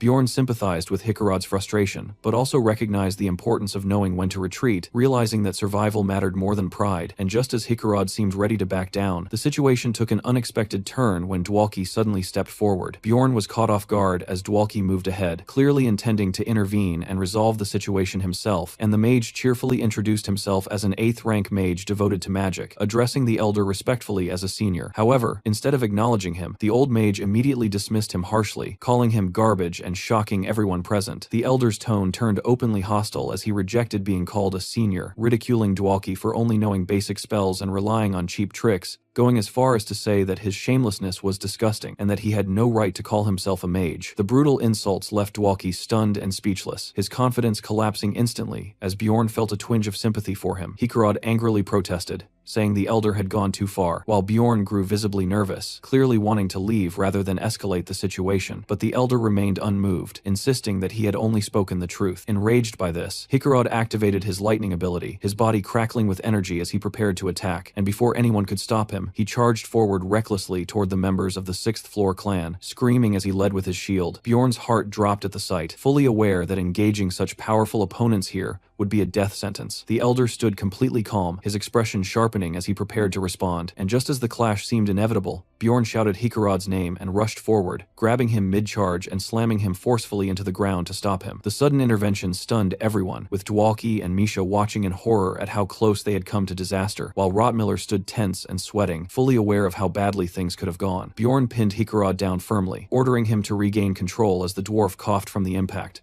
and Bjorn was still shaken by how close they had come to provoking a fatal fight. The elder simply looked on with a mocking expression, remarking that they had nearly died and that they should be grateful to their barbarian teammate for stopping them in time. After being driven away, Hikarad lowered his head and sincerely apologized to the team, admitting that he had lost control of himself and acted impulsively in the heat of the moment. Rotmiller responded firmly, pointing out that Hikarad's reckless action had nearly gotten all of them killed, and Hikarad apologized once again without resistance. Bjorn, watching this, silently approved disapproved of Rotmiller's scolding and even wished he would push harder, though Rotmiller ultimately chose to forgive Hickarod since nothing irreversible had happened. He added that while the action had been rash, he still respected the fact that Hickarod had stood up for a teammate, which caught Bjorn off guard, as he privately thought Rotmiller was far too soft to be a proper leader, and that he himself would have torn Hickarod apart verbally for such stupidity. Misha then stepped forward and apologized as well, saying things might have gone more smoothly if she hadn't been there, but Dwalki immediately objected, insisting that the only reason they were let off with a warning was because of her presence. The atmosphere shifted unexpectedly as Misha became emotional, calling out to the mage with gratitude, while the others watched the exchange with mild confusion. Bjorn internally cringed at the sudden emotional tone, wondering if he was the odd one out for finding the entire moment awkward and slightly unbearable. Misha began explaining why she avoided talking about her family, revealing that she alone had failed to form a spirit beast contract,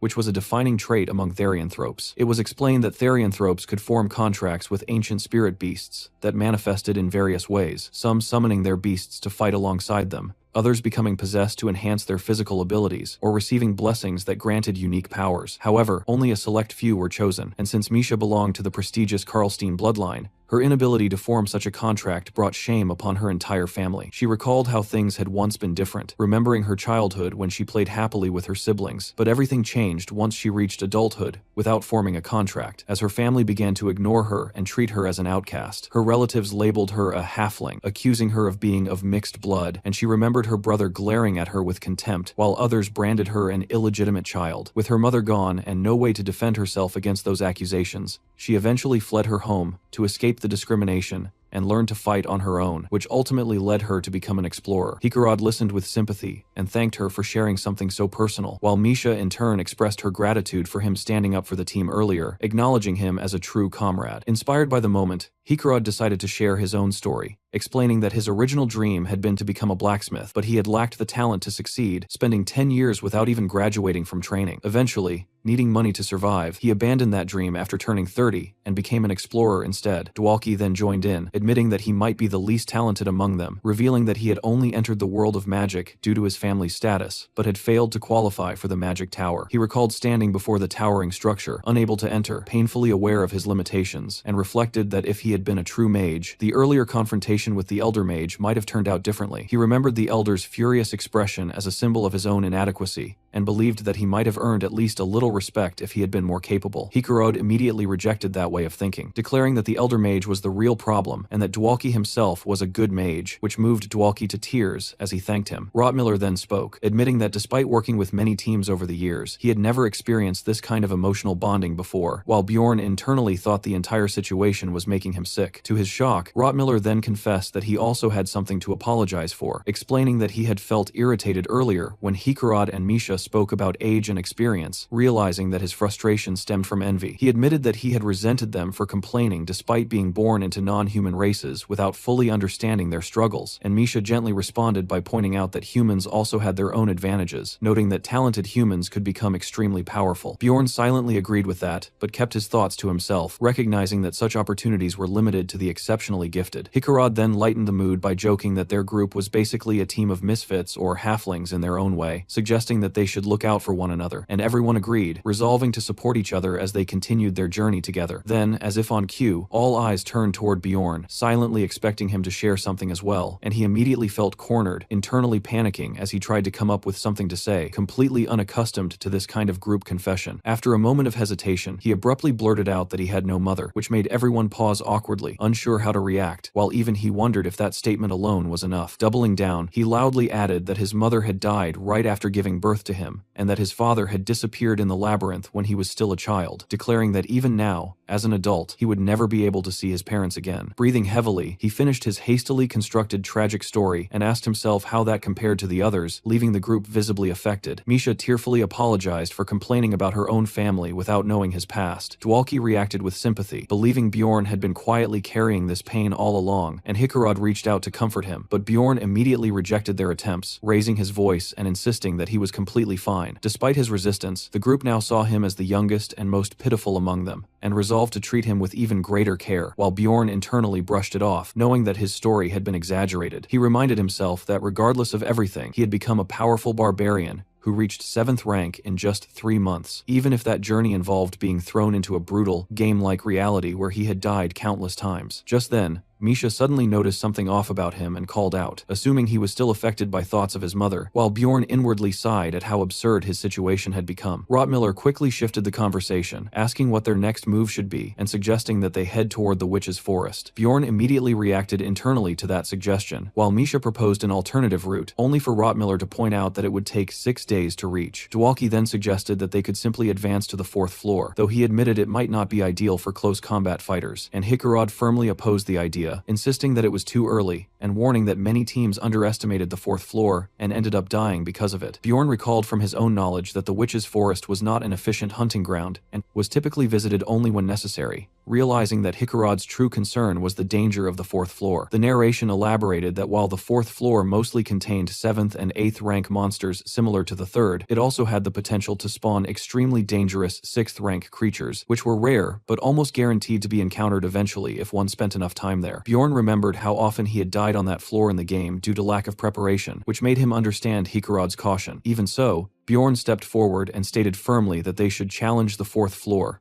arguing that their current team, with 2 strong tanks, was capable of handling it. He believed that with his newly acquired vampire essence and their overall composition, they could at least survive an encounter with a 6th rank monster, and although he acknowledged that their damage output was not ideal, he trusted that the mage and the experienced members could make up for that weakness. Misha and Dwalki exchanged uncertain looks, clearly nervous about following a barbarian's judgment. But after some discussion, they admitted that his reasoning made sense, which prompted Bjorn to snap that he could hear everything they were saying. Hikarad still looked uneasy, but eventually suggested settling the matter with a group vote, and as the narration skipped ahead, it was revealed that a decision had been reached. In the end, the party agreed to take the risk and move forward together to challenge the 4th floor. On the 3rd day inside the labyrinth, Rotmiller told the group it was time to make camp for the night, but Hikarad suggested pushing forward, since they still had energy left, only for Rotmiller to explain that a better campsite was still hours away, making it more efficient to rest where they were. Bjorn noted the time was exactly 9 p.m., the same as the previous nights, and realized that Rotmiller had been carefully pre-planning each stop by calculating distance and travel speed in advance, which impressed him deeply. Later, when Bjorn asked about the plan for the next day,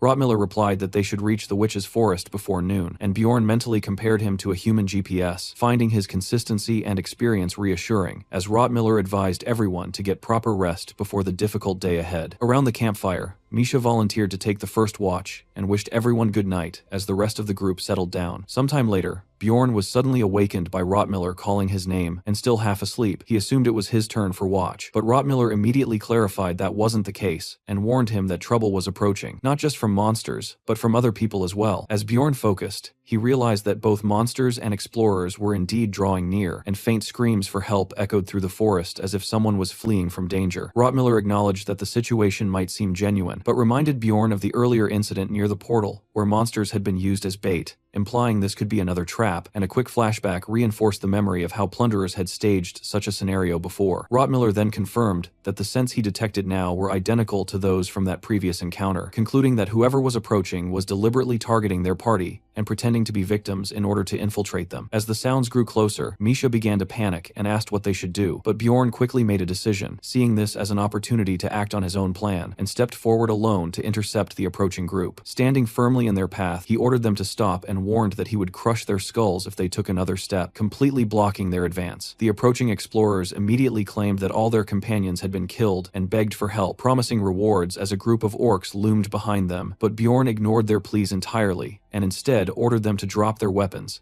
carefully observing their reactions. He noticed that the orcs behind them weren't attacking, and were simply watching, likely reassessing the situation now that more people were present, which only made Bjorn more certain of his suspicions, and simplified his strategy. He gave the group a final ultimatum: disarm or leave, and after a moment of tense hesitation, the leader panicked and agreed, quickly throwing down his sword and pleading for assistance. Bjorn calmly instructed Rotmiller to collect all their weapons, and Rotmiller complied without hesitation, while one of the orcs clicked its tongue in visible frustration before the entire group of monsters began to withdraw silently into the forest. Shortly after, a blonde, beautiful woman stepped forward and formally thanked them, introducing herself as Elisa and claiming that Bjorn had saved their lives, while the artist highlighted her revealing outfit as Hikarad awkwardly cleared his throat in response. Hikarad introduced himself politely and expressed sympathy for their situation, clearly affected by her presence, While Bjorn internally noted that the dwarf had already fallen for her appearance, the two men accompanying her introduced themselves as Tayson Irita and Hans Argot, and upon hearing the name Hans, Bjorn recalled that a plunderer from his very first labyrinth expedition had shared the same name, finding the coincidence unsettling. Hans casually remarked that his name was common, and asked if Bjorn had known someone else with it, and Bjorn simply replied that he had, while thinking to himself that the man he once knew was already dead. Elisa then thanked Bjorn again with emotional sincerity, claiming that they would have died without his help, and attributing their survival to the protection of the god Leetless, which caught Rotmiller's attention as he asked if she was truly a priestess. She proudly confirmed that she served the light goddess, who governed exploration and relationships, speaking confidently about divine guidance. But despite this, Bjorn remained unconvinced and inwardly dismissed her as a plunderer, pretending to be something she wasn't. Hans then politely asked Elisa to examine his injury, and she readily agreed, and as Bjorn watched the scene unfold, he was shocked to realize that she was genuinely using divine healing magic, something that immediately threw the group into confusion. Misha panicked, wondering if they had misjudged her, while Rotmiller insisted that his earlier assessment had been accurate, though even Bjorn acknowledged that in this world, priestesses were regarded as truly sacred figures, making the situation far more complicated than expected. Elisa,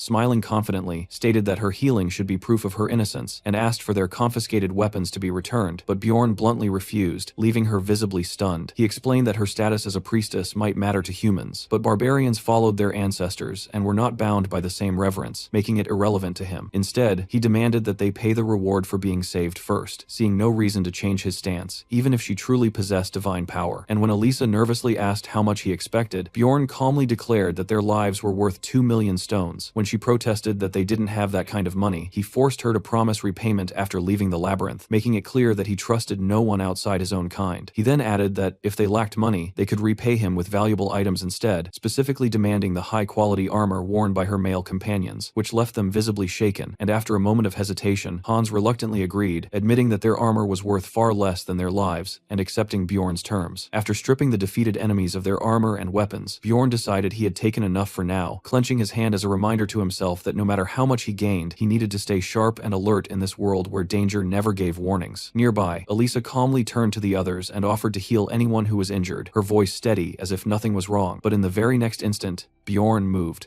Without hesitation, he swung his mace down from behind in a lethal strike, following the most basic battlefield doctrine: eliminate the healer first. His eyes burned with cold, murderous focus as the blow landed, crushing Elisa's head completely and sending her body flying several meters away, smashing into the ground with such force that it left a crater as blood and debris scattered in all directions. Hikarad gasped in horror at the sight of Bjorn's blood-soaked weapon, while Dwalki and Misha screamed his name in shock, unable to process what had just happened, and Tayson and Hans panicked as well, demanding to know what he was doing. Bjorn, still splattered with Elisa's blood, turned toward them with an unsettling smile and calmly claimed it had been a mistake, saying he acted out of fear that they might be plunderers. His explanation only made things worse, as Tayson and Hans broke down completely, convinced they were about to be killed by lunatics, but Bjorn suddenly noticed something strange. Their fear wasn't directed at him anymore. Their eyes were fixed on something behind him. As he turned, he saw Tayson's face twist unnaturally as blood began to leak from his features, and in the next moment, dark purple energy erupted from his body, causing him to collapse lifelessly to the ground. Hans screamed in terror, while Hikarad immediately demanded to know if Dwalki had cast something, but the mage insisted in panic that he had done nothing at all. Then, from the shattered remains of Elisa's body, something impossible happened. Her corpse, mangled and broken, began to move as dark energy surged through it, and a warped, unnatural voice echoed from her, expressing surprise that Bjorn had recognized her as an enemy. Bjorn stared at the grotesque sight, realizing instantly that something had gone terribly wrong, and as Elisa's broken form rose again,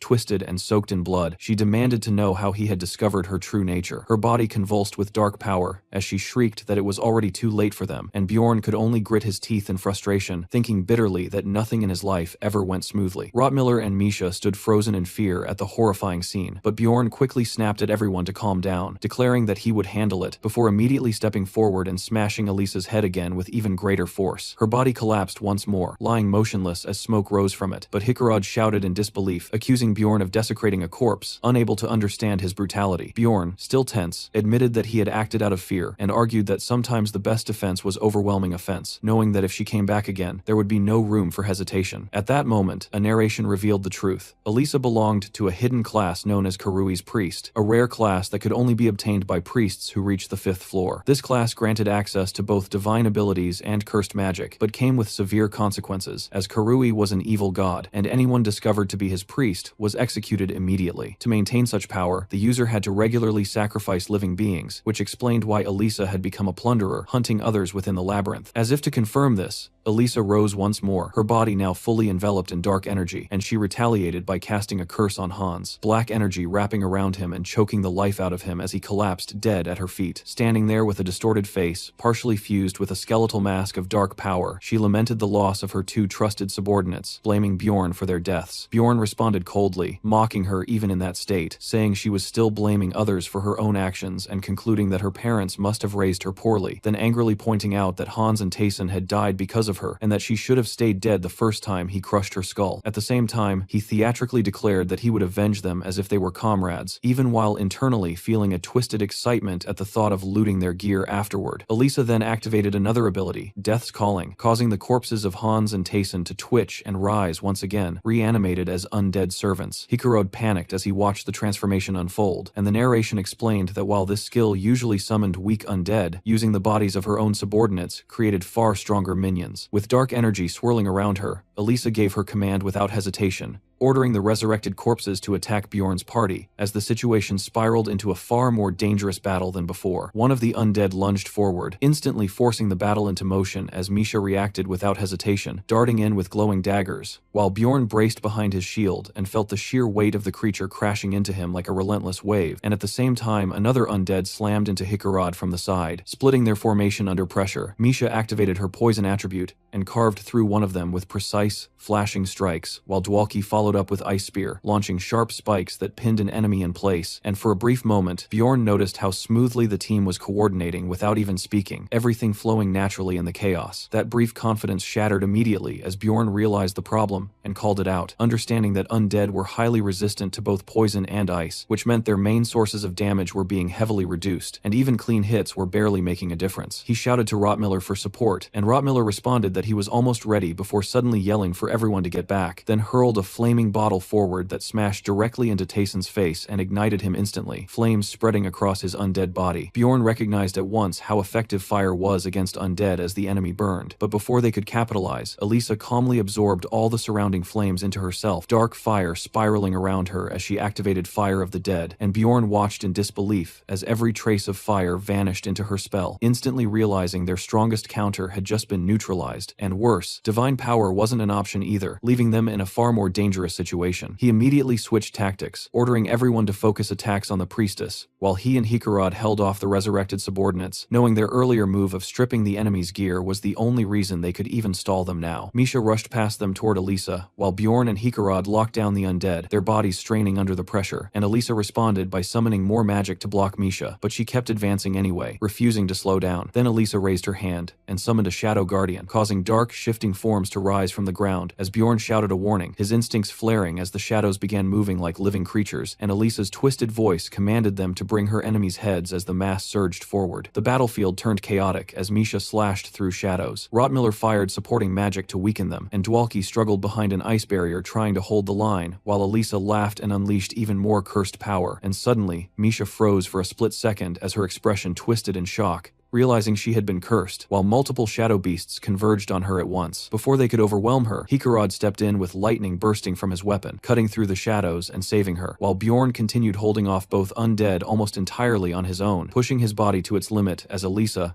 now furious, lashed out wildly and screamed the names of Hans and Taysen, blaming them even in death as her rage spiraled further. Bjorn mocked her coldly in the middle of the fight, pinning one undead and choking the other while telling her her subordinates were too busy being restrained by him to help, which only deepened the hatred burning in her eyes. Her expression twisted into something venomous as she swore she would never forget this humiliation, and in the next moment she began casting spiritification, and Bjorn's eyes widened in horror as he realized she was escaping, but it was already too late as she vanished upward in a pillar of dark energy, leaving behind a final curse that they would never leave the labyrinth alive. The battlefield fell into an uneasy silence as Bjorn cursed under his breath, knowing they had been just moments away from finishing her, yet she had escaped while leaving something far worse behind. System messages began flooding in immediately, listing curse after curse affecting his body energy decrease, decomposition, stamina drain, tracking effects, vengeful spirit walking stacking rapidly until they exceeded 15, and Bjorn's expression darkened as he realized Elisa hadn't just fled, she had crippled him. He turned sharply to Dwalki and demanded the curses be removed, only for the mage to hesitate and admit he could cast curses but not dispel them, and for a moment Bjorn just stared in silence,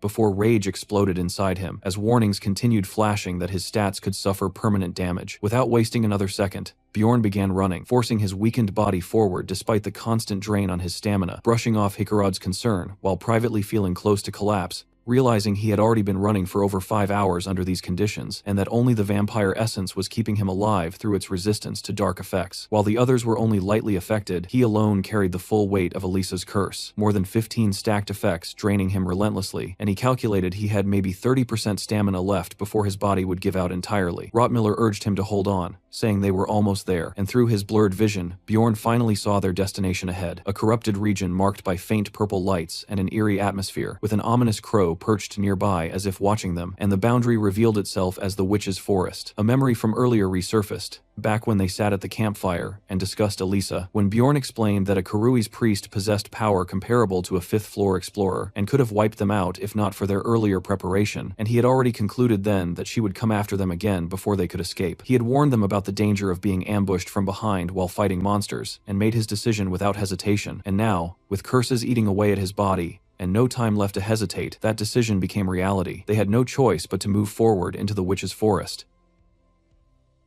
The narration explains that the Witch's Forest near the portal to the 4th floor is filled with high-rank monsters, mostly spiritual types, making it poorly suited for a warrior-heavy party like theirs, yet it is still their best option at the moment. As they step into the area, a system message appears stating that all status effects except field effects are removed. Misha reacts immediately in surprise, saying her body suddenly feels lighter, and Rotmiller confirms that the previous curse has completely disappeared. Rotmiller admits he did not expect Bjorn to use the forest terrain so effectively, and questions how he could know about this place on his first visit to the Brath 3rd floor. Bjorn casually claims he studied it in the library, while internally noting how perceptive Rotmiller is. Misha and Dwalki laugh at the excuse, openly mocking the idea of a barbarian reading books, but Bjorn simply ignores them and stays focused. Even though the priest's curse has been removed, Bjorn quietly reflects that a field effect is now active in the forest, meaning the danger has only changed, not disappeared. A new abnormal status effect is announced, and Misha is the first to feel it, her body tensing as panic creeps in. The forest suddenly erupts with voices screaming for them to die, the surroundings twisting under a purple glow as the environment distorts unnaturally. Bjorn hears a constant barrage of murderous insults and slurs echoing around him, but he quickly judges the effect to be relatively weak as a mental attack on himself, even though the same cannot be said for the others. He notices his companions struggling, especially Misha, who breaks down and asks how he can endure such relentless abuse, and he casually replies that it is still tolerable. He observes that the 3 members who have prior experience in the Witch's Forest manage the harassment better, but Dwalki is in far worse condition, vomiting in response to the overwhelming sensory distortion. Bjorn, instead of being shaken, finds the field strangely fascinating, analyzing how the hallucinations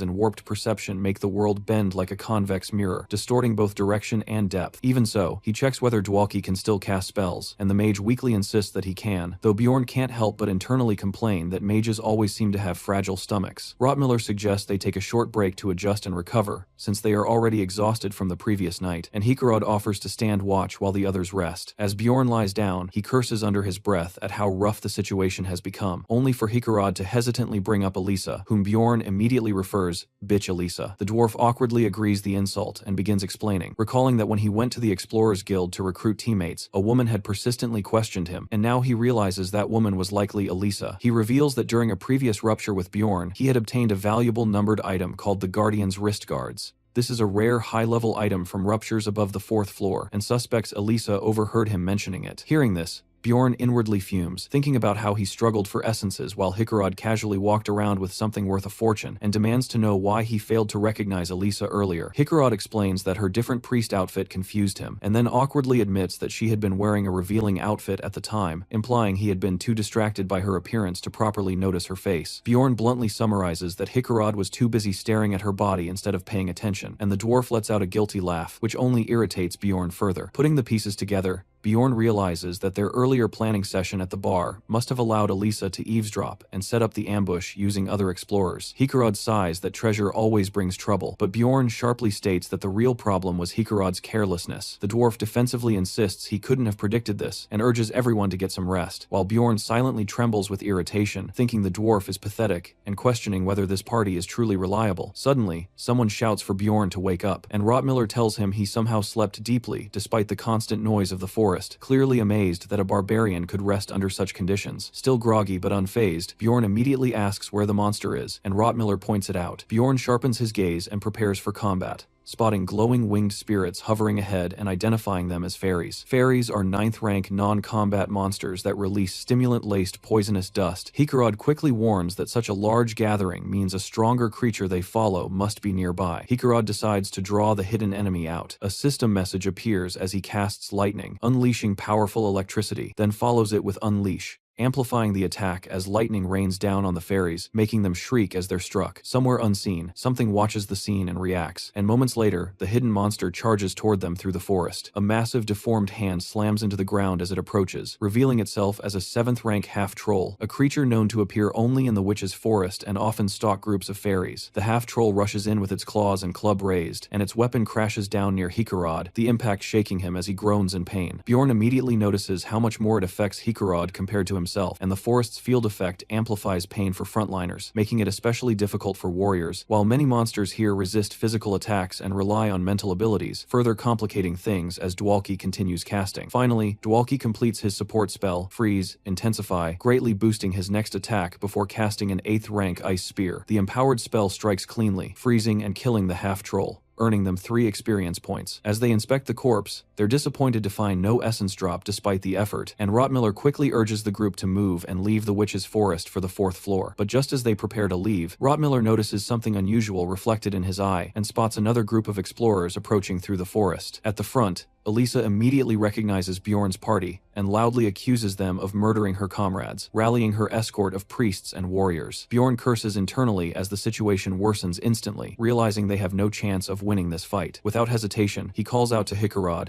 and orders him to use the special item, the Guardian's Wrist Guards. Hikarad activates it, power surging through his body as the item takes effect, releasing a shockwave that repels enemies, grants temporary total protection, and cancels abnormal status effects. The blast throws their pursuers back, and Bjorn immediately shouts for everyone to run, seizing the only chance they have to escape. As they flee through the witch's forest, Misha panics and asks how Elisa managed to follow them when this place was supposed to be safe. Bjorn quickly pieces the situation together in his mind, realizing that once they entered the forest, it should have been difficult to track them, which means Elisa must have recruited other explorers outside. He imagines her pretending to be a grieving priestess, manipulating them into helping her hunt Bjorn's party, and concludes that after using them, she likely planned to devour everyone involved. He snaps at Misha to stop panicking and keep running, reminding her that the Guardian's Wrist Guard's protection will only last 5 minutes. Soon after, a system message announces the effect ending, and the witch's forest field effect returns, pressing down on them again as they continue their escape. The scout is the first to detect enemy movements and is responsible for guiding the team along optimal paths using experience and knowledge, but such navigation is only reliable up to the 3rd floor, with the witch's forest serving as the true test before reaching the 4th. Bjorn reflects on how Rottmiller's heightened sense of smell allows him to track mana trails, even in this distorted environment, enabling him to guide them accurately toward the 4th floor portal, though he also senses that the enemy scout is just as skilled and closing the distance. Rottmiller warns that they need to increase their pace, and Bjorn realizes the situation has turned into a race toward the portal, but the entire team is already exhausted. Misha begins to struggle, clearly winded, and suddenly missteps,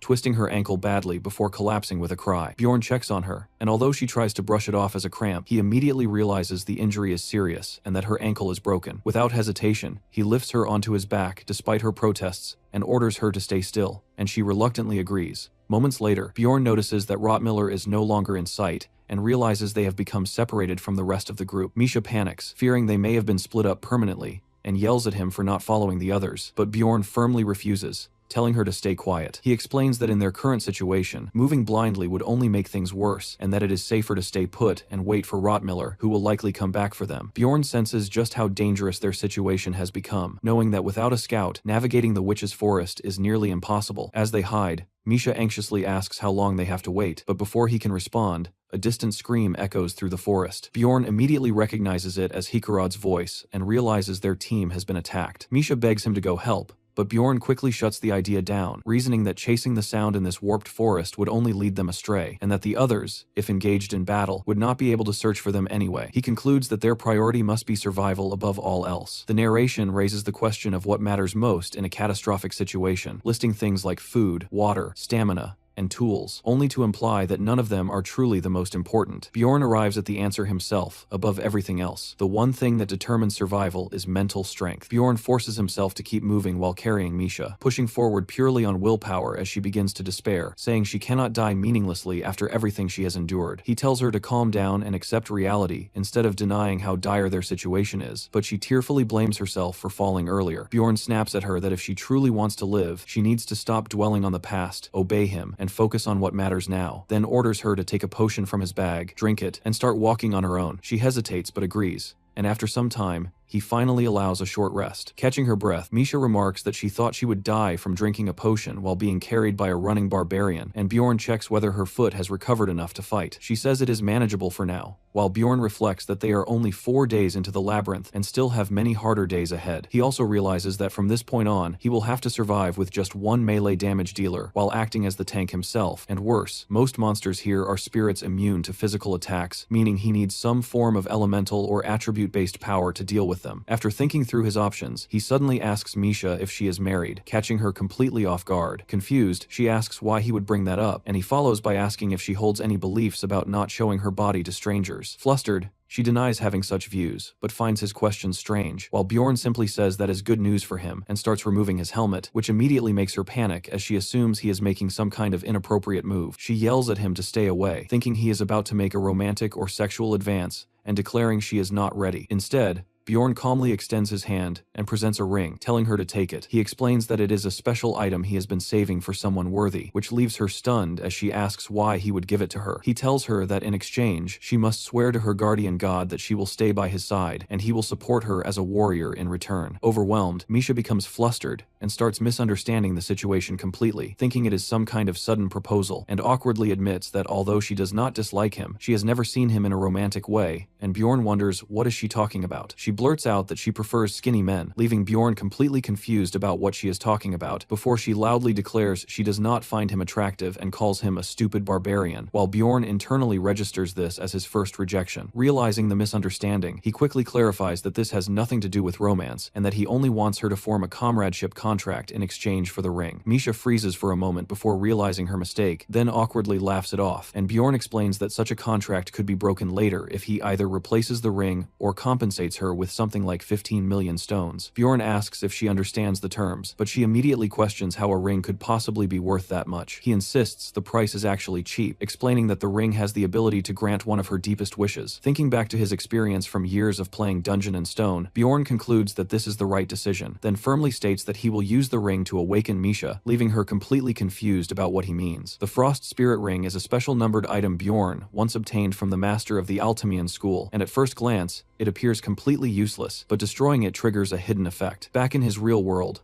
our MC had tested it multiple times until he finally uncovered its conditions, learning that if a Therianthrope without a Spirit Beast contract wears it, a special event is activated. As the ring is destroyed, a system message appears, announcing that the conditions have been met, and another reveals that Skadia, a glacial magical beast, has broken free from its seal. The moment unfolds, as Skadia appears and offers a spirit contract to Misha Karlstein. Nervous, yet excited, she reaches out with the ring on her hand and accepts without hesitation, and the instant she touches the spirit, a surge of icy energy explodes outward, engulfing her in blinding light as the contract forms. A system message confirms the successful completion, and as the storm of magic fades, Misha slowly descends back to the ground, stunned at how easily it all happened. She looks at Bjorn in disbelief, asking what kind of ring could do something like this and why she had never heard of it, then bitterly wonders why her father never told her such a possibility existed. Bjorn calmly suggests her father likely didn't know either, explaining that even a mage had studied the ring for years before discovering its secret, which only makes her more curious about how Bjorn knew. Before answering, Bjorn awkwardly points out that she is still naked and tells her to get dressed first, causing her to panic as she quickly notices her state. He casually casually mentions that her clothes and newly looted gear are laid out nearby, and after she dresses, she realizes he has also changed equipment. Still flustered, she asks why she had been undressed in the first place, and Bjorn bluntly explains that he removed her gear to prevent it from being destroyed during the ritual, which immediately makes her lash out, bringing up his earlier strange questions on marriage. He calmly clarifies that he only asked about her personal situation because any partner might misunderstand seeing her like that. And although she yells that he should have warned her, he brushes it off, saying there was no time. Cutting through the argument, Bjorn reminds her that she owes him something, prompting her to hesitate before finally thanking him. Though he complains, it sounds half-hearted, forcing her to repeat it more properly. As she lowers her head, her tone shifts, and she calls his name more seriously before beginning to confess something personal. She reveals that she once attempted suicide, recalling the moment her father found her bleeding and saved her life. But instead of kindness, his first words were cold, telling her that if she wanted to die, she should do it in the labyrinth instead of disgracing the family. Bjorn internally judges her family as completely deranged, while Misha explains that this is why she came to the labyrinth, not to die, but to escape that toxic environment. She admits she once hoped that by becoming a successful explorer without a spirit beast, her father might finally acknowledge her, but now, looking at her new power, she feels that desire fading. Bowing deeply, she thanks Bjorn sincerely and vows never to forget what he has done, swearing by the guardian gods to stay by his side. The story then explains that spirit beast contracts usually grant one of three types of abilities: summoning, strengthening, or special power-based skills, but in Misha's case, something unusual has happened. Instead of a standard contract, her body has been permanently infused with Scadia, giving her a strengthening type ability. She demonstrates it immediately, unleashing a powerful icy punch that shatters a wraith in front of them and grants experience. Bjorn realizes that with Misha's new ice attribute, they finally have the elemental power needed to deal with spirit monsters, though she mentions that each strike feels strange, as if her body is not entirely her own yet. He understands that she is only at the first stage of her power and cannot yet channel it into weapons, meaning while she can fight, the Witch's Forest is still too dangerous for her alone. As more enemies begin to appear,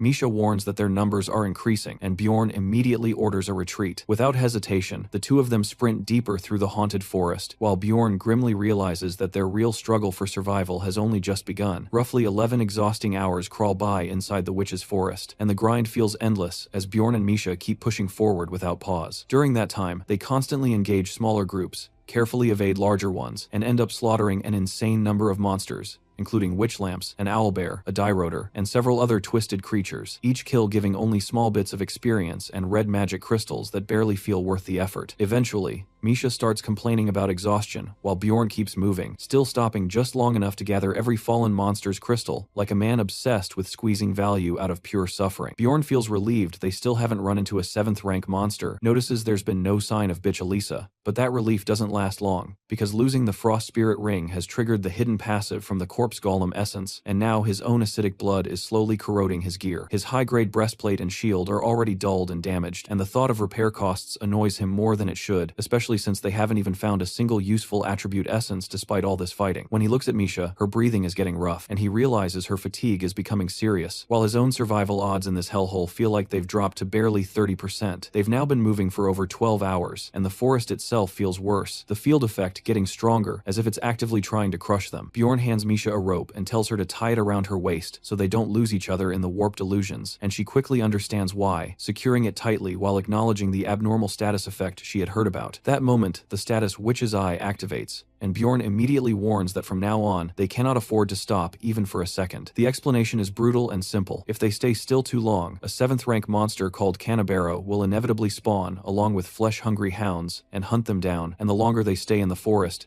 the faster that death timer ticks. Time keeps slipping, and soon the system updates again. They've been inside for over 70 hours, and the field effect intensifies even more as Witch's Eye reaches level 5. By the 3rd afternoon, Bjorn realizes it's been more than 60 hours since they got separated from the rest of the team, and despite all their wandering, they're still completely lost. Ever since Witch's Eye activated, resting became impossible because even a short pause would get them swarmed, and worse, killing one Canabaro now takes longer than it takes for another to spawn, which means stopping equals guaranteed death. Their only adaptation has been that rope, a simple but necessary lifeline to avoid getting separated in the hallucinations. Misha begs him to slow down, and this time, he actually agrees, but as he watches her closely, it's obvious she's hitting her limit, not from injuries, but from pure exhaustion. The rope keeps tugging at her waist every time he moves, and even at a slower pace, she struggles to keep up, which makes him realize she has been carrying most of the combat burden while also enduring the mental strain. Without wasting more time, Bjorn unties the rope from her waist and suddenly lifts her onto his back despite her weak protests, telling her to just accept it and rest. She doesn't argue this time.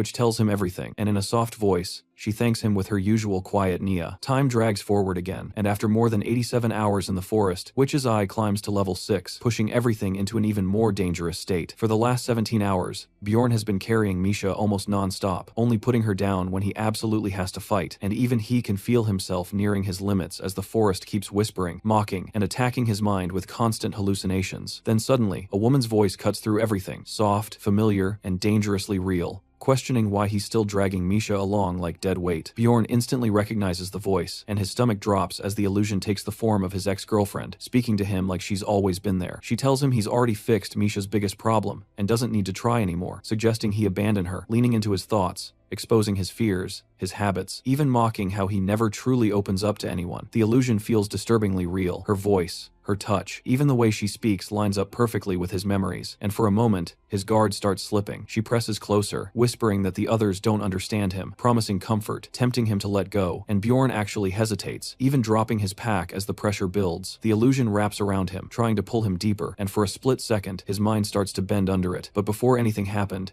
an icy fist smashes straight into the illusion's face, shattering it instantly. Misha doesn't stop there. She keeps attacking, freezing and crushing the target with raw aggression, completely destroying the entity. She rushes to Bjorn immediately after, worried and slightly panicked, asking if he's okay while confirming she killed the enemy. The system message follows right after, confirming the captivation status has been removed, and identifying the attacker as a rare 8th rank monster, a Dryad, the one responsible for the illusion. Another message confirms the kill and the experience gained, and Bjorn finally understands that what he experienced wasn't just the forest's field effect, but a specific monster skill designed to trap him mentally. He looks at Misha, still catching his breath, and admits that without her, things could have gone really bad this time, and for once, she looks genuinely proud hearing that. Misha suddenly spotted something in the distance and called out Bjorn's name in alarm. The two of them turned and saw a group of armored explorers, the first people they had encountered since being separated from the others. The newcomers immediately commented that seeing only 2 people likely meant they were lost. Bjorn reflected that the witch's forest was massive and rarely used for hunting, so by their 8th day, most other teams had probably already moved on. When the group asked if they had been separated from their party, Bjorn admitted it, but internally decided not to trust them so easily. Misha, filled with relief, asked if they were finally saved, but Bjorn told her to stay still. The strangers tried to ease his suspicion, claiming they were good people with children his age and inviting them over to rest. Bjorn refused outright, thinking that having children actually made people more dangerous, as it pushed them to act more desperately for money. One of the women's expressions darkened at that, silently confirming Bjorn's suspicion about their greed. Misha, still confused, suggested the explorers might help them, but Bjorn sharply told her to stay quiet. He recalled that he had originally planned to ask any explorers he met for assistance, even offering payment. Hiring them as guides to escape the forest would have been a fair deal, but he knew he had to first understand what kind of people they were. He introduced himself as Bjorn, and the bearded leader responded by introducing himself as Hans Stove, the team's pathfinder. Hearing the name, Hans immediately put Bjorn on edge, as he found the name oddly ominous and mentally docked him a point, wondering why so many people seemed to be named Hans. He quickly analyzed their formation: 2 warriors, 2 archers, and 1 pathfinder, while sweat formed as he evaluated the threat. One of the archers also seemed tense, sensing the situation. Bjorn's instincts screamed that something was wrong, repeating in his mind that this encounter was extremely dangerous. Quietly, he asked Misha if she trusted his judgment, and she confirmed that she did. Even though he considered that his fears might be unfounded, their behavior still felt off. Bjorn announced that they would be leaving, which prompted the group to remind him that he had said he needed help. He admitted that was true, but his instincts were now warning him even more strongly. Firmly rejecting their offer, he told Misha they would handle things themselves and began to move away. Without warning, an arrow shot toward them at high speed. Bjorn reacted instantly, raising his shield and blocking it. The sudden attack shocked everyone present, but for Bjorn, it confirmed his suspicions these were no ordinary explorers. The others scolded the archer, Vate, for firing prematurely, but she shut them down harshly, calling them idiots. Her eyes were filled with greed as she fixated on Bjorn's expensive Latinium equipment, already calculating how much it could be sold for. One of their teammates hesitated,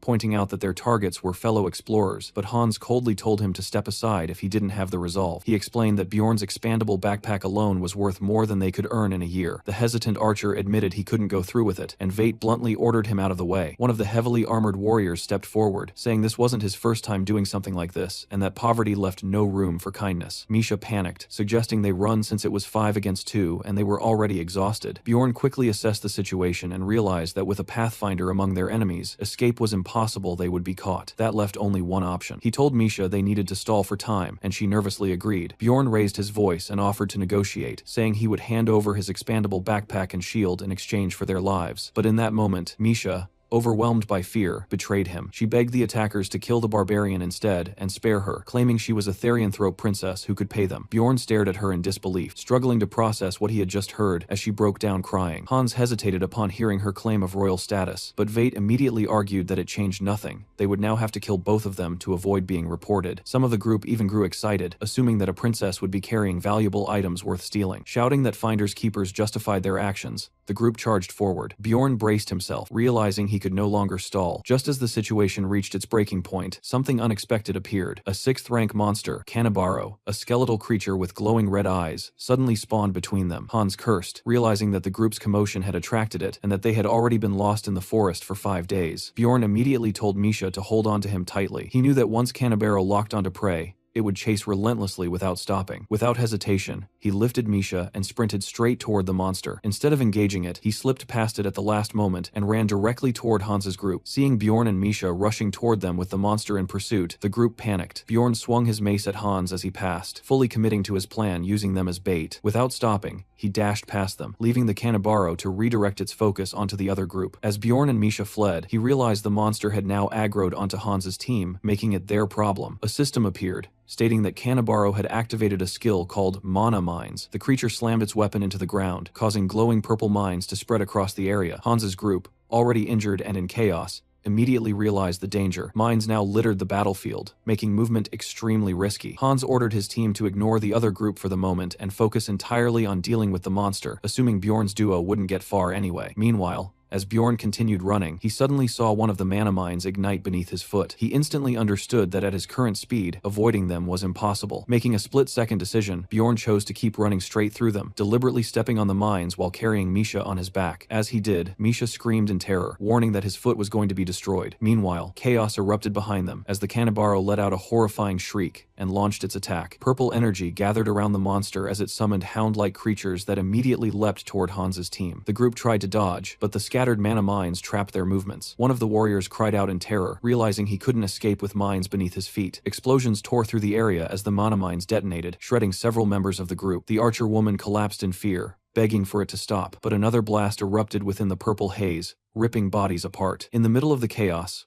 one snarling hound broke away and sprinted toward Bjorn and Misha, its jaws wide open. It clamped down on Bjorn's leg as more hounds closed in. Without hesitation, Bjorn activated Flesh Explosion, detonating the attackers in a violent burst of red gore. The hounds were obliterated instantly, but as the aftermath settled, he realized he could no longer feel anything below his ankle. A warning appeared, stating that without immediate treatment, the damage would become permanent. For a moment, he wondered if his foot was gone entirely and if he would even be able to run anymore. Adapting instantly, he changed his plan. Bjorn told Misha that he was now relying on her. Instead of panicking, she responded with an almost absurd confidence, telling him to throw her at the Canibaro like a Pokemon, declaring herself as the attack. Taking her at her word, Bjorn hurled her forward. Misha flew through the air, screaming as she charged straight at the monster, her dagger glowing brightly. She struck with full force, and the impact exploded in a flash of light, blasting apart the Canibaro's upper body. As she landed, her thoughts immediately shifted to the remains of Hans's group. Looking around, she found them either dead or fatally wounded. One woman was still alive, weakly begging for help. The surviving archer pleaded desperately, asking Misha for a potion and offering money in return. Misha simply stared at her in silence. Before the woman could finish speaking, blood splattered across the ground, implying that Misha ended her life. Later, as Bjorn treated his mangled foot, the burning pain spread through him, while Misha worried aloud that even a potion might not be enough to fix such severe damage. Bjorn, however, judged the injury as manageable. A system message explained that his life force was surging due to his skill, immortal. Bjorn understood that this meant his destroyed limb would regenerate rapidly. Misha watched in shock as his foot began to heal, even with just a basic potion. Bjorn explained that this was the result of multiple factors working together: his vampire essence, the immortal seal, and his active skill. In terms of game mechanics, he estimated his regeneration stat exceeded 150, which was enough to regrow an entire limb over time even without potions. Still shaken, Misha asked what he really was, pointing out that he hadn't even reacted to the pain. Bjorn casually brushed it off, attributing it to the mental resilience typical of a barbarian. Privately, he compared it to Einar's ability to endure pain with potions, realizing his own situation was similar thanks to his stats. Once his leg had recovered, he tested it briefly, before tying the rope, connecting himself and Misha again. He then stated they should keep moving before another Canibaro appeared. As they continued, Misha asked how he had known the explorers were dangerous. Bjorn bluntly answered that he simply didn't like the name Hans, and that alone had been enough to make him suspicious. Misha was left completely confused by that reasoning, but Bjorn dismissed it, saying it didn't matter anymore anymore since they had escaped. She then reflected on how the woman from earlier had seemed kind at first, yet had changed so quickly. Under different circumstances, she felt that woman might have remained a pleasant memory. Bjorn disagreed, explaining that if they hadn't appeared weak, hadn't been carrying valuable equipment,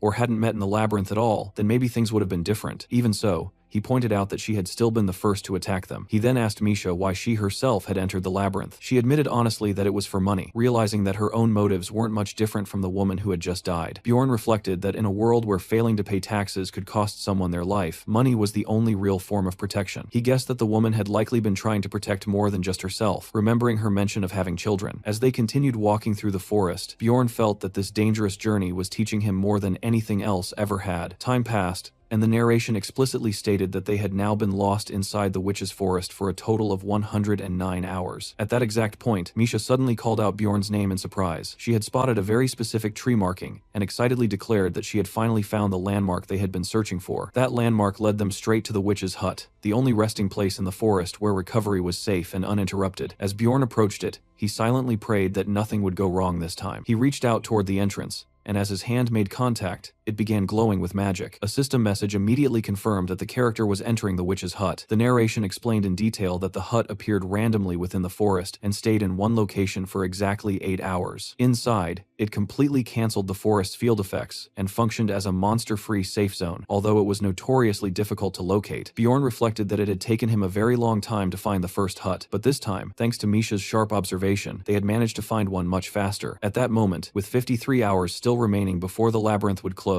another system message appeared, again confirming entry into the witch's hut. A follow-up message stated that 5 people had already entered and that the entrance was now locked. Misha happily remarked that she had visited this peaceful place 3 times before and never got tired of it. However, while she was still talking, Bjorn abruptly told her to stay quiet. He had noticed something. He explained that others were already inside the hut as well. Since only 5 people could enter before the entrance sealed, it meant there were other individuals currently present. Misha immediately understood and agreed that they needed to locate them. As they searched, they soon found a weapon and a helmet lying among the flowers, clear signs of another group's presence. Bjorn instantly recognized the equipment and felt that something was off. Nearby, he spotted an unconscious man and identified him as the shabby-looking explorer who had previously been traveling with Elisa. Misha suggested that there must also be people inside the building and that they were likely part of the same group. Bjorn decided that before anything else, they should deal with the man outside. Without hesitation, he raised his mace and struck him brutally. Misha froze, staring at the impact in shock, realizing that the blow was far more severe than what would be needed to simply knock someone unconscious. Inside the hut, they tied the battered man up. Bjorn remarked that he was honestly surprised the man was still alive, and added that he probably wouldn't survive for long anyway. Despite that, he poured a potion onto the man's injured head. The moment it made contact, the man woke up screaming in agony as the potion took effect. Bjorn calmly asked if he was awake. The captive immediately recognized him as the barbarian from earlier and panicked. He insisted everything had been a misunderstanding and claimed that Elisa had tricked them. He began explaining that when they later chased Bjorn's group, only 3 of them remained. They had injured the person they believed to be the Pathfinder, just enough to prevent escape, only lightly wounding his shoulder. Suddenly, a mysterious light had repelled them all and knocked them unconscious. When they woke up, their real Pathfinder was already dead,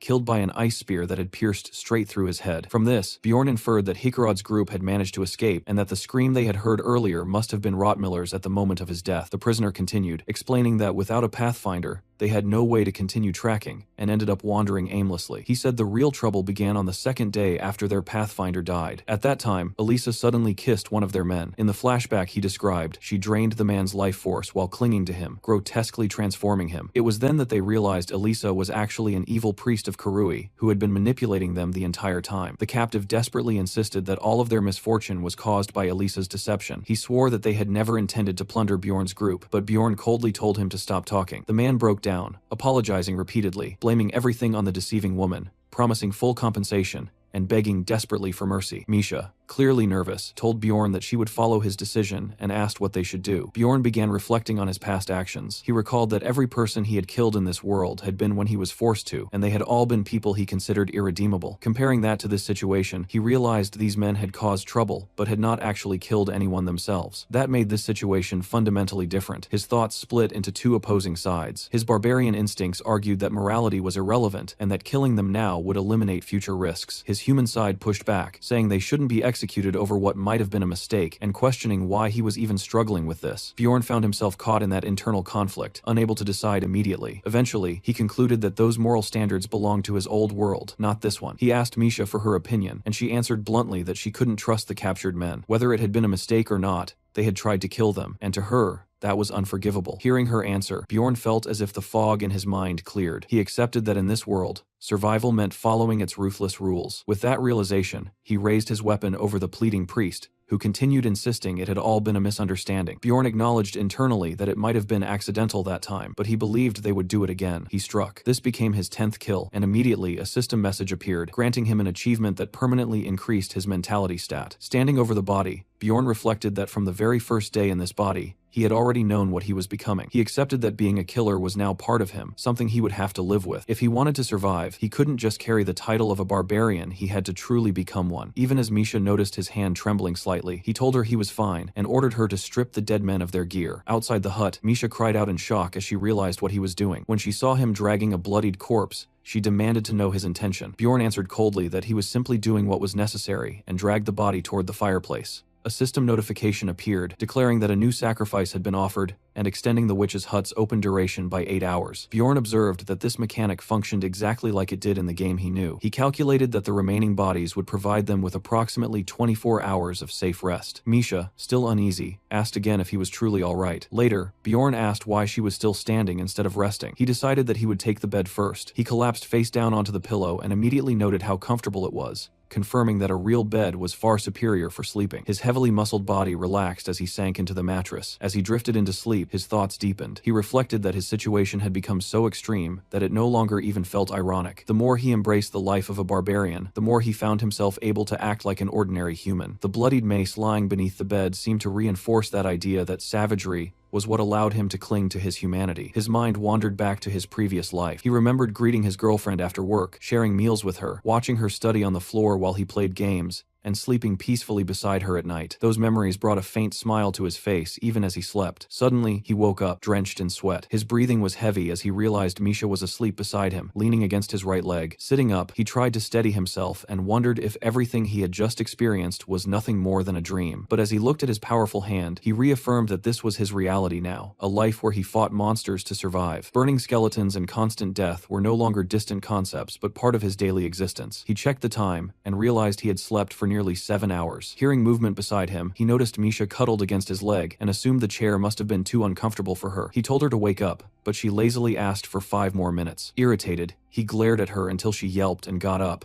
calling him a stupid barbarian. Bjorn then noted that there were about 24 hours left before the labyrinth closed, and only 1 hour before the hut would shut. As they ate, he felt relieved that the final day had arrived. If they could endure just one more day, they would leave the forest and return to the city. While they were eating, Misha excitedly talked about taking a bath once they got back and asked what he planned to do in town. He admitted he didn't know yet. At that moment, a system message announced that the witch's hut had closed. Another message followed, stating that the character was being moved back to the witch's forest. A third notice warned that the forest's field effects were being reapplied. Suddenly, the surroundings twisted violently, transforming into a nightmare of red thorns. Both Bjorn and Misha were shocked. Misha panicked and asked what had happened to the forest, while Bjorn remained silent, immediately recognizing the phenomenon. He cursed inwardly, realizing what it meant. At the same time, in what felt like a completely different place, a bright monitor displayed multiple system logs related to sacrifices in the witch's hut. The logs confirmed that the 5th, 6th, and 7th offerings had been completed. Another message stated that the special condition of 7 sacrifices had been fulfilled. With that condition met, a terrifying entity was summoned, the Lord of Chaos, Ryakis, who began roaming the 3rd floor. Bjorn immediately recognized what that meant. The Floor Lord had appeared.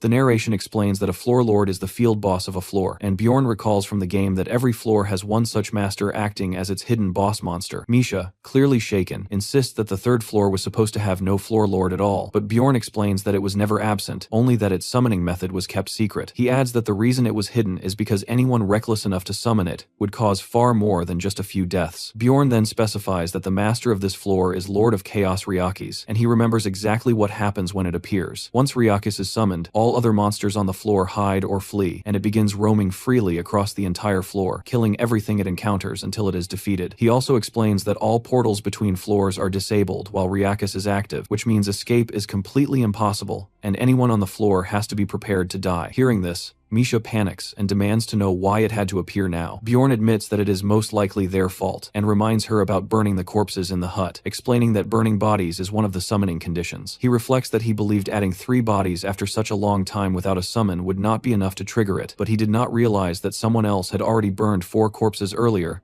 meaning their actions completed the requirement. Misha immediately turns angry and blames him for summoning the monster, saying they are all going to die because of him. Bjorn sharply tells her never to speak about their involvement again, and warns that if anyone finds out they summoned the boss, they will be in serious trouble. While she continues panicking and complaining, he notes how quickly her attitude has changed from calling him a savior to blaming him. Bjorn then shifts focus back to survival, and points out that with the abnormal status effect gone, they can at least leave the cursed woods. He urges her to move quickly, and begins outlining their plan, decided to head to the orc habitat. The Jarwi clan is described as a large organization active above the 6th floor with hundreds of members, and Bjorn quickly concludes that facing the floor lord alone would mean certain death, so their best chance of survival is to stay close to this clan. He estimates that around 10 of the clan's teams are currently on the 3rd floor, which is still a significant force compared to ordinary explorers. Around them, panic spreads rapidly as a Jarwi officer shouts for everyone to calm down and follow orders, but terrified explorers ignore him, pleading for powerful mages to teleport them away, while others accuse the clan of being responsible for summoning the floor master and beg not to be abandoned. Bjorn observes that the situation has already fallen into complete chaos, with fear spreading faster than any command can control. Amid this disorder, a priest begins casting a large-scale protective spell, sweating heavily as she concentrates, and her magic expands outward into a glowing barrier that surrounds the fortress area. Seeing this, the Jarwi commander steps forward and tells everyone to calm down, explaining that the priest has activated an area protection skill while scouts are monitoring the surroundings. He assures them that the labyrinth will close within a day, and promises that the clan will do everything possible to help as many people survive until then. The surrounding explorers listen carefully, still tense, but holding on to his words, while the commander adds a strict warning that anyone who breaks the rules or causes trouble will be punished, making it clear that such individuals will be expelled from the safe zone without hesitation. Bjorn finds the speech somewhat long, but effective enough, especially because of the priest's skill supporting it. The narration explains that the priest's skill, proclamation,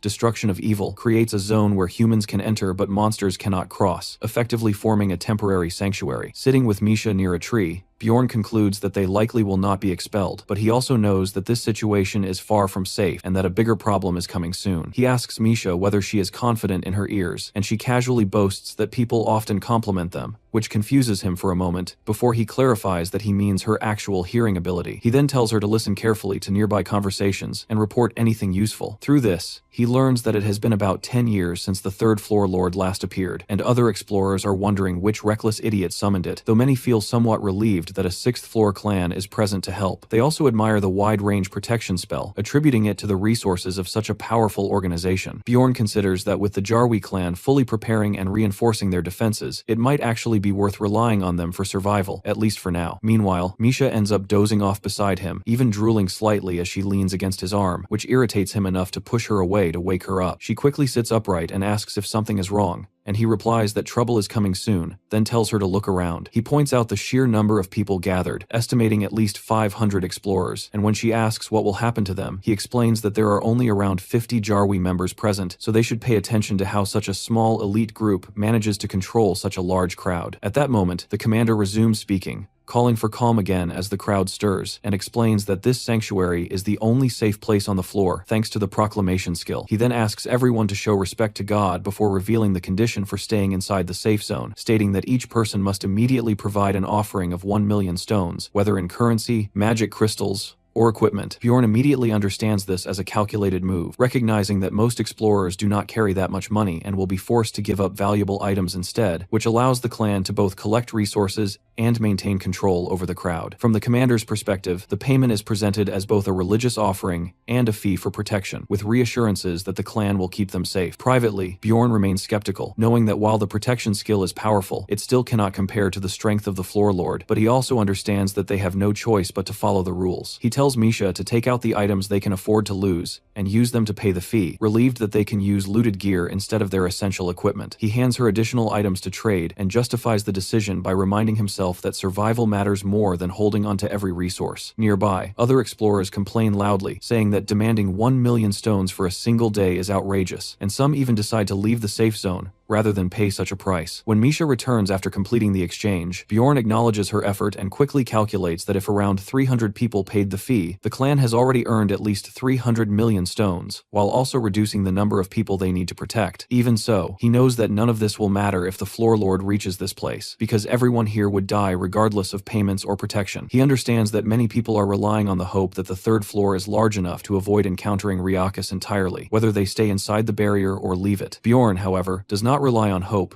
and instead prepares for the worst possible outcome, believing that assuming disaster will not happen is the fastest way to die. With about 5 hours remaining before the labyrinth closes, rain begins to fall, and as it hits his helmet, Bjorn immediately realizes that the disaster he had been anticipating has finally begun. He recognizes the strange crimson rain at once as the Rain of Despair, the passive aura of Lord of Chaos Riakis that spreads across the entire floor. System windows appear, reporting that all characters are taking continuous chaos damage, and that their mana resistance has been significantly reduced. Bjorn recalls that this effect damages everything within a wide area, cancels any field-type effects wherever it spreads, and can eventually inflict chaos status if exposure continues for too long. Misha trembles under the rain and calls out to Bjorn in fear, but before he can respond, the massive form of Riakis comes into view, towering over the fortress with its enormous, horned, dragon-like body. It lets out a deafening roar, revealing rows of monstrous fangs, and the surrounding explorers immediately panic, screaming that the Floor Lord has arrived and begging for someone to stop it. Some of them, already overwhelmed, shout angrily that they paid for protection and demand that the clan keep its promise. The Jarwi commander, however, remains composed as he faces Riakis directly, acknowledging that the situation is grim and that heavy losses are inevitable. He loudly announces the appearance of the Lord of Chaos Riakis, and orders all clan members to activate their prepared measures without hesitation. At his command, clan members begin using powerful support scrolls that enhance concentration and energy, while the commander raises a special artifact known as the Sun Lord's Flag, channeling holy power into his weapon. Bjorn quickly notices that the clan is consuming large amounts of expensive items and buffs within seconds, clearly committing all their resources to this fight. The commander continues rallying his forces, shouting that they have enough supplies and must use everything freely if they want to survive and return alive. Watching this, Bjorn is surprised that they are actually planning to confront Riakis head-on, and for the first time, he feels some relief knowing that others had also prepared for a situation like this. He reflects that these clan members have reached this point through repeated, life-threatening battles, something that cannot be attributed to luck alone. The bearded commander orders everyone to take their battle positions and declares that they will stop Riakis, even as the enormous creature advances through the crimson rain. Below it, terrified explorers panic, some unable to believe what they are seeing, convinced they are about to die. As Riakis moves closer, people begin shouting warnings not to block its path and to avoid direct attacks,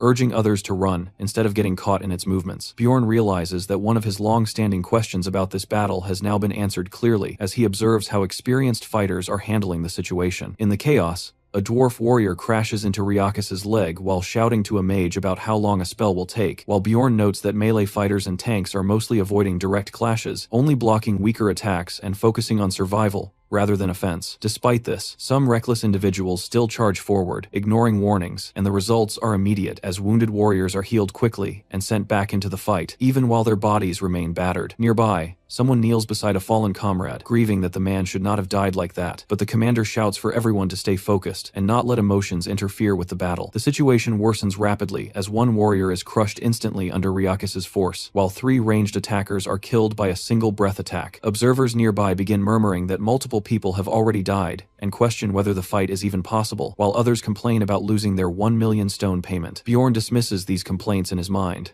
recognizing that the clan is doing everything they can, holding the front line, while mages attempt to restrain Riakis. Then, Riakis begins drawing out its inherent power, signaling a dangerous shift in the battle. The commander immediately orders everyone to stop attacking the main body, and instead focus on destroying the dark orbit surrounding it. As attacks are redirected toward the floating spheres around Riakis, Bjorn understands what is happening and realizes that the clan is deliberately managing the fight to prevent the second phase from triggering. While some spectators assume the clan has stopped attacking out of confusion or poor judgment, Bjorn recognizes that they actually know the correct strategy to defeat Riakis. Seeing this, he begins to feel a small sense of hope, thinking that if they continue at this pace, there is a real chance they might survive long enough for the labyrinth to close on its own. A timestamp shows that the current time in the labyrinth is 22:37, and Bjorn notes that there is roughly 1 hour left before the labyrinth shuts down. Standing among the tense crowd of explorers, he quickly calculates the situation and estimates that around 11 fighters, nearly 20% of the clan's force, have already died, but he judges that this level of loss still does not make victory impossible. Around him, however, panic begins to spread as explorers shout that the clan is doomed and demand to know how many more have died. Bjorn identifies the real problem not as the battle itself, but as the behavior of the explorers, who are starting to lose control. He recalls that every time Ryakis entered a rage state, protected explorers ended up dying, and he bluntly thinks that it was because they stood around watching instead of acting properly. Misha, clearly nervous, urges Bjorn to do something, but he tells her to wait while he thinks through the situation. Nearby, a group of explorers tries to take initiative, shouting that everyone should stop watching and start cooperating if they want to survive, insisting that they must protect themselves because too many people have already died. Another explorer immediately argues back that the clan confiscated all their equipment earlier, leaving them unable to defend themselves. As tension rises, the crowd's attention shifts toward a visible stash of armor and weapons, revealing where all the confiscated gear has been stored. Realizing what is about to happen, Bjorn abruptly tells Misha that they need to leave immediately, which catches her off guard. At the same time, angry explorers confront the clan guards, accusing them of breaking their promise of protection and threatening to take their equipment back by force, despite warnings that doing so would put everyone in danger. The situation escalates quickly as mob grab a guard and begin pushing forward, shouting and trying to reclaim their belongings. Bjorn tells Misha to stay behind him, already expecting this kind of riot to happen because ordinary explorers do not understand how to deal with Ryakis properly. As the crowd surges toward the clan, Bjorn and Misha move away from the chaos and start heading up the burning steps. While dodging the wandering spirits of chaos, Misha calls out directions, saying the spirits are 5-2 directly ahead, but Bjorn immediately orders her to move right, deciding that there is no time to fight anything and that escape is the only priority. They continue running, ignoring the monsters pursuing them, as Bjorn keeps urging both himself and Misha to push a little further. He focuses on a distant point and believes that once they reach it, they will be outside the central area of the forest and relatively safer. However, just as they move forward, Bjorn suddenly stops, sensing something is wrong, sweat forming as system messages begin to appear. A notification announces that Ryakis has successfully absorbed its inherent power, followed by another stating that the field effect Crevice of Evil will soon activate within a 5-kilometer radius. Darkness begins spreading across the area, and Bjorn immediately recognizes this as Ryakis' ultimate skill. He realizes that this can only happen if Ryakis has absorbed all of its orbs, confirming his worst expectation. Misha, shaken, asks what will happen to them, and Bjorn understands that the situation has become far more dangerous than before. The narration explains that Crevice of Evil is triggered only after Ryakis absorbs all 10 of its spheres, and once activated, everyone within the affected area has 45 minutes to escape. After that time limit, anyone still inside the field dies, regardless of strength. Another key effect is that everyone within the range is gradually pulled toward the center of the floor. A final system message clarifies that all characters in the affected zone will be transported to the center, and in the next moment,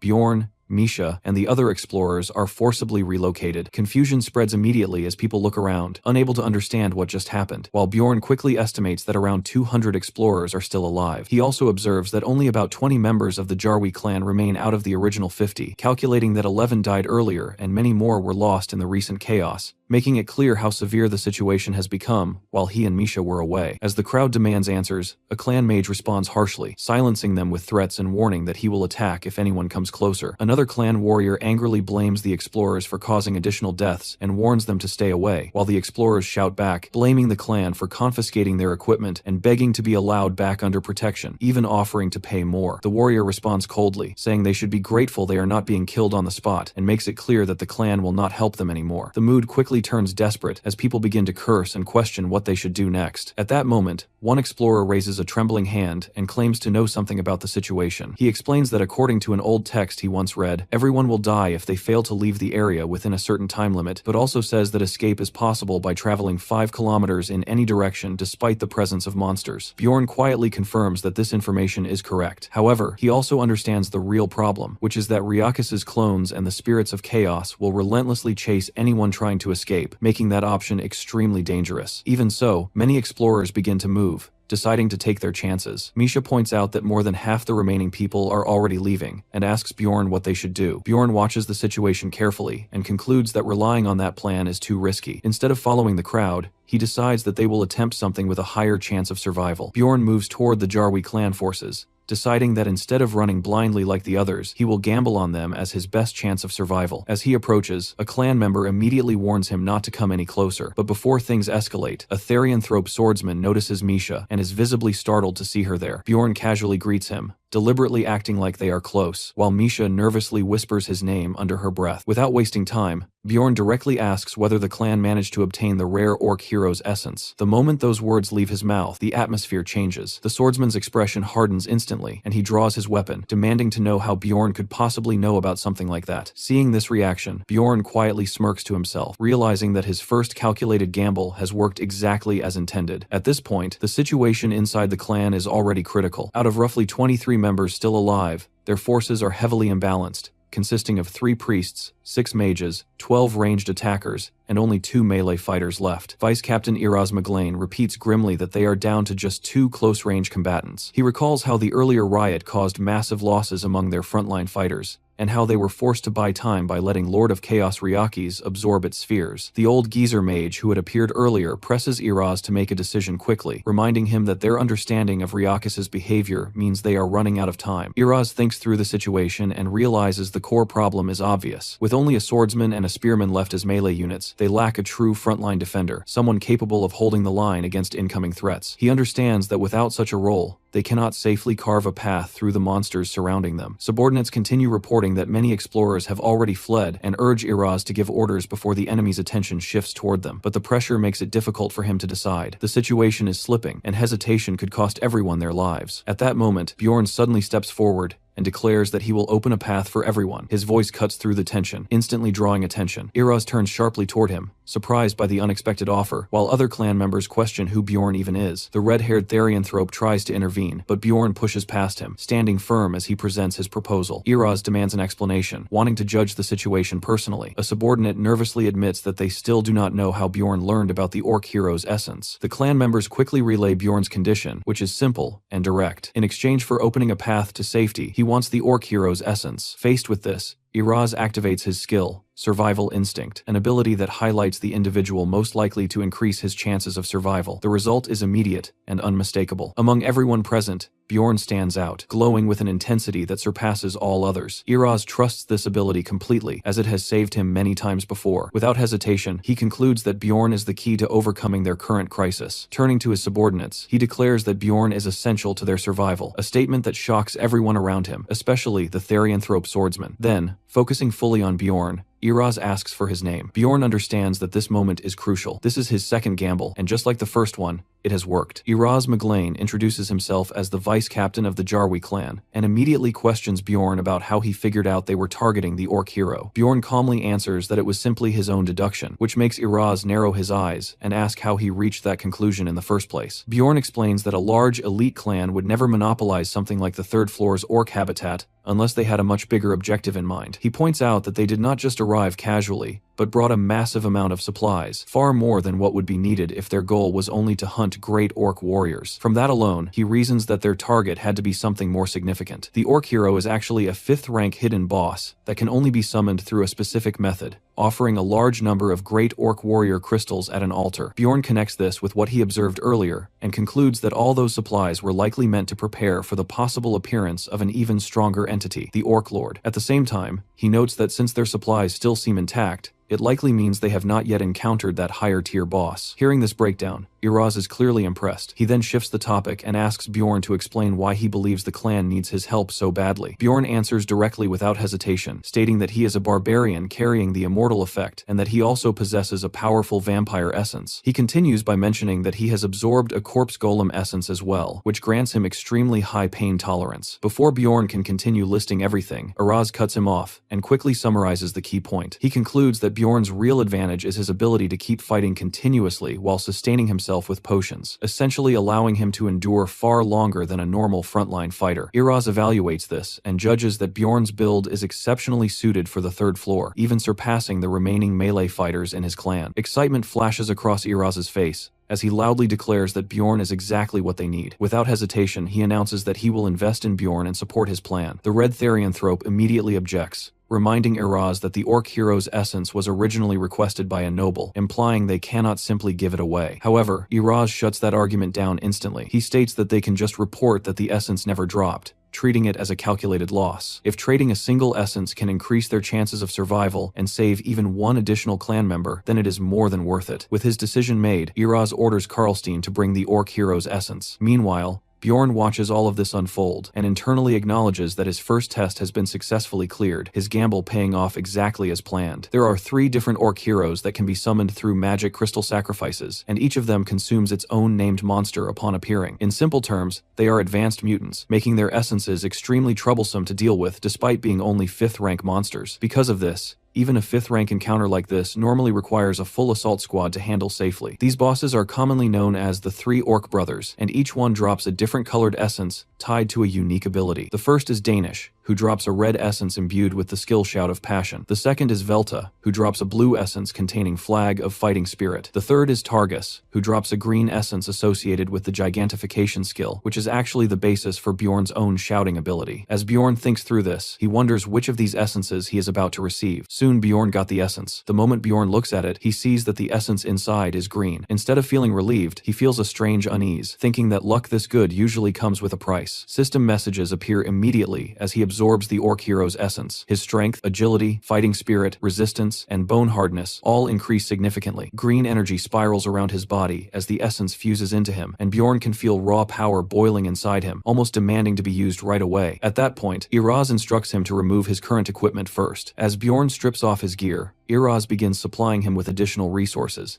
and Bjorn is honestly surprised by how generous the clan is being. He receives a large number of defensive scrolls and potions, far more than he expected. Handing his pack over to Misha, he tells her to watch their belongings while he prepares. Bjorn immediately starts activating multiple defensive and support scrolls one after another without hesitation. System messages keep stacking as he drinks strength-enhancing potions that temporarily boost his physical power. He continues consuming rare items that increase his elemental resistance and pain tolerance, layering effect after effect onto his body. At the same time, the clan's priests and mages begin casting support magic on him. Spirit protection, regeneration flames, and taunt-enhancing spells are applied in succession, amplifying his durability and drawing ability. Additional buffs further increase his regeneration and taunt level, effectively turning him into a perfect frontline tank built to endure anything thrown at him. Then Iraz gives another order. He tells Karlstein to use Owner of Blood so Bjorn can borrow his swordsmanship-related ability as well. Without hesitation, Karlstein slices his own wrist, letting blood drip out for the ritual. Bjorn drinks the blood despite the unpleasantness, and system text confirms that the skill Owner of Blood has been activated. As a result, Bjorn temporarily acquires Karlstein's passive skill, Corrupt 1. His eye glows red as the effect takes hold. Iraz observes the change and confirms that the skill is active. This ability reduces maximum stats, but significantly amplifies the power of active skills, making it extremely potent in high-risk situations like this. With all preparations complete, Bjorn suggests they start moving immediately, and Iraz agrees without delay. Bjorn then focuses inward, visualizing the new ability he just gained from the orc hero essence. He activates Gigantification. His body begins to expand rapidly, tearing his clothes. Muscles swell, his frame grows larger, and his presence becomes overwhelming. Onlookers stare in shock as his size increases dramatically. System messages explain that his physical stats, taunt value, and overall presence are all boosted massively. Within moments, Bjorn finishes transforming into a towering giant. Now completely stripped naked in process, he casually refers to this state as his barbarian hero mode. Misha and others nearby stare at him in disbelief, calling him a monster after witnessing the sheer scale of his transformation. The men watching him were amazed by Bjorn's massive pipe, wondering how he got so big. Iraz immediately orders them to bring extra capes. They rush to cover him, and Bjorn ties one around himself like a makeshift kilt. Now fully prepared, empowered, and geared for survival, Bjorn stands ready and declares that he is prepared to charge forward. Bjorn triggered his power immediately, unleashing a furious roar as his energy surged and echoed loudly through the dungeon. With that, he sprinted forward, leading the group's charge while forcing himself to believe that nothing was impossible. Iraz ordered everyone to keep up with Bjorn's pace as he dashed ahead, with the explorers rushing behind him. Behind him were 23 clan members and 43 floor explorers who had given up their gear to join. Under the vampire's sacrificial seal, Bjorn converted their equipment and even their lives into raw stat boosts. As overwhelming destructive power filled him, he felt a grim satisfaction at finally being able to unleash it. He dove forward with a battle cry, crashing straight into a horde of demonic beasts. He recognized them as miniature clones of Ryakis, each over 2 meters tall, though still small compared to his empowered form. As he smashed into them, Ryakis' hatred ability retaliated, dealing massive chaos damage. At the same time, the Crevice of Evil pattern caused the self-destructing clones to damage whoever killed them, reinforcing the need for a tank at the front. Bjorn relied on his vampire essence and source of darkness, knowing he would survive as long as his heart heart remained intact. He realized that fragile, high-damage classes were useless here, since they could not endure such punishment. The commander warned him not to kill too many at once, though Bjorn found it difficult to hold back. He activated gigantification, drawing even more monsters toward himself due to his increased size. Acting as a constant source of provocation, he kept every threat focused on him,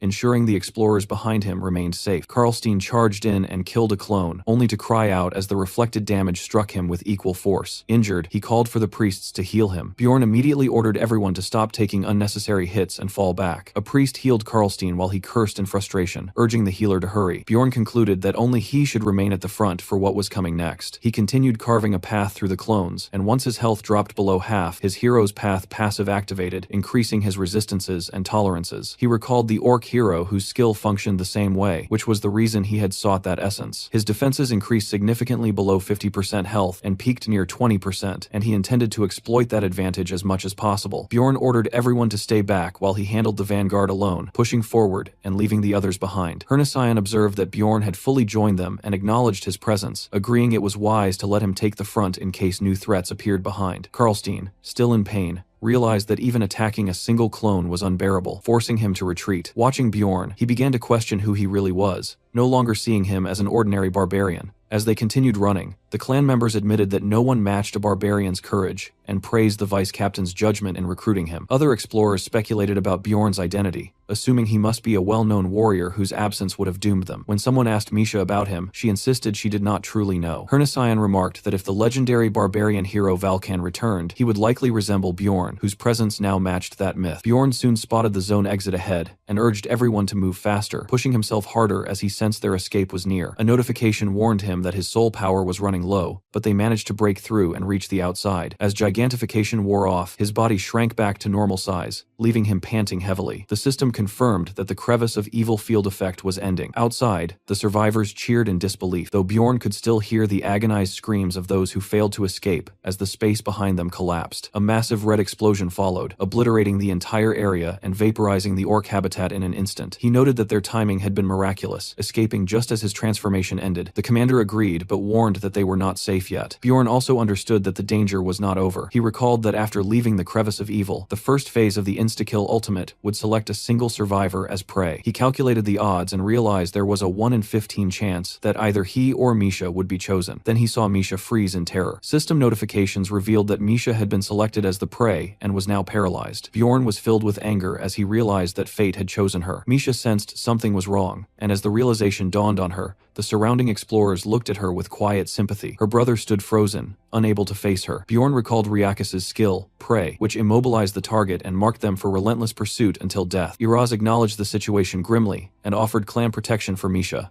even inviting Bjorn to join them. Bjorn refused, stating he had no intention of serving anyone. Iraz admitted that if Bjorn had been chosen, he would have had no choice. Without hesitation, Bjorn lifted Misha and secured her to his back. Ending their agreement, Iraz bid him farewell and expressed hope that they would meet again in the city. The captain showed confidence in Bjorn's survival, as the clan's mage and priest cast buff spells on him as a parting gesture. System messages confirmed that Wind's Blessing and Sail had been applied, enhancing his speed and soul regeneration. Surrounded by the glow of these buffs, Bjorn acknowledged their support and understood they were likely low on resources themselves. He expressed his gratitude, and the captain urged him to survive, remarking that they would be blamed if he died. Bjorn accepted that, and prepared to move forward once again.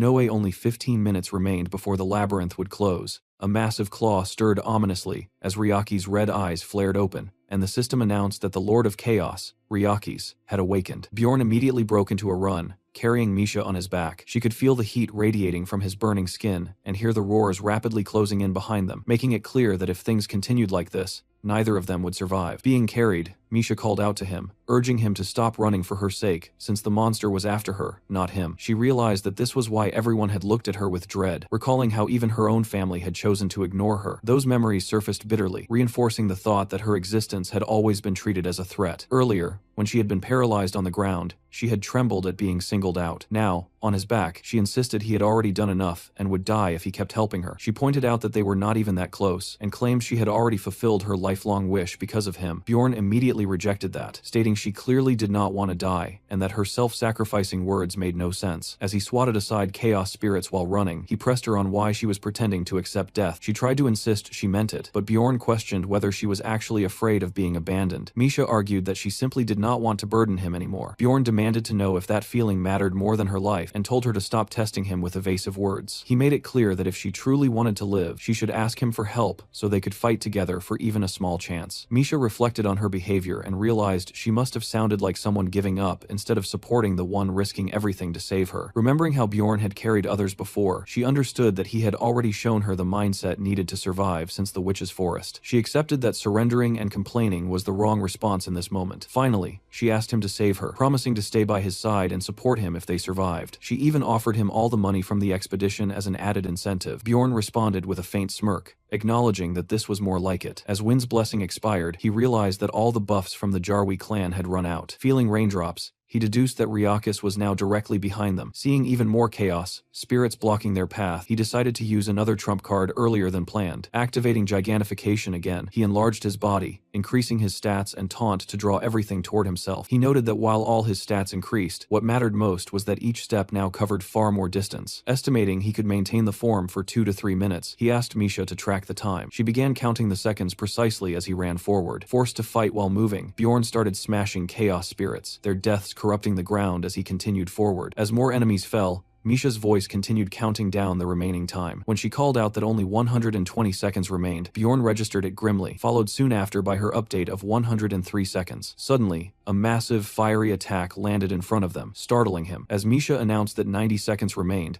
Bjorn braced himself, realizing Riakis' breath attack had finally reached them. The blast wiped out many of the pursuing spirits, reducing their numbers and making it easier for him to move, though it also confirmed they were well within the monster's striking range. Moments later, a colossal limb slammed down near them, nearly crushing them both. Bjorn barely dodged while still carrying Misha, gritting through the pain from the close call. Looking up, he saw Riakis' full, terrifying form looming over them. Without hesitation, he planted his foot and surged forward again. Misha insisted he could leave her behind, but he refused, telling her to stop and making it clear he would not abandon her. He reminded her of his promise and even mentioned that he still needed the money for his frost spirit ring. When she argued that dying over a promise was unreasonable, Bjorn countered that they were not going to die and declared his intention to escape alive. At that moment, his eyes widened as blood splashed, signaling sudden danger. Misha panicked upon seeing his arm severed, but Bjorn ignored it and demanded to know how much time remained. Convinced escape was impossible, she told him to abandon her, but Bjorn, furious and desperate, shouted for the exact time. Through tears, Misha reported that 60 seconds remained. Bjorn charged directly toward the massive beast, resolving that even with one arm, he had to endure for a full minute since escape was no longer an option. He acknowledged that surviving this would be extremely difficult, then launched himself forward. As Misha cried out in shock at his decision to run toward Riakis, he ordered her to keep counting. She continued, her voice trembling as she called out 53 seconds remaining. As he ran, the monster's breath struck the ground behind him. He noted that the creature could not easily attack its own legs and rushed beneath its massive limb, knowing a single mistake would mean death. He continued sprinting with Misha on his back, though another sweeping attack forced him to dodge at the last moment as she called out 44 seconds remaining. Having observed Riaki's movements earlier during the fight with the Jarwi clan, Bjorn believed he understood its attack pattern. Using that knowledge, he evaded another devastating strike. As Misha shouted that only 30 seconds remained, Riakis continued battering the ground in an attempt to crush them. Bjorn barely managed to survive each impact, exhausted and bleeding, while she updated him that 25 seconds remained. Then another blow descended, and Bjorn realized too late that he could not dodge it. The impact slammed into him, his rope harness straining as his body jolted violently. He screamed under the force as they were driven into the ground once again. As another massive strike followed, he understood that he could not avoid this one either, and accepted that their deaths seemed inevitable. At that moment, a system message announced that Bjorn had exhausted his soul power, followed by another stating that gigantification was forcibly ending. His massive form vanished as he shrank back to normal size. Looking up in shock at the incoming attack, he realized that the timing of the transformation ending had saved him, as his head would have been crushed otherwise. With Riakis' jaws descending and the timer nearly expired, Bjorn faced what seemed to be the final strike. At the last possible moment, he planted his shield and body against the attack, clinging to life as he roared and endured the force. He even bit into the monster while bracing himself, holding on as Riakis thrashed violently. Still clinging to its face, he endured the chaos as the countdown dropped to 4 seconds. Battered and coughing blood, he continued to hold on while the monster opened its massive mouth to swallow them. Facing the end, Bjorn declared that it was already too late. At that instant, a system message announced that the labyrinth had closed, followed by another stating that he was being teleported back to Rafdonia. The destination was confirmed as Rafdonia Square. In the city square, a vortex of purple energy began forming in front of the castle walls as anxious onlookers gathered around. Among the crowd, a little girl quietly wondered whether her father would return alive. Moments later, the portal erupted in a blinding flash as the teleportation completed. Screams broke out instantly as dozens of wounded explorers were thrown out into the square. Citizens panicked, shouting orders to contact the guild, move the injured, and set up shelters as they saw Bjorn and the others sprawled across the ground, bleeding heavily. Bystanders stared at Bjorn's battered body, remarking on how terrible his condition looked, with some grimly predicting that he would not survive much longer. Misha slowly regained consciousness and let out a faint sound. Realizing she was still alive, she looked around in confusion before immediately calling out for Bjorn. Around her, spectators whispered in shock, trying to imagine what could have happened on the third floor to leave even a barbarian in such a near-death state. Pushing through the crowd, Misha desperately begged people to move aside so she could reach him. When she finally got to Bjorn, she found him unconscious, his body covered in blood with dark fluid pooling around his chest. Nearby voices shouted for the temple to be contacted immediately. Misha collapsed beside him, clinging tightly to his body as she broke down, begging him not to die. As she gripped his arm, she suddenly felt a faint heartbeat and froze in shock. Relief quickly followed as she let out a tearful laugh, realizing that he had only been sleeping. Watching his weak breathing, she admitted to herself how much he had terrified her. Later, rumors spread throughout the city that the third-floor lord had slaughtered over 30 members of the Jarwi clan. In a tavern, men discussed the incident, claiming that the official numbers were far too low and that, in reality, hundreds had likely died. One survivor insisted that many had escaped only because of a single explorer's actions. The others clarified that it had not been a well-known officer, but an unknown third-floor explorer whose identity had yet to spread. That explorer was Bjorn, son of Jandel, a barbarian who had reached the third floor only 3 months after first entering the labyrinth. Testimony from a mage described him as someone who had not yet become a hero but possessed the potential to undoubtedly become one. From that, the idea emerged that someone like him deserved a title, and he was given the name Little Valken,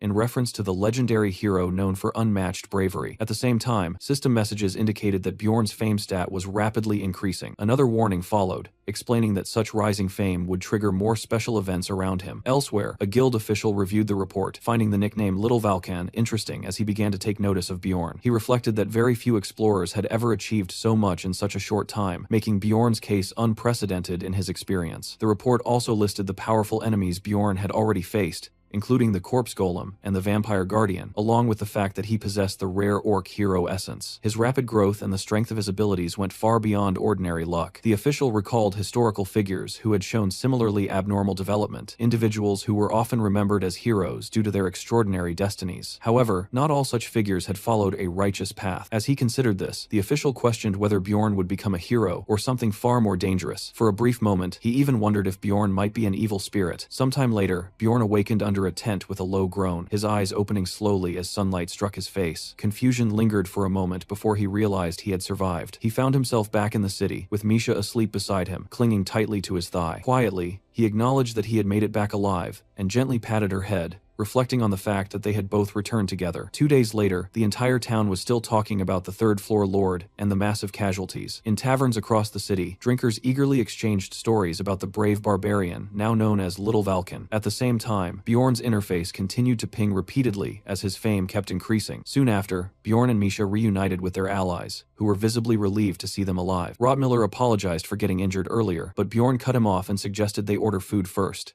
During the meal, Bjorn asked Hikarad what had happened to their group after they separated. The dwarf explained that after treating Rotmiller, they repeatedly used the Guardian's wrist guards to buy time. Misha was surprised at how often the item could be activated, while Bjorn suspected they had used a specific method. Hikarad laughed and revealed that emergency restoration could refresh an item's uses, which was exactly the method Bjorn had in mind. After retreating and stabilizing Rotmiller, they had attempted to find Bjorn and Misha, but failed to detect them. Misha, growing impatient, pressed for more details and learned that on the third day they had encountered a dangerous woman. Hikarad stated plainly that they chose to run away and eventually escaped through a portal leading to the 4th floor. Rotmiller added that by carefully timing their entry, they became the only party to reach that floor due to the entry restrictions. It was explained that the Sky Tower portals changed colors and could be used strategically to block pursuit, while completed trials did not reset. This allowed them to safely camp on cleared floors. Hikarad complained that spending 10 days doing nothing on the 1st floor of the tower had been unbearable, while Bjorn silently silently fumed, thinking that he and Misha had endured far worse during that time. Hikarad then casually mentioned that they had been fortunate enough to obtain an essence during their first trial. He revealed that it was the essence of a 7th rank monster, the Mimic, and admitted that he had claimed it for himself. Hearing this, Bjorn reacted internally with frustration, cursing his own bad luck. The explanation followed that the Mimic was a rare entity that granted the valuable treasure room skill rather than combat abilities.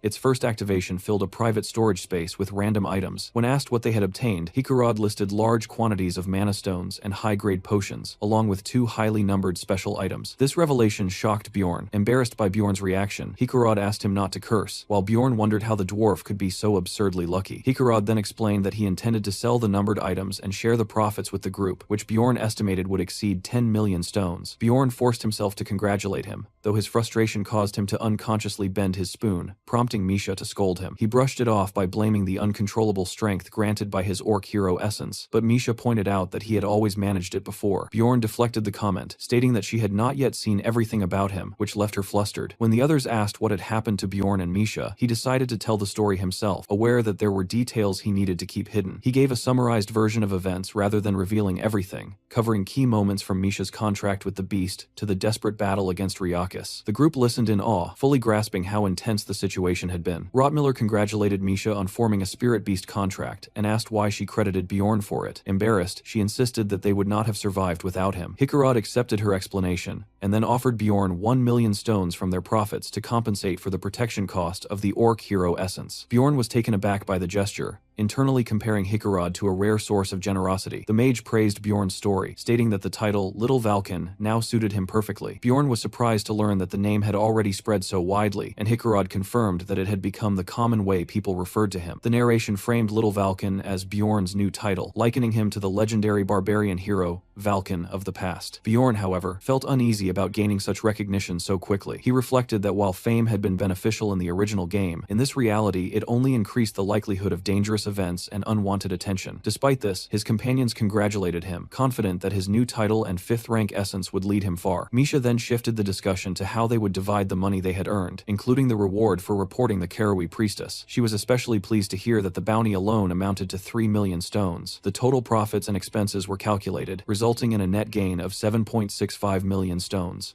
At that point, Bjorn reminded Misha of her earlier promise to give him everything. Instead of dividing the earnings, he claimed the entire amount. Bound by her word, Misha was left flustered and quietly regretted her decision. Later, Misha asked whether all the aftermath had finally been settled. As they walked through the city, Bjorn reflected that while the labyrinth was harsh, life outside it was not much easier. He noted that he had already taken care of most of the tasks he needed to handle, having retrieved his repaired equipment, purchased consumables, and even visited the auction house, which had clearly pleased Misha. At the same time, Bjorn found himself wondering why Misha continued to stay so close to him. He briefly suspected that she might still resent losing the money, though he ultimately decided it was better for him to manage their funds. In his mind, 7.65 million stones was only a modest amount considering his future plans. He intended to invest in essences, equipment, and most importantly, in strengthening Misha. Now that he considered her his main party member, he studied her thoughtfully, which only made her feel embarrassed. As they walked, onlookers whispered about Bjorn, referring to him as Little Valken. He eventually told Misha that he would be heading off for a while, and she mentioned that she planned to visit her family first. She spoke nervously, saying she would be gone until the next day or possibly the day after, which made Bjorn wonder why she seemed so uneasy about it. Though he felt a slight concern, he chose not to press further and simply wished her luck. Misha claimed she felt a little better, but Bjorn could tell she still seemed troubled. He encouraged her again, then suddenly punched her tail, provoking an angry reaction as she called him a stupid barbarian. Watching her respond like that, he judged that her condition had improved at least somewhat. As she prepared to leave, she promised to return and reminded him not to skip meals. He agreed, though she continued by telling him to eat more vegetables before quickly rushing off. Watching her go, Bjorn noted that she treated him like some kind of savior. At the same time, he couldn't help but think that her behavior was closer to how someone would treat a child, reminding him of how his ex-girlfriend used to act toward him. Later, while riding a wagon, he focused on his next objective, which was helping Misha grow stronger. Upon arriving at the 8th district, he considered that he now had the ability to join a stronger team,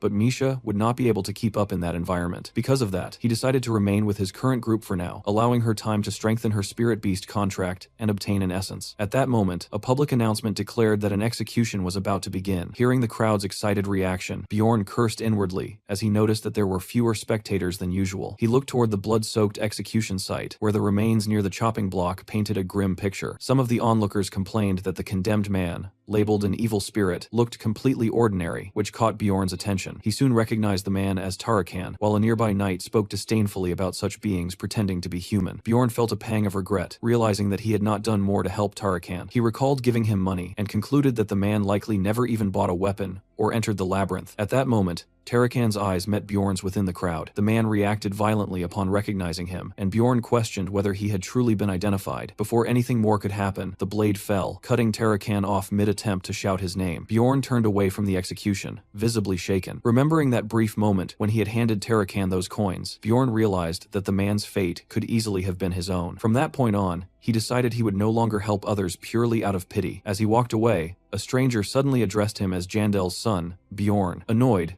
Bjorn curtly told him to leave, but the blonde man hushed him, claiming they were in similar circumstances. That statement caught Bjorn off guard. The stranger casually began asking whether Bjorn came from the United States, Thailand, Europe, or somewhere else. Bjorn recalled that he had expected to encounter something like this eventually, though he had not anticipated it happening so soon. The blonde man then claimed that he himself was from the United States. Bjorn quickly decided that there was only one way to deal with someone like this, and prepared himself, mentally referring to his approach as the Einar method. Stepping closer, Bjorn loomed over the man in an intimidating manner, causing him to stammer. He demanded that the stranger stop speaking in riddles and speak clearly. The man laughed nervously, saying that Bjorn had almost fooled him and even praising his acting, assuming he had only been in this world for 3 months. Bjorn repeated his demand for straightforward answers, while the man attempted to calm him and urged him not to be so aggressive. The blonde then claimed that Bjorn was here because of something called Gwaim, which immediately triggered a sharp reaction as Bjorn internally cursed him. The man continued speaking, complimenting Bjorn for earning a title in just 3 months and comparing it to his own slower progress, which only made Bjorn more irritated. The stranger added that Bjorn did not need to reveal where he was from, since all of them were outsiders anyway. Bjorn remained silent, listening carefully. The man then began inviting him to join the Gwaim association they had formed,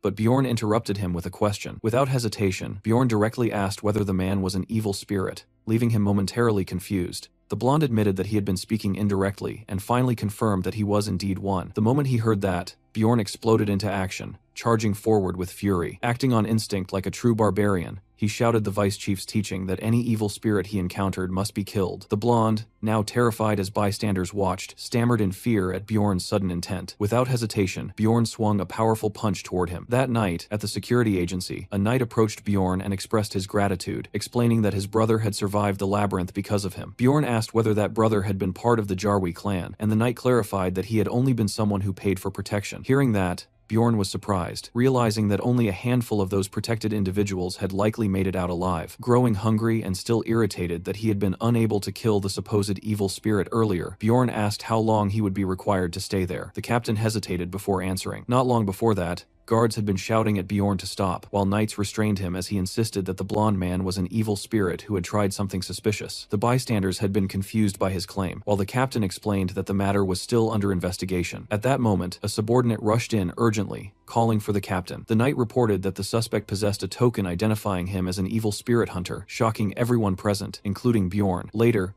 Bjorn stood by as officials stated that the blonde man was not actually an evil spirit. Bjorn protested angrily, insisting that the man had clearly claimed to be one, and refusing to accept their conclusion. A high-ranking official explained that individuals who achieved rapid success were always subject to investigation, though Bjorn demanded a simpler explanation. The captain let out a nervous breath before clarifying that the authorities had, in fact, suspected Bjorn himself of being an evil spirit. This revelation caught him completely off guard. Outraged, Bjorn demanded to know who had labeled him that way, vowing to crush their skulls. As the captain tried to calm him and the superior struggled to simplify the explanation, Bjorn continued pressing for clarity until they assured him that such a mistake would not happen again. Later, as he walked through the city at night, Bjorn reflected on how much the locals seemed to know about players, far more than he had expected. He remembered how the blonde man had casually asked about Earth, proving that not everyone in this world was ignorant. The man's smiling face and deceptive manner lingered in his mind, along with the fact that he had known about the mysterious term, Gwaim. Bjorn realized he had understood it only because of its unusual pronunciation of the word game. His thoughts drifted to Tarakan's execution, which now seemed almost understandable in such a harsh world. In a city where he had no true allies, the sudden appearance of someone who knew his secrets felt deeply unsettling. The more he considered everything, the more twisted this world appeared to him. Returning to his room, Bjorn noted that at least his dealings with the security agency had ended without further complications. As he stepped inside, he noticed an envelope lying on the floor. Opening it, he found a red pill inside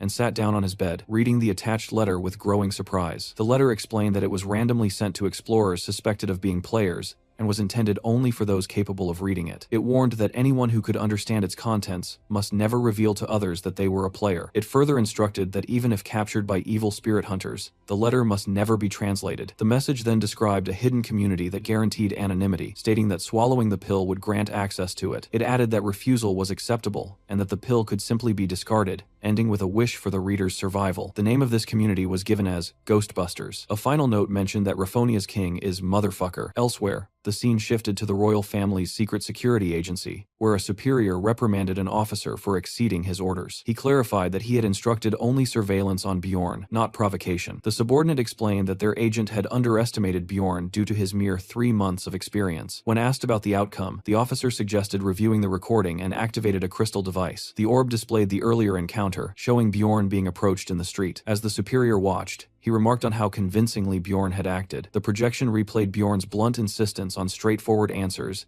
and his immediate hostility toward evil spirits. The kneeling officer argued that unlike a true evil spirit, who would have fled, Bjorn had attacked without hesitation, which supported the conclusion that he was not one. The superior ultimately agreed, firmly stating that Bjorn, son of Jandal, was not an evil spirit. He reflected on how Bjorn had earned a title within just 3 months without being one, and considered the possibility that the young man was destined to become a hero. With a faint smile, he concluded that this was a good outcome, as the city was always in need of more heroes. The next morning, Bjorn visited the magic tower, believing the mysterious letter was genuine and intending to investigate it further. Inside a research lab, Raven observed that he must be quite famous to have received something like that. Bjorn questioned her, and she explained that individuals who gained recognition often received such letters, assuring him that it was nothing unusual. She added that if he had come earlier, she could have examined the writing more closely, and asked whether he was not curious about the message left by the evil spirits. Bjorn repeated her words, focusing on the term evil spirits, and she clarified that the letter had indeed been sent by one. Pretending ignorance, Bjorn praised her ability to even recognize it as a letter, which pleased her, as she noted that most people would not have noticed. Raven then asked about the pill that had come with the letter, and whether Bjorn understood its purpose. He claimed that he did not, prompting her to explain that it had been crafted by a master mage skilled in psychological and dimensional magic, combined with alchemy. According to her, the pill allowed the user to enter a specific spirit realm. Bjorn repeated the unfamiliar term and asked what exactly a spirit realm was. Raven described it as a separate dimension where the physical body remained behind while the consciousness was transported elsewhere. She outlined several key facts,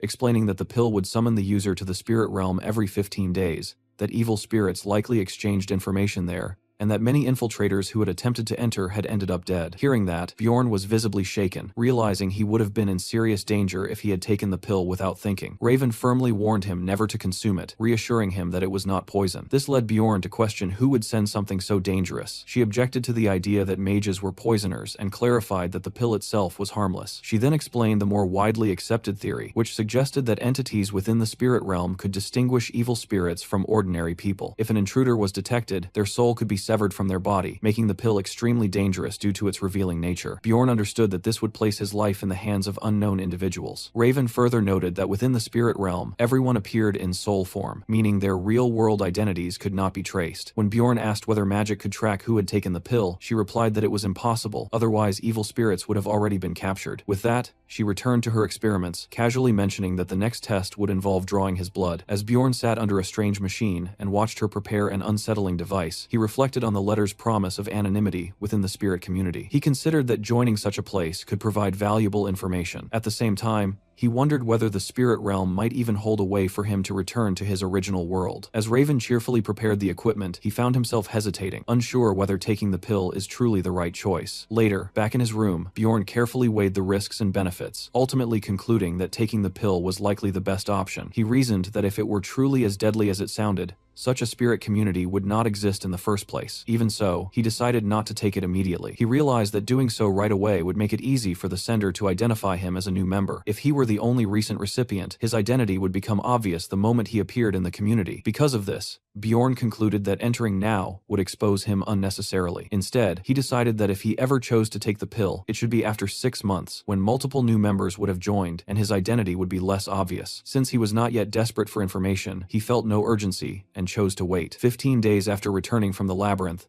the scheduled time for the spirit summoning passed without him taking the pill. Elsewhere, in a high-floor research lab within the tower, a clock struck as another mage prepared to observe the spirit realm. Activating a blue crystal orb, the mage was asked by an unseen superior whether the expected newcomer had appeared. The robed alchemist reported that no such individual had entered the spirit realm. From this, the superior concluded that the chosen candidate was likely not a player after all. When discussing what to do with the remaining invitations, the mage instructed that letters should continue to be sent according to schedule. The hooded figure reflected with quiet disappointment, having held high expectations for this particular individual. In the end, he concluded that the mysterious person he had been searching for had yet to reveal themselves. The scene shifted to the Explorer Guild branch, where Bjorn was officially promoted to a 6th rank explorer. He reflected that he had been spending his days diligently handling necessary tasks such as assignments, which made time pass more quickly. His routine life in the city continued steadily as he took care of himself, maintaining his condition while time moved forward. Although he spent his valuable stones freely, he had no regrets, knowing they had been used on essential improvements. At a weapon shop with Misha, Bjorn purchased an enormous mace along with enchanted armor, leaving her visibly shocked by both the size and the cost. He then acquired magically enchanted pants with a shape-shifting ability, ensuring they would not tear apart when he used gigantification. This purchase embarrassed Misha, who commented on how difficult it must have been to find such an item. In return, Bjorn asked about her new equipment, noting that while it was smaller than average, it was still an improvement over what she had before. Flustered, Misha admitted she was unsure and felt it might be too much for her to handle. Later, at the training facility, a practice dummy lay completely destroyed. Misha trained with her new twin blades, explaining that she was gradually becoming accustomed to them, while also using expensive beast blood to strengthen her spirit beast. Bjorn observed that the beast blood allowed her to infuse her attacks with ice. Misha showed her progress with pride, but Bjorn pointed out that her movements were still clumsy and required more practice, which only frustrated her. At another point,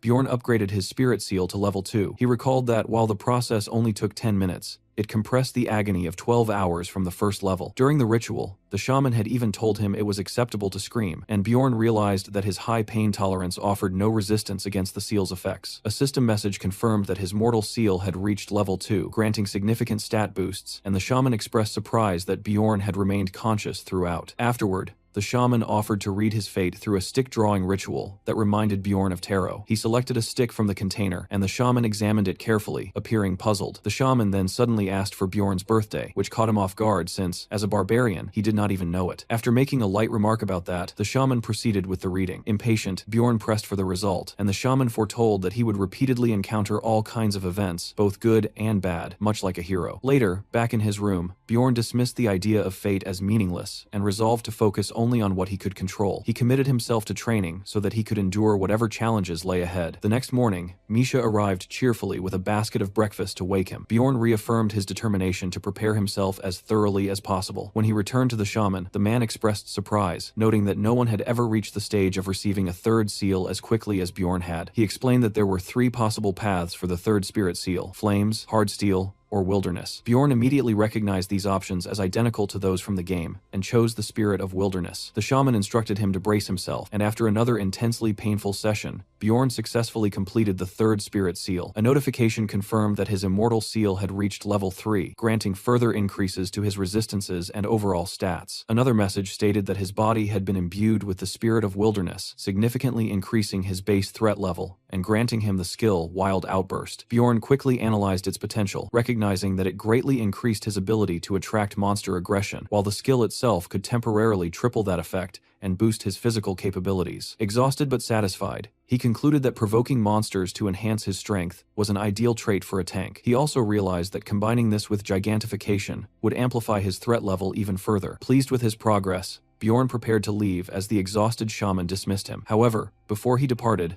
the shaman admitted that he had withheld part of Bjorn's fate. He warned that Bjorn would attract individuals filled with hatred. If he could resolve their grudges, it would benefit him, but if not, they would eventually bring him harm. Bjorn responded with irritation, insisting that such warnings should be phrased more simply, as something that would make his life easier rather than sounding ominous. With that, the consultation ended, and the shaman fell silent as Bjorn left. Stepping out of the tent, Bjorn reflected that with the level 3 spirit seal complete, only a few final preparations remained. As he moved through the forest, Einar suddenly called out to him while trying to stay hidden, urging him to keep quiet so she would not be discovered. She beckoned him over and excitedly congratulated him on earning the title of Little Valkan, immediately demanding to hear what had happened. Bjorn downplayed the events as he explained, while she listened closely. After hearing his story, she prepared to ask something else, her expression turning slightly mischievous. Once he finished, she seemed relieved to learn that he had joined Hikarod's team, reassured that he would no longer be alone. Bjorn observed that she looked thinner than before, and wondered whether the elder had been feeding her properly. Einar quickly defended herself, claiming she had been condensing her muscles. When Bjorn asked what that meant, she admitted that she did not fully understand it herself but accepted it anyway. Suddenly, a loud voice echoed from the village, angrily calling out Einar's name and demanding to know where she had gone. Startled, she said she had to leave, while Bjorn replied that he also needed to go. Before parting, Bjorn expressed concern about her harsh training, but Einar responded with fiery determination, declaring that she would simply train twice as hard and sacrifice sleep. Her words only increased his worry. As Bjorn began to walk away,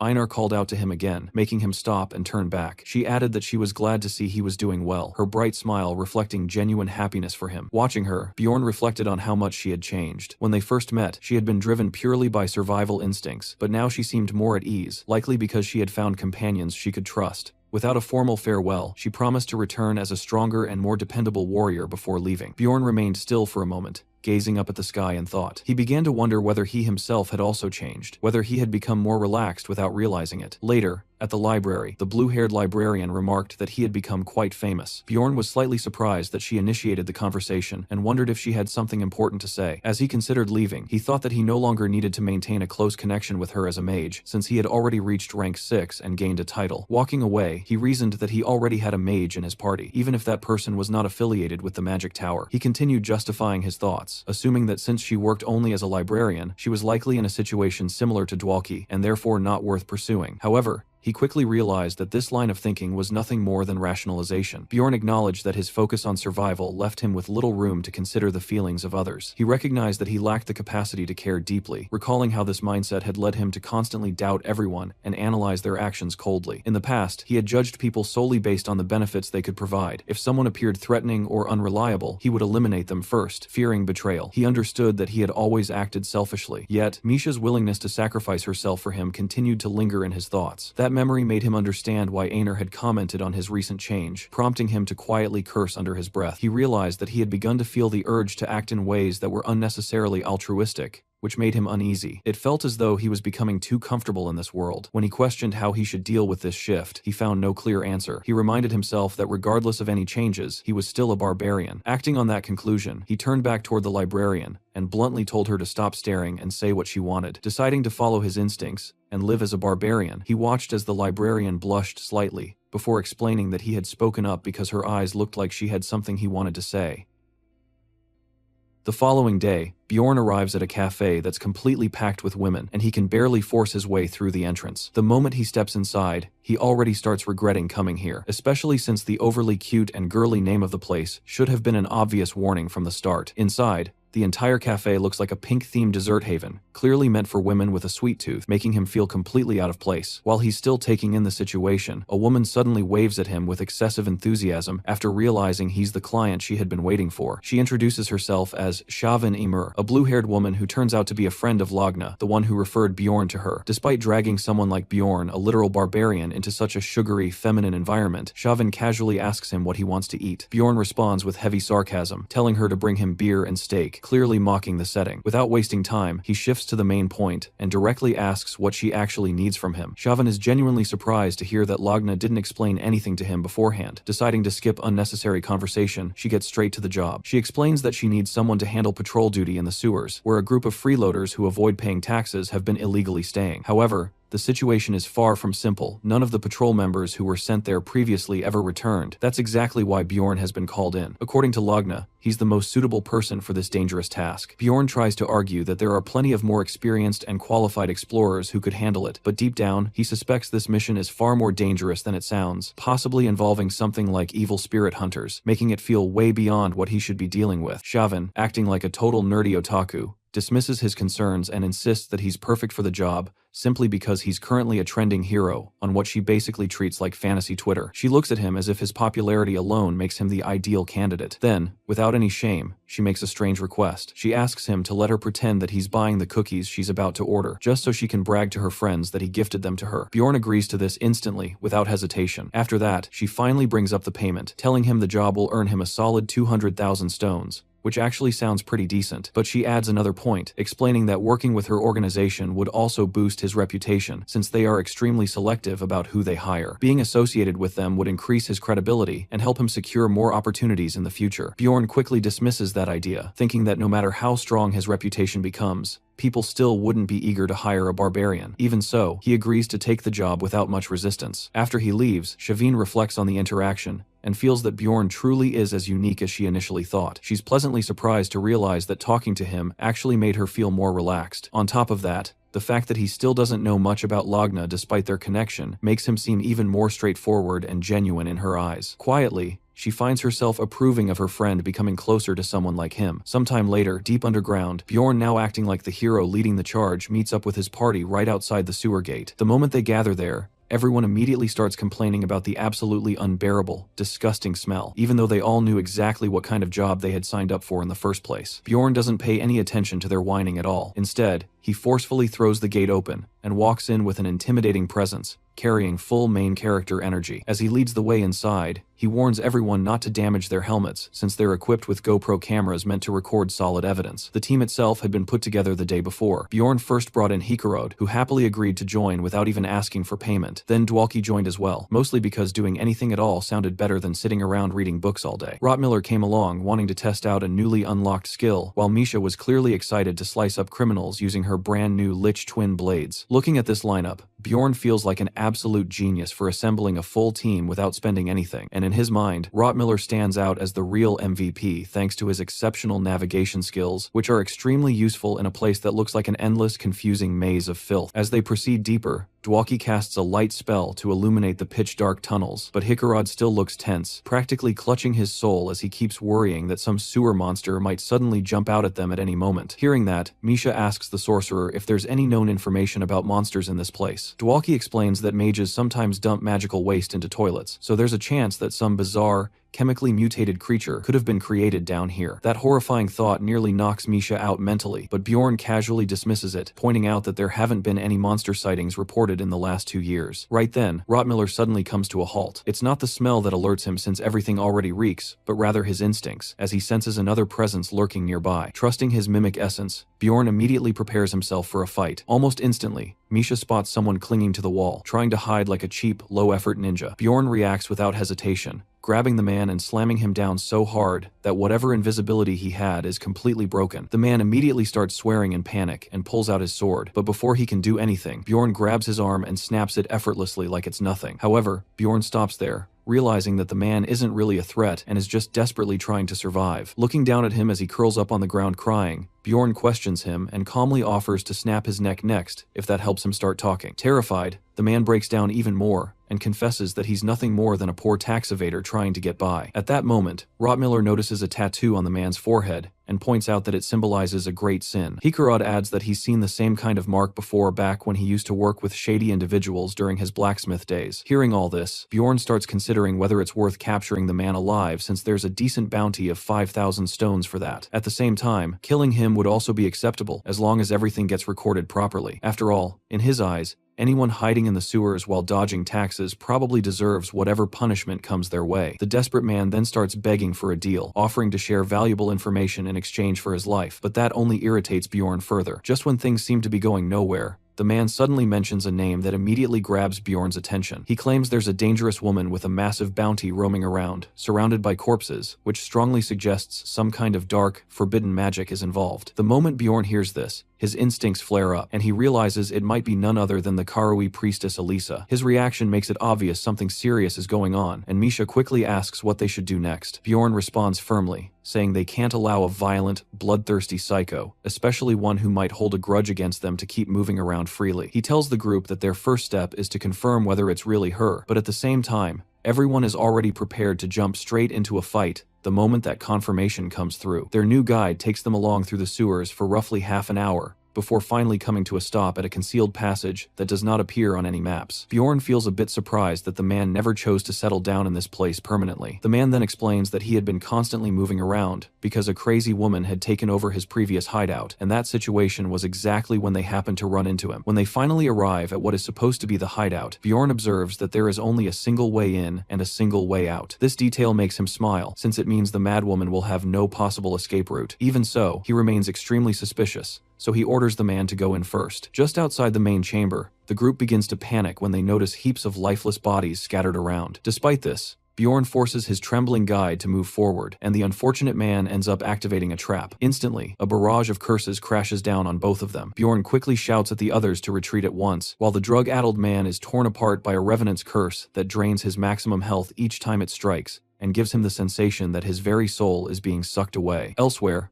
Elisa immediately realizes that her curse has been triggered, and she starts wondering whether the attackers might have come from the temple. Her heart begins pounding rapidly because she has still not managed to locate the entrance to the underground city. Because of that, she turns to the voices inside her head, waiting for them to guide her toward her next sacrifice. At the same time, Bjorn receives a notification informing him that more than 100 revenants have ambushed him. However, due to his resistance to dark effects, he ends up losing only about 1/3 of his maximum health. Holding the drug addict in front of him as a human shield, Bjorn tells Misha that he is somehow still alive, even though she is visibly worried about him. When he looks at the man's hollow corpse, which now has 0 maximum health, Bjorn immediately understands how that curse would have affected him, and he feels genuinely thankful that the expendable vagrant, who had no family, ended up taking the blow instead. Hikarad then notices a nameplate on the man and discovers that he is yet another person named Hans. They proceed into Hans's room, which turns out to be unexpectedly clean and well furnished, far more than one would expect from someone who had described himself as a homeless wreck. Even so, there is no trace of Elisa inside, until Dwalki senses a flow of magic coming from a specific spot on the floor. Bjorn suddenly drops to his knees, confusing everyone in the group, and informs them that he is about to break open a magically protected trapdoor using his thick metal rod. Dwalki questions whether brute force can even work against magical barriers, but Bjorn activates his gigantification ability and states firmly that if something does not break under sheer strength, then it simply means the strength being used is not enough. Everyone looks on in complete disbelief as he smashes the enchanted trapdoor, as if it were nothing more than paper, and afterward he casually throws a bit of humble pie in Dwalki's direction for having doubted him. Rottmiller then picks up Elisa's trail again, and remarks that she appears to be alone, which likely makes it safe for them to proceed and check things out. Relying on his newly enhanced sixth sense, Bjorn tells the group that it is time to move. Far beneath them, in the underground city of Noark, a messenger rushes toward the vice captain and reports that the old trapdoor has just been completely destroyed. What makes it even stranger is that it does not seem to be the royal family responsible this time. The vice captain comments that no one has used that route ever since the Karui cult incident, and he orders the messenger to verify whether the temple priests are involved again. He places his trust in Amelia, the red-haired woman, to take care of the situation, while Bjorn and his group step into a section of the labyrinth that looks entirely different from the sewers they were previously navigating. Misha asks whether either Dwalki or Hikarad recognizes this place, or knows what it might be, but both of them admit that they have no idea. Rottmiller then interrupts,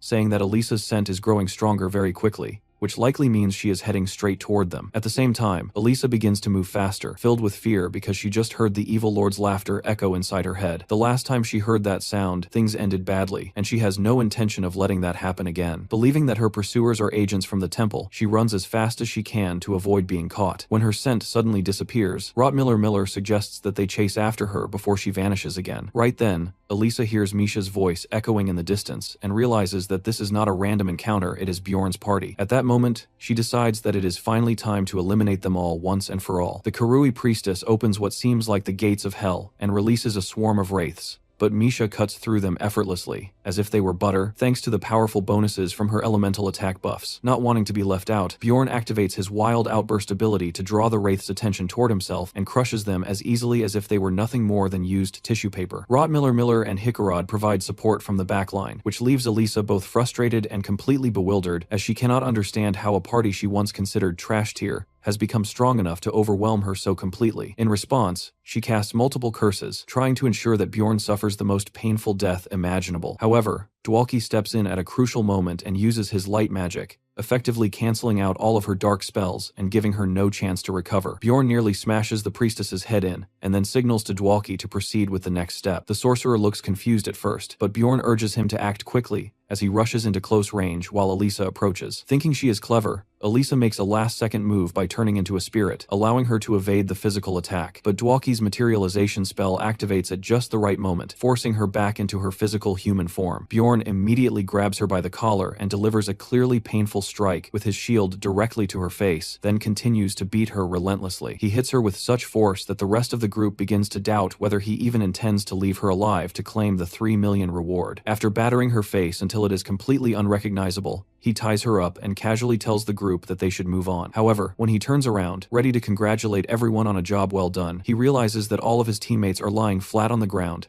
unconscious. At that moment, a system notification appears, informing him that he has been poisoned with basilisk venom. Fortunately, his resistance to poison allows him to remain conscious and continue moving. As a familiar red-haired figure comes into view, Bjorn experiences a flash of PTSD, as he had just been thinking that everything was going a little too smoothly. Amelia appears impressed that he is still able to move despite being poisoned, and comments that her favorite barbarian has grown significantly stronger. Seeing his entire party lying on the ground, she asks whether he is refusing to flee because of them. Bjorn, however, feels frozen in place by her unsettling aura and assumes that she is targeting him now that he has gained some recognition and she has heard about him wandering through the sewers. He calls her out as a liar, reminding her that she once promised to let him go, and demands to know why she is here. His question clearly irritates her, and she responds sharply that he is the one who intruded first, asking how he managed to find the secret entrance. Bjorn, responding in his usual blunt and primitive manner, asks what she is even talking about, which confuses her enough to make her wonder whether he somehow opened the door by accident. He then explains that he simply smashed the magical door with his mace like a caveman until it broke, leaving her stunned. She then asks why he would even do such a thing, and he honestly replies that he was only after the priestess. Amelia quickly pieces everything together, but when Bjorn suggests that he will leave peacefully, she makes it clear that she cannot allow him to walk away now that he knows about the secret entrance. He once again offers a pinky promise in an innocent manner, but she tells him that this situation is different. Realizing what that means, Bjorn removes his armor and begins explaining that there are 2 best ways to make someone extremely angry. He starts by saying that the first way is to stop in the middle of a sentence, and just as she waits patiently for him to reveal the second reason, he abruptly cuts himself off and hurls his mace straight at her face. As expected, Amelia easily dodges the weapon, but Bjorn immediately follows up with another attack, throwing his entire suit of armor like a forbidden version of Captain America's shield throw. She avoids that as well, just as he anticipated, but he then lunges forward and attempts to stomp on her flexible body, only for her to evade once again because the move is far too predictable. Then he finally makes his real move. Bjorn activates his gigantification ability, which causes his thick, muscular barbarian arms to extend much farther than anyone would expect, completely catching her off guard. With his fist lifted high like a massive wrecking ball, fully prepared to bring it down on her with crushing force, he shouts that the fight is over and slams his punch straight into her face, delivering it with a level of brutal equality that even Kazuma Sato would approve of. Just as he prepares to swing again, she suddenly surprises him by charging energy into her dagger. He immediately assumes that she is about to cut off her own arm in order to escape from his grip. Reacting instantly, Bjorn uses his flesh explosion ability right in front of her, blasting her with a shocking spray of acidic blood directly to the face, leaving Amelia momentarily speechless as she takes the full force of what could only be described as Bjorn's signature move. Despite enduring such a savage attack, the woman still somehow manages to counter. Realizing this, Bjorn decides to escalate things and prove his dominance. He delivers a powerful kick with his legs, which are as thick as logs, striking her hard in the ribs. As he watches her stagger and fade in and out of awareness while coughing up blood, he begins to feel that fortune might finally be turning in his favor. However, that sense of hope vanishes instantly the moment he hears her voice coming from behind him. At that point, the system casually informs him that she has just used an ability called auto-reproduction to create a clone of herself, leaving him completely stunned. Without warning, she suddenly rushes in and delivers a perfectly executed strike to his back, almost like a textbook Asura-style kick, while mockingly commenting that he should be fine if the rumors about him possessing vampire essence are true. The impact is so powerful that he cannot even properly curse before his head is cleanly knocked off his body. The only reason he is not completely dead is because his heart somehow remains intact. Even with such severe damage, the regenerative effects of his vampire essence activate at full power, rapidly restoring his body. Amelia looks genuinely impressed by how quickly he recovers, especially after she uses just a single potion. Bjorn suddenly springs back up, appearing confused and slightly irritated, and questions why she did not finish him off when she had the opportunity. She sighs and remarks that he is still as foolish as ever, pointing out that he chose to ambush her as his method of survival, even though she was clearly willing to talk. He refuses to accept that explanation and argues that he had no other option because she was giving off an unmistakable "I'm about to silence you" kind of vibe. This only irritates her further, and she reminds him that she had literally allowed him to walk away freely the last time they met. When he brings up the fact that she previously said she could not let him leave, she rolls her eyes and clarifies that she only meant she would need to question him first, not kill him. He then asks what she actually wants from him, but Emilia calmly tells him to relax, as she notices his hand subtly moving toward his mace. Bjorn pretends that he was not about to go into full caveman mode again, but she clearly understands that he is simply being cautious, in case she suddenly changes her attitude. At that moment, he drops his usual line about how the best defense is a good offense. She laughs it off and pulls out a small object, explaining that it is a blessing capable of erasing the user's memories from the past hour. Naturally, Bjorn questions why she did not use such an item during their first encounter, but she explains that it is extremely expensive. He raises an eyebrow and casually asks why she would waste something so valuable on him instead of killing his unconscious party members and profiting from selling their belongings. That comment clearly strikes a nerve, and Emilia looks genuinely offended that he would think of her as that kind of person. Without saying anything further, she grabs his hand and forces the substance into his mouth, making him swallow it, and explains that it should be safe and free of side effects. She then tells him to go to sleep if he values his life, just as he begins to lose consciousness, and right before everything goes dark, when he eventually regains awareness, the system informs him that the blessing's effect has failed because it does not work on his soul, most likely because he is a player. The following day, at the administrative agency, Chauvin verifies the nameplate of Hans, the killer whose evidence Bjorn has brought in, and hands him a large pouch filled with coins as his reward. Bjorn is surprised that she does not charge him for any damages, but she explains that the higher authorities decided not to penalize him because his situation was considered extremely unusual, and he had nearly lost his life. Bjorn recalls that by the time he woke up, his own equipment was still intact, although his headlight and camera had been destroyed. Just as Emilia had said, none of the others retained any memory of what had happened after they reached Hans's hideout. This makes him wonder why his own memories remain perfectly clear, while Misha and Dwalki are completely confused, especially since they only remember Elisa mysteriously dying. Eventually, Rottmiller comes up with a surprisingly clever theory, suggesting that they must have been involved in a fight and that Bjorn's mace likely caused the severe damage to Elisa's face. He also theorizes that she probably used a curse to erase their memories. Dwalki finds this explanation believable, and Hikarad seems perfectly content with the situation, since they managed to survive while she ended up dead, and they still received the reward money. When they step outside, they encounter Chauvin and Hikarad, who mention that they were considering coming in to check on him because he had taken too long. Bjorn privately doubts that the scholarly librarian and the studious woman would have been much help anyway, but he does notice that Hikarad appears to be quite wealthy, judging by her high-quality equipment. Chauvin teases Hikarad for being so concerned about Bjorn, clearly enjoying the moment. Later on, Bjorn meets a paladin who confirms that the witch they dealt with really was Elisa, and assures him that their order will not forget his assistance. With that confirmation, Bjorn officially secures the bounty. The news further boosts his reputation, and now the women working at the agency cannot stop talking about him, gossiping about how he can grow incredibly large during battles, and making equally suggestive comments about him outside of combat. Hearing them whisper shamelessly right in front of him irritates him, as it makes him feel like some kind of exhibit in a zoo. Chauvin suddenly slams the table and scolds the overly enthusiastic women, ordering them to leave before she reports them for harassment. After things calm down, Bjorn tells her that he needs to meet up with his companions. Chauvin casually suggests that he should visit the library sometime, mentioning that Hikarad has apparently been preparing something special for him. He agrees, deciding that he will check it out later. When he arrives at the bar, he finds Hikarad laughing wildly, Misha nearly collapsing from laughter, and Dwalki completely passed out as if he had drunk an entire barrel of alcohol. As soon as they notice Bjorn, Hikarad greets him dramatically, while his greedy eyes remain fixed on the money Bjorn is carrying. It turns out that the bounty on Elisa was an enormous 10 million stones, so even after dividing it equally among 5 people, each of them still receives 2 million stones. While Bjorn had endured severe injuries, losing his hand,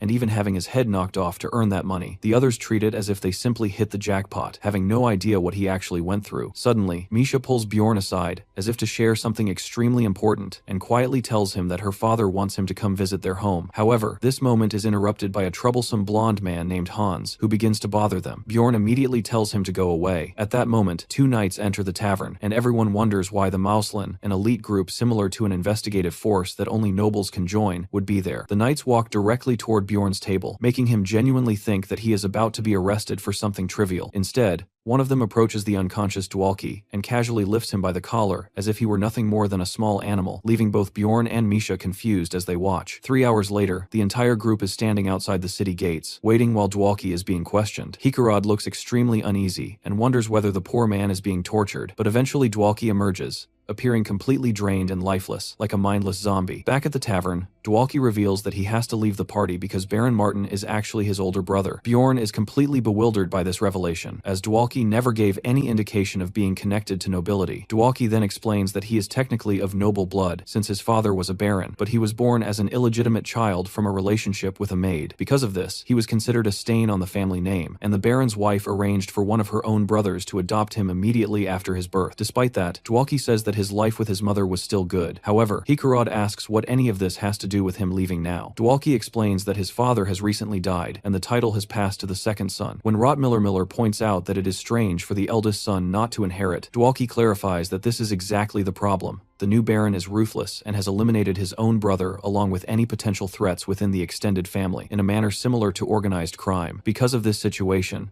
the sudden visit from the Mausoleum was likely meant as a warning to keep Dwalki out of public attention. Frustrated, Dwalki says that he had only just begun to enjoy his life, but now, due to the growing fame of their group, he has to disappear again. Bjorn asks him if he is seriously quitting simply because his older brother demands it, and Dwalki reluctantly admits that he is. Instead of accusing him of a serious offense, the Mausoleum have imposed a ban that prevents him from entering the labyrinth. This creates a major problem for Bjorn, as he now has only 9 days left to find a replacement mage for the team. That night, they all take the time to say their goodbyes. When Misha hears that Bjorn is planning to head to the library, she asks if she can come along because she is feeling bored, but he tells her that instead of wasting time, she should go and train. Later, inside the library, Bjorn formally introduces himself to Hikarad. When she asks why he has come to read so close to closing time, he politely but very directly asks her to quit her job and join his dungeon party. She immediately rejects the offer. Seeing her react with a slightly smug attitude, he switches tactics and remarks that it is a shame she is too weak to be of any real use. He continues to tease her, saying there is no reason for her to feel embarrassed about being weak. Hikarad quickly responds that she never claimed to be weak, and Bjorn assumes that means she must have some level of skill. Instead of continuing that line of conversation, she changes the topic and asks if he has really been curious about this all along. Bjorn pretends not to understand, and says that he cannot change her mind anyway. He then mentions that Shavan told him she had something for him, but Hikarad looks confused, and questions whether that is actually how it was said. She explains that Shavan wanted to thank him for helping her, but instead passed the responsibility of returning the favor onto Hikarad, behaving somewhat like a temperamental queen. When Bjorn asks what she intends to give him, she replies that it is books, which immediately excites him. The permission she grants allows him access to restricted, high-security books that are normally reserved only for nobles. He asks whether that is truly allowed, and she assures him that it is fine as long as he keeps quiet about it. She also mentions that hardly anyone pays attention to this place anyway, which makes Bjorn start wondering about her situation. Soon after, Bjorn immerses himself completely, entering a full nerd mode as he begins reading through the restricted materials, discovering that they are filled with extremely useful information. However,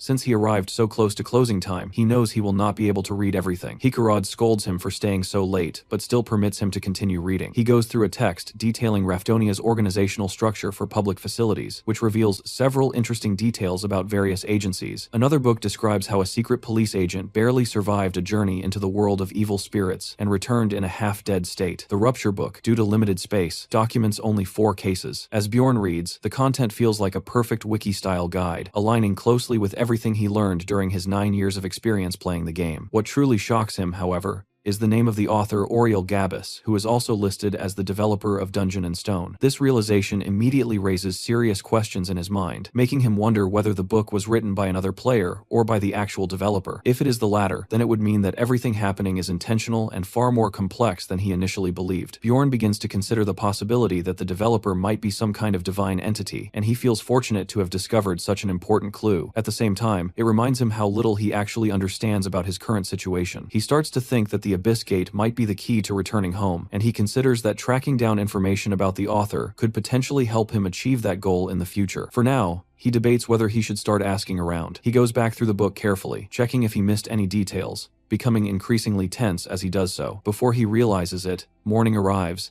and he notices that Hikarad has fallen asleep in her chair. He wakes her up and asks why she stayed there quietly all night. She replies that she did not stay because of him and that she was simply tired from organizing books, which makes him suspect that she might be a bit strange. She denies that idea, and he simply nods while staring at her, prompting her to ask why he has not left yet. This interaction leads Bjorn to think that she might not be so bad after all. A few hours later, Bjorn knocks on Raven's door. She opens it while still half asleep and asks what he is doing there. He tries to recruit her again, but she immediately slams the door in his face. Bjorn then calls out that he has a task for her, and she reluctantly opens the door again after noticing that he is holding a torn piece of paper from the book, asking her to identify where it was made. She lets him inside, but makes it clear that her help will not come for free. Before anything else, she questions him about the relic he used on the vampire and asks where he obtained it. He tells her that he broke a statue, which makes her suspicious. She demands to know how he knew about it, but Bjorn claims that he simply broke it out of boredom and never read anything about it beforehand. She continues pressing him, asking how he figured out how to use it, and he insists that it was purely instinct. She asks him to swear that he is telling the truth, but eventually sighs in disappointment, thinking she might have finally gotten access to the rupture book. For a moment,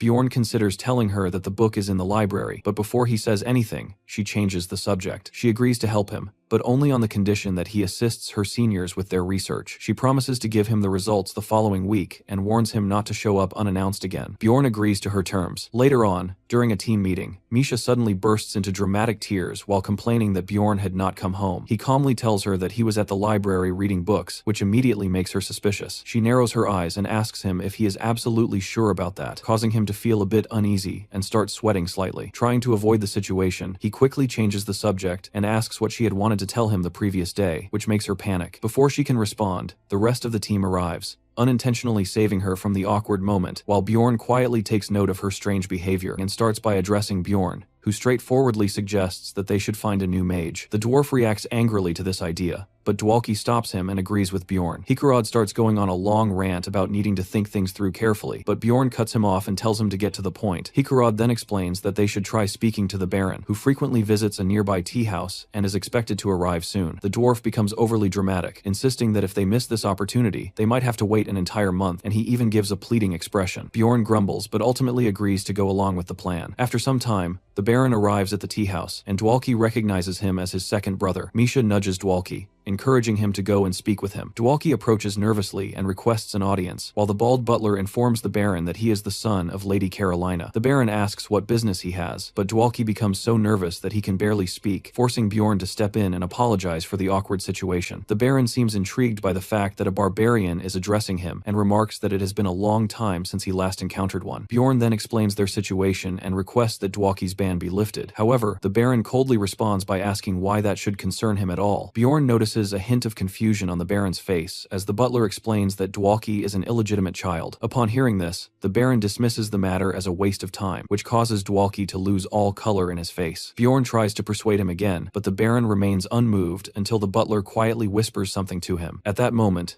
the Baron suddenly freezes, realizing that Bjorn is actually little Valkan. His attitude immediately changes, and he praises the butler for recognizing him. Showing off his golden rings, he agrees to lift the ban, but only on the condition that Bjorn does him a favor. In return, he wants Bjorn to attend a banquet in 2 months. He even jokingly asks Bjorn to perform circus tricks, which irritates him, but then offers a payment of 1 million stones. Bjorn pauses for a moment, then smiles and agrees, saying that he will gladly do it for the sake of his team, and definitely not because of the 1,000,000 stones. The next day, the group quickly goes to check on Dwalki, who still appears completely exhausted. He explains that although he has been allowed back into the labyrinth, the entire process felt suspiciously easy. Bjorn assumes that this is due to the Baron's overwhelming influence, and quietly hopes that he might reach such a level of power himself someday. Hikarad then distributes the promised reward, but none of the others accept it out of embarrassment. He thanks Bjorn for setting aside his pride as a warrior, but Bjorn simply thinks that it would have been foolish to turn down 1,000,000 stones. The dwarf becomes emotional and vows that he will never forget this, and will repay Bjorn one day, but Bjorn brushes it off casually. Dwalki also makes a heartfelt promise,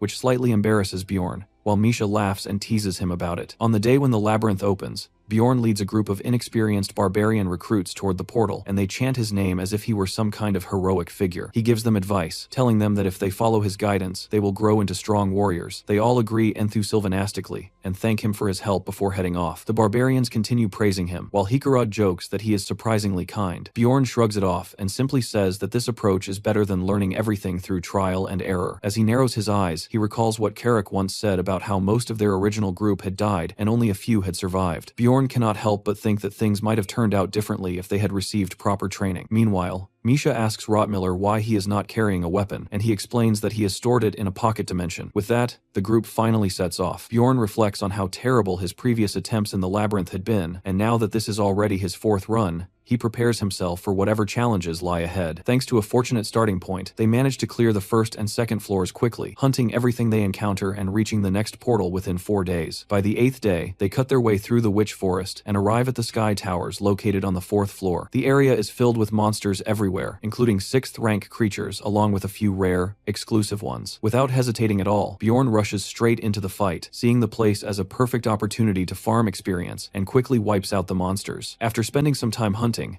they managed to earn nearly 4 million crystals in profit. While that amount is decent, it still is not enough to truly impress the group. Hikarad jokingly comments that perhaps Bjorn's curse has finally been lifted. Bjorn looks at his share of the earnings and realizes that it is actually less than what he made during his first run, which leads him to start understanding why plunderers even exist in the first place. Over the next 30 days, he spends his time reading and also gets pulled into Raven's experiments. During this period, he discovers that the Rupture book was written 150 years ago, which coincides with the beginning of the game's timeline, as well as the death of the founding king. This realization makes it clear that many major events started happening all at once during that time. Bjorn becomes desperate to learn what exactly happened back then, but since he cannot find any answers, he decides that his only choice is to return to the labyrinth. Sometime later, when the labyrinth opens again, their profits end up being about the same as before, leaving the entire group feeling disappointed. Back in his room, Bjorn tries to reassure himself not to stress, and tells himself that things are going well. But almost immediately, he snaps out of that mindset and questions where such lazy thinking came from. He realizes that whenever things seem calm, something terrible usually follows, and he is very familiar with that pattern. Slapping his forehead, he resolves to become stronger. Anyone observing him at that moment might think he has lost his sanity, but even if he appears crazy, at least he believes he will survive. The next morning, Misha serves him food and asks if something is wrong, mentioning that he once again has that intense, almost violent look in his eyes. Bjorn realizes that he has been somewhat distant toward her lately, and although being idle frustrates him, he understands that he should not take that frustration out on others. Suddenly, Misha leans closer and asks if he wants to touch her eyes, which nearly causes him to choke on his food. She explains that this used to calm her brothers down when they were children.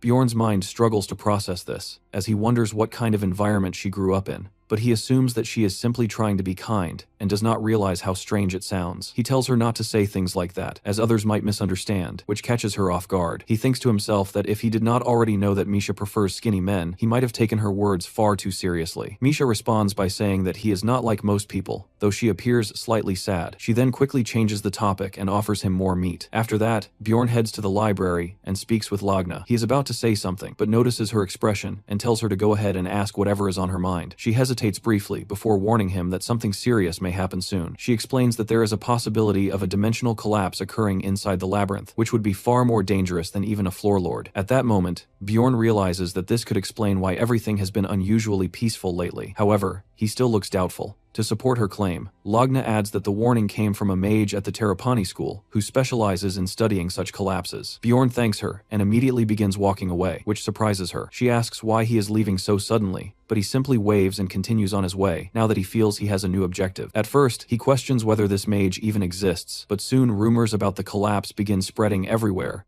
and even Misha mentions it. As people throughout the town start whispering about the possibility, Bjorn becomes suspicious that someone might be deliberately spreading this information. He feels frustrated, wishing he had access to better sources of information, but being a barbarian makes that difficult. Eventually, he finds himself holding a pill that he had originally planned to use at a later time. Deciding that using it now should be fine, even if it is 2 months earlier than intended, he swallows it. As midnight arrives, the system acknowledges his presence, and his soul begins transferring to another realm. When he wakes up, he finds himself in an unfamiliar location, but now he has returned to his original body. Meanwhile, in the real world, the police are investigating the disappearance of a man named Hans. They are focusing on leads connected to his workplace and his family, although his mother appears completely indifferent to the situation. A senior officer questions why the case has been assigned to them, and his partner explains that surveillance footage shows Hans entering his room but never leaving, with all the windows still locked. As the senior officer reviews the case file, he remarks that something about the situation feels very wrong. There is no evidence of a break-in, and there has been no use of his identification card over the past month. Even the clothes he was wearing were found, as if his body had simply vanished while still inside them. This leads the officer to suspect that the case might involve a particularly unusual serial killer. He asks whether the scene has been left untouched, and instructs his partner to contact the National Forensic Service. Before doing that, however, his partner shows him something unusual. The monitor in Bjorn's room is still powered on, despite not being plugged in. This detail immediately raises serious concerns, and both of them find it unsettling. Displayed on the screen are Bjorn's in-game achievements. The senior officer stares at it in disbelief, unable to understand what is happening, while his partner adds that there have been similar cases reported in other countries as well. Back in Bjorn's real world, he finds himself lost in deep thought,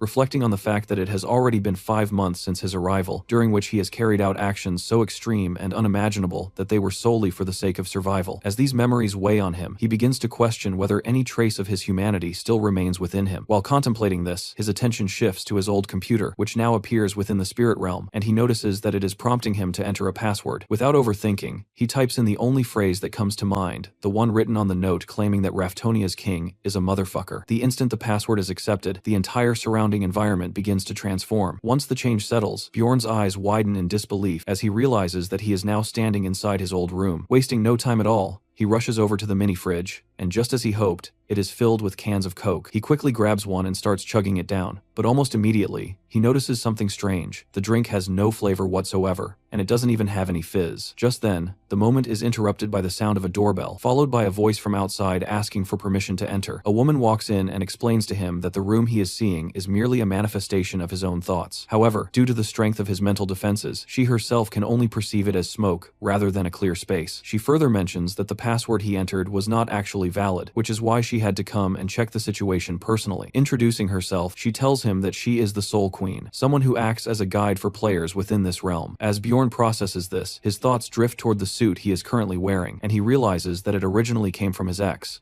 Before he can dwell on it further, the woman interrupts again, informing him that he is now officially recognized as a member. He deduces that she must have alternative ways to verify his identity, and she confirms this by stating that she is no longer capable of separating souls from their bodies, meaning he is not in any danger from her. She then proceeds to teach him how to navigate and use the forums, instructing him to create a username. However, when he attempts to do so, he receives an error message indicating that the name he chose is already taken. Thinking quickly, he slightly alters the spelling, and unexpectedly, the Soul Queen suddenly asks if he is a big fan of that particular person, catching him completely off guard. Without offering any further explanation, she simply leaves, telling him that if he needs help, he should submit a request. Exploring the community turns out to be fairly straightforward, so he decides to join a random chat room to familiarize himself with the system. The moment he does, he is instantly transported to a setting resembling a campfire, where the other users greet him in a friendly manner. The leader of the room introduces himself and asks Bjorn where he is from, to which he replies, Korea. The man then apologizes for the plain setup,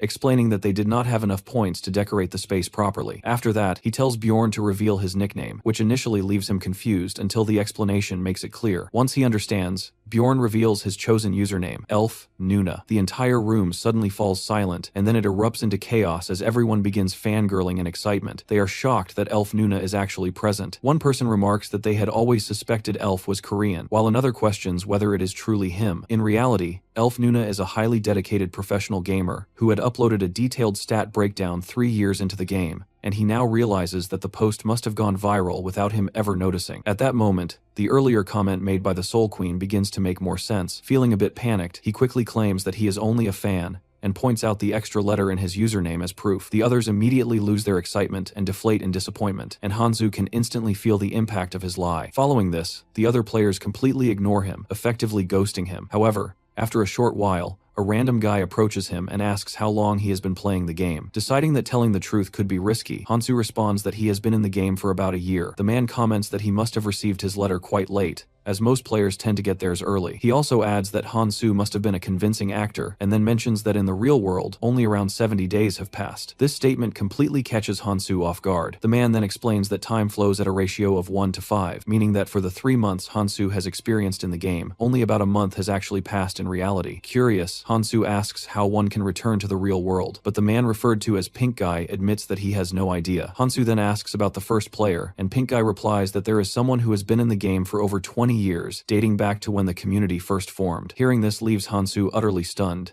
as he reflects on how even clearing the game within 5 years would already be considered an incredible achievement, something he himself would have respected. However, this realization also crushes his pride as a gamer, since it means that others had already reached the gate of abyss long before he ever did. Before he can continue thinking about it, Pink Guy suddenly asks him what difficulty he had played on. The question completely throws him off, and Pink Guy continues pressing, asking which remake difficulty he had managed to clear. Hansu remains completely confused. having no idea what he is referring to, but Pink Guy then clarifies that Koreans might recognize it by another name, cheat mode, which had been uploaded 5 years earlier. Pink Guy proudly boasts that he managed to clear the game at a difficulty that was 50 times easier, a statement that makes Hansu's mind feel like it's about to collapse under the shock. In that particular version of the game, there had been numerous adjustments, including changes to level structures, drop rates, and even the essences themselves. He once again asks what difficulty Hansu had used, and R can barely bring himself to answer 50. Pink Guy chuckles and remarks that even that level was still considered difficult, but goes on to explain that the top player managed to beat the game at a difficulty of 15 times, while the average player usually cleared it at around 60. Meanwhile, back in the real world, the chief asks his secretary whether they were able to secure the computer. She confirms that not only did they successfully obtain it, but she also wiped out every trace of its existence from memory. The chief then inquires about the man associated with it. She reports that he is fairly average in all aspects, except when it comes to gaming. The chief finds it remarkable that someone like him was able to overcome Oriel Gabus's legacy. She adds that the game itself had incredible world building, but its servers had been shut down 5 years ago because no one was able to clear it. The old man responds that he does not consider it a failure, since their boy actually managed to beat it,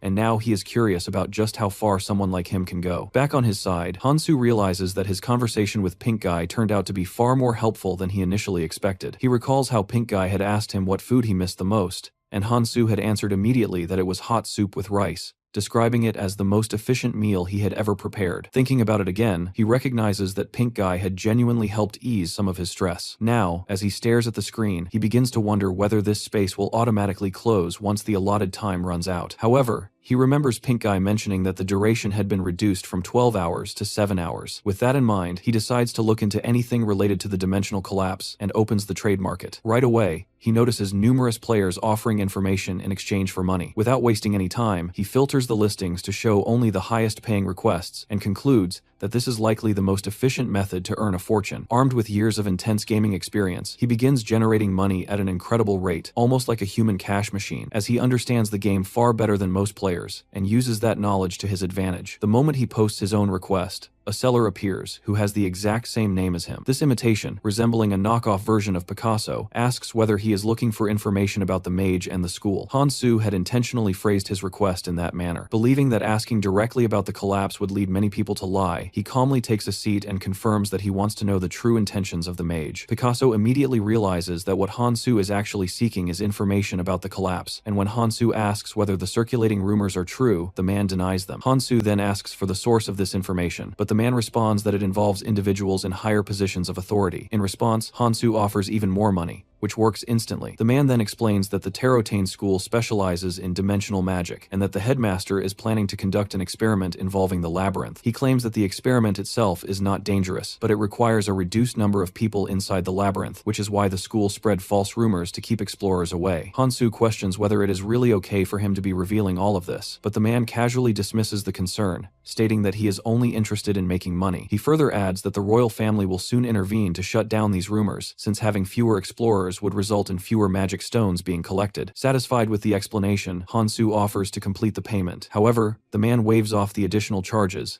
saying that he had been too harsh on a fellow fan. This makes Hansu realize that this individual is so well established that money no longer matters to him, which explains how he has access to such detailed information. At that moment, Hansu firmly concludes that the difficulty level at which someone cleared the game no longer matters. This world is no longer just a game, it is reality, governed by harsh rules where only the strongest survive, and at present, he is nothing more than a beginner. Even so, he smiles, despite knowing that there is still a long journey ahead. As a sense of excitement begins to rise within him, he thinks back to all the information he sold to other players and the years it took them to reach their current level. The thrill is undeniable, and not once does the idea of falling behind cross his mind. Meanwhile, in the real world, the chief stares at Hansu's achievements in sheer disbelief and bluntly declares that the kid is completely insane. He points out that Hansu is among the extremely rare individuals who managed to reach the second floor on his very first attempt, despite being given absolutely terrible conditions to work with. The numbers in his stats don't add up at all for someone who has only been playing for 3 months. The secretary commentary suggests that perhaps it was simply luck, but the old man immediately dismisses that idea, arguing that if it were luck, there would be many more cases like this. Instead, he insists that this is an anomaly that goes far beyond normal patterns, one of those rare instances where something seemingly impossible becomes reality. He recalls the moment when Bjorn dragged himself across 15 kilometers and still managed to defeat a vampire despite being at 0 health. As he looks deeper, he notices that Bjorn's growth rate is so absurdly high that even the system moderator took notice of it. This reminds him of the time when everyone used to call the game a failure, yet the developer remained firm and said something unusual, that even if just one person cleared the game properly and was sent through, it would be enough to shift the balance. Back in the other world, Bjorn slowly opens his eyes. In real time, only 13 seconds have passed, yet he realizes that during that brief window, he was completely defenseless. Even so, he concludes that the Ghostbusters exceeded expectations and proved to be a reliable source of information. Feeling completely drained, he decides to go to sleep and deal with the Baron the next day. By the following afternoon, he is marching through the town dressed in full barbarian gear, all the while wondering that if this isn't actually a dimensional collapse, then what exactly is going to happen? He decides that for now, he will just speed run through the day, although he can't help but think that the parade looks utterly ridiculous. At that moment, the bald man stops him and tells him to act properly in front of the crowd, prompting Bjorn to mutter under his breath that maybe they shouldn't have hired a barbarian in the first place. He ends up walking more than 6 kilometers under the scorching summer heat, all while enduring the bald man's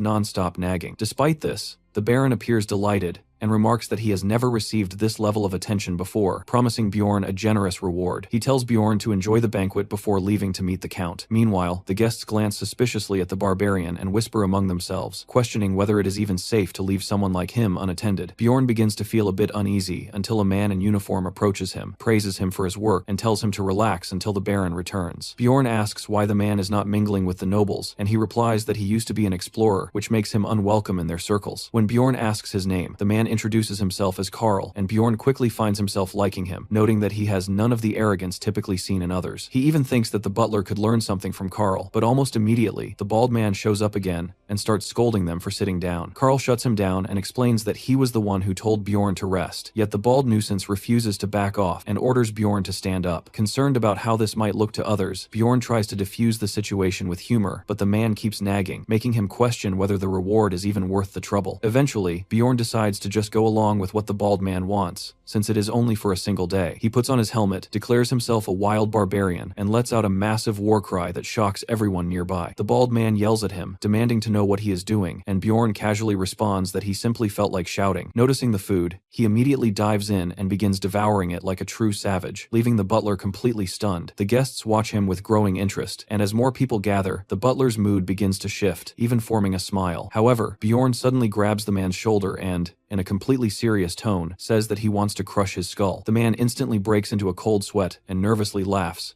asking if it is some kind of joke, but Bjorn looks him straight in the eye and tells him that he is not joking at all. The bald man begins to panic as he recalls Bjorn's past actions, quickly comes up with a weak excuse, and runs away. Meanwhile, Carl watches the butler flee without any dignity and bursts into uncontrollable laughter. Bjorn notices this and thinks that the banquet might finally be getting entertaining. After eating a bit more, several nobles approach him, and some eccentric noble women ask if they can touch his arm. He plays along by flexing, causing them to squeal as they run their hands over his muscular, vein-covered arms. Soon, more nobles join in, asking him to shout again, and Bjorn obliges by slipping into a dramatic tone and letting out another roar so powerful that it brings some elderly nobles to tears. As more and more requests come in, Bjorn starts to feel like nothing more than a walking, talking mascot. Nearby guards begin grumbling in jealousy and make unpleasant remarks, which Bjorn overhears, causing him to grow irritated. However, before anything escalates, the Baron returns and pulls him away for a walk. The Baron proudly shows him off like a prized possession, parading him around and even introducing him to the Viscount, who has already heard of Little Valkan and is curious about why he is present. Bjorn explains that he is simply repaying the Baron for a personal favor, which impresses the Viscount. The Baron continues to take advantage of the situation, making Bjorn repeat his rehearsed lines while smiling proudly.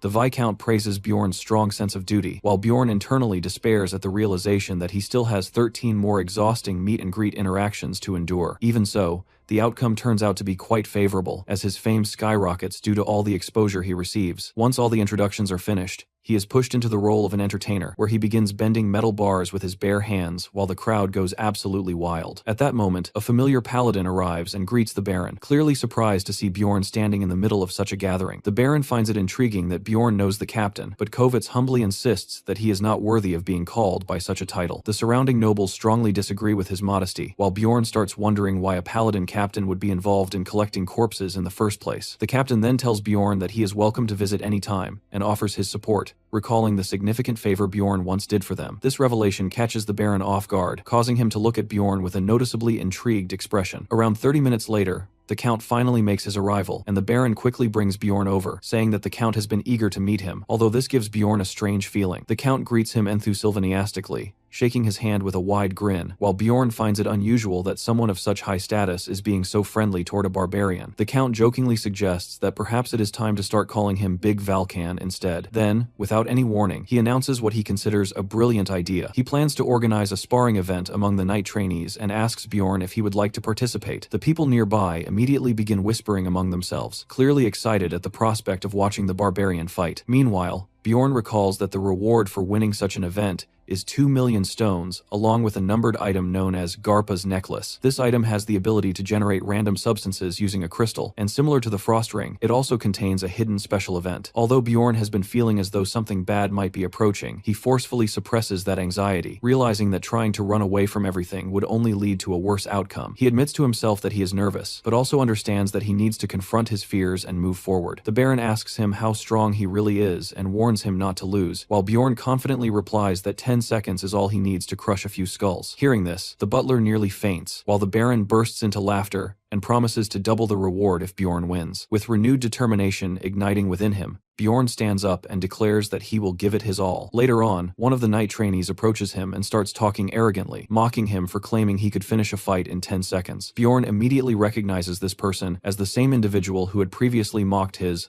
Little Valkan. Another knight attempts to intimidate him with empty threats, and Bjorn recalls that this was the one who had insulted his pride earlier. Then, a knight with orange hair joins in, adding his own pointless remarks, but Bjorn cuts him off and bluntly asks if all of them are brain damaged. He openly calls them cowards for ganging up on a single person, stating that even toddler warriors would show more courage than they are displaying. The knights attempt to twist the situation in their favor, but Bjorn fires back, accusing them of having no honor whatsoever. Raising his voice so the crowd can hear, he loudly declares that a group of knights is bullying another participant before the matches even begin. As more people gather, murmurs spread throughout the crowd, and the knights begin to panic, shouting at him to be quiet. The surrounding onlookers gossip about how disgraceful the knight's behavior is, leaving them looking as though they wish they could disappear. Eventually, the knights retreat in embarrassment, while Bjorn stands firm and proclaims that he will knock some sense into them later. Sometime afterward, the duels finally begin, and during one match, a knight's arm is sent flying. Bjorn is pleasantly surprised that the so-called knights actually fell for his provocation, and he starts smiling like a child who has just found ice cream when he spots his favorite target, the one who insulted Little Valkan. The orange-haired knight attempts to act honorable, declaring that he will fight with dignity, but Bjorn cuts him off with a savage war cry that sends the entire crowd into a frenzy. As the announcer signals the start of the match, the knight immediately uses a flashy multi-sword technique, which momentarily confuses Bjorn. Even so, Bjorn easily blocks every attack, grinning as he realizes that he has truly become a proper barbarian, although he remains aware that he should not underestimate his opponent. The knight then aims for his throat, but Bjorn swiftly leans his head back with expert timing. Caught off guard, the fraudulent knight is left vulnerable as Bjorn activates his wild outburst skill, increasing his presence and intimidation as he recalls his earlier promise to finish the fight within 10 seconds. He shouts at the knight to come at him properly, pointing out that there is still plenty of time left, which terrifies his opponent. However, although Bjorn's wild outburst skill raises his threat level, it does not have a direct effect on humans. Even so, when someone is sufficiently frightened, the effect causes them to shrink back in fear, whereas if the person is brave, it instead fuels them with even greater fighting spirit. Curious about how this would play out in Sylvania's case, Bjorn observes closely and finds that it turns out to be the latter. As the situation unfolds, Bjorn quietly wishes that he had a shield with him at that moment,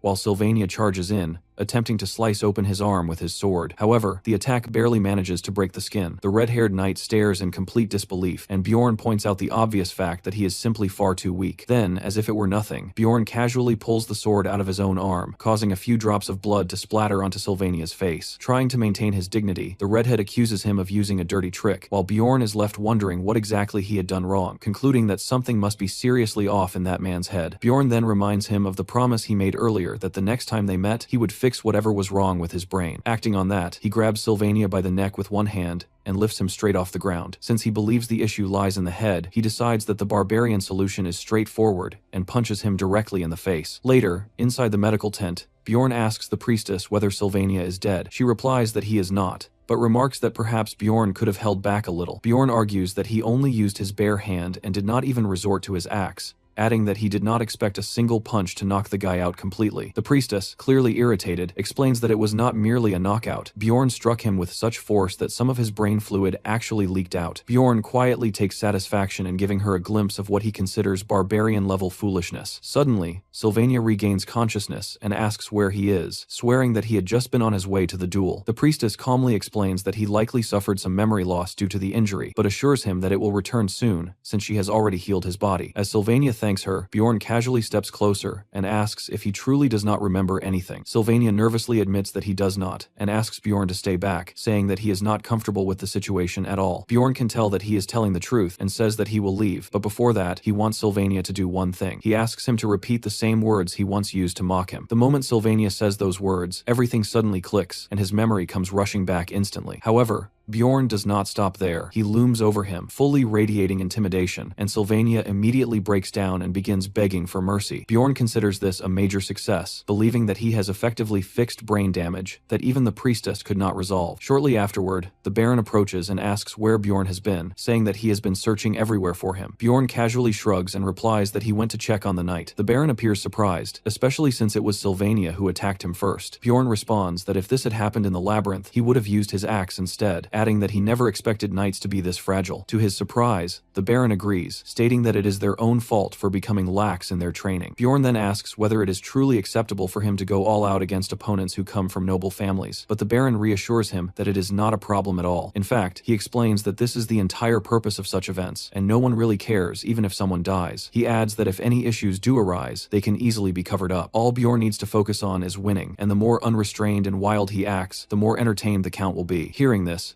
Bjorn confidently promises that he will crush everyone's skulls without holding back. Soon after, the announcer declares the next match, introducing Bjorn Jandel of the Martin Baron household versus Sir Corton of the Surfia Baron household. Bjorn feels as though luck is on his side today, as he realizes that yet another member of that foolish trio is now lined up as his opponent. As the announcer gives the signal for the match to begin, Corton immediately starts going on about honor and disgrace, declaring that he will not fall easily after what Bjorn did to Sylvania. However, before he can even finish his noble-sounding speech, Bjorn delivers a single clean strike that crushes his skull, bringing the fight to an end in less than 3 seconds. Right after that, Bjorn lets out a powerful roar that echoes throughout the arena, and the crowd reacts with overwhelming excitement. They begin chanting the name Night Slayer, as if he were some legendary gladiator, clearly enjoying the spectacle of watching skulls being smashed to this extent. Observing their reaction, Bjorn quietly questions to himself who the real savage actually is. When the semifinals arrive, he introduces a new move for the audience, something like a spinefold, where he throws his opponent into the air and then slams them down across his knee, snapping their back in the process. Even so, he feels somewhat disappointed, since the final member of that foolish trio did not end up as his opponent, meaning that person missed out on Bjorn's so-called special physical therapy. Adding to the absurdity, every opponent who loses to Bjorn now goes to the priestess and begs her to convert them to her faith. The Baron, who is more pleased than ever, asks Bjorn where he learned that last move. Bjorn simply responds that he wants to rest before the next round, prompting the Baron to leave him alone. With only one opponent remaining, Bjorn assumes that it must be the Count's knight trainee. Sure enough, the announcer soon declares the final match, Sir Albatross from the Count's side versus Bjorn representing the Baron's household. As they stand facing each other, they exchange brief greetings. Bjorn has already assessed Albatross earlier during his previous match, and notes that he possesses the essences of a great orc warrior, a giant golem, and a cyclops, a fairly standard combination focused on raw strength. From that, Bjorn feels he understands enough about the kind of person the Count is. Albatross then asks Bjorn where his equipment is, and Bjorn casually replies that it felt uncomfortable, so he got rid of it. Hearing that actually gives Albatross some confidence, making him think that perhaps the fight will not be so one-sided after all. As the announcer signals the start, Albatross invites Bjorn to make the first move, but Bjorn immediately recognizes what he is trying to do. Without hesitation, he activates both his gigantification and wild outburst skills at the same time. The instant Albatross sees this, he freezes, then suddenly panics and runs away like a frightened child fleeing the field. The announcer quickly declares him disqualified, but Albatross desperately begs for another chance, claiming that it was just a mistake. At that point, the Count steps in, clearly disgusted, and demands to know how much longer Albatross intends to embarrass his household. Meanwhile, Bjorn quietly reflects on whether using gigantification might have been a bit excessive. Meanwhile, at Erwin's place, she becomes increasingly consumed by the belief that the only way to obtain everything she desires is by growing stronger. Teresia enters her room and asks if she is doing all right, but Erwin responds by questioning why she would even think otherwise. Teresia explains that it is because Erwin was talking to herself, but Erwin immediately cuts her off, saying that she is actually communicating with her spirits and that they can talk later since she is busy. After stepping out of Erwin's room, Teresia reflects that she might be the only person in the city who does not know about Little Valken and considers that it might be a good idea to inform her. However, she also recognizes that this intense obsession has significantly boosted Erwin's strength. In a remarkably short period of time, Erwin has managed to form contracts with 4 spirits and has already awakened 3 of them. Alongside that, she has improved her abilities in archery, martial arts,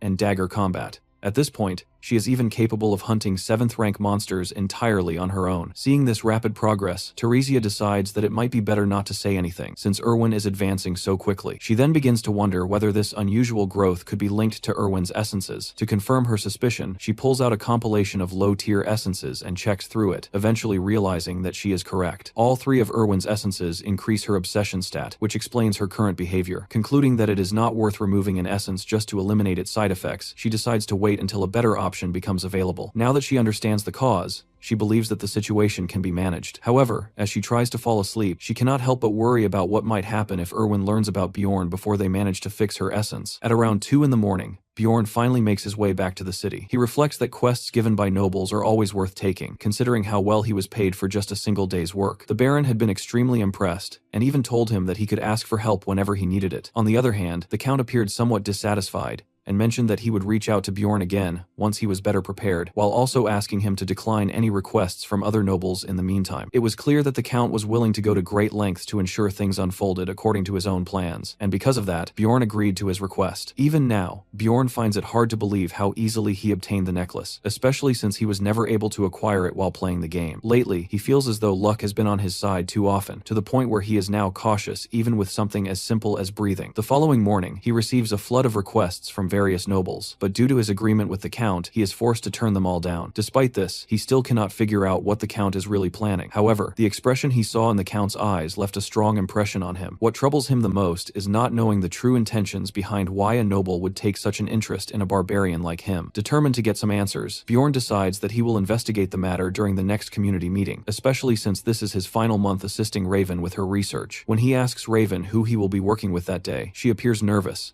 and at that moment, an old man suddenly arrives. Seeing him, Bjorn becomes annoyed and remarks to Raven that when she mentioned a senior, he did not expect an actual elderly man. The blonde girl apologizes, explaining that the old man was simply too stubborn to shake off, while the mage casually adds that there is no need to feel tense. Bjorn remains convinced that the man forced his way into the situation, and his suspicion is confirmed when the old man openly states that he came because he wanted to test whether his magical tool could detect the soul of an evil spirit. Hearing this, Bjorn realizes that he needs to calm himself down and prepare for the worst. To avoid raising any suspicion, Bjorn deliberately reacts with shock toward the magical aspect of the tool rather than showing concern about the part related to detecting evil spirits. He then questions whether the device is actually safe, especially considering all the questionable experiments Raven has already put him through. The old man becomes irritated and asks if Bjorn does not trust him, reminding him that he holds an important position at the Altemian school. He then reassures him that there is absolutely no danger involved, adding that Raven herself will personally demonstrate that the tool works. Hearing this, Raven looks visibly uncomfortable, but the old man dismisses her reaction as if it is nothing significant. She responds by saying that she is only willing to verify the formulas, nothing more. As Bjorn watches the two of them argue, he concludes that Raven, being his disciple, will naturally side with her master, which means he cannot fully trust either of them. However, the expression on the old man's face suggests that even he is not entirely confident, reinforcing Bjorn's suspicion that the device probably does not work at all. Convinced that such a tool likely does not exist, Bjorn reasons that if it actually does, then the old man has probably tricked him into becoming the first test subject. At the same time, he realizes that if he tries to back out now, he will fall straight into the old man's trap. Accepting the situation, he decides to take the loss and go along with it. The old man man then asks Bjorn what he intends to do, adding that the process is not dangerous and will only take about 5 minutes. Bjorn agrees to give it a try, but suddenly the old man becomes hesitant and asks if he is truly certain. Already feeling suspicious, Bjorn questions what he means by that, prompting the old man to quickly backtrack and claim that he was merely concerned it might be risky, though he now believes it will be fine. Bjorn reminds him that he only agreed because Raven would be verifying everything and tells him to hurry up as he wants to go to sleep afterward. After Bjorn leaves, Raven turns to the old man and asks what exactly he was trying to do. The old man casually brushes it off, saying that it may have seemed odd, but it was just an old chair. Raven gives him a sharp look and asks if he truly has no intention of explaining himself, especially after she went along with his act. When he finally responds, Raven directly asks whether he genuinely believed that Bjorn was an evil spirit,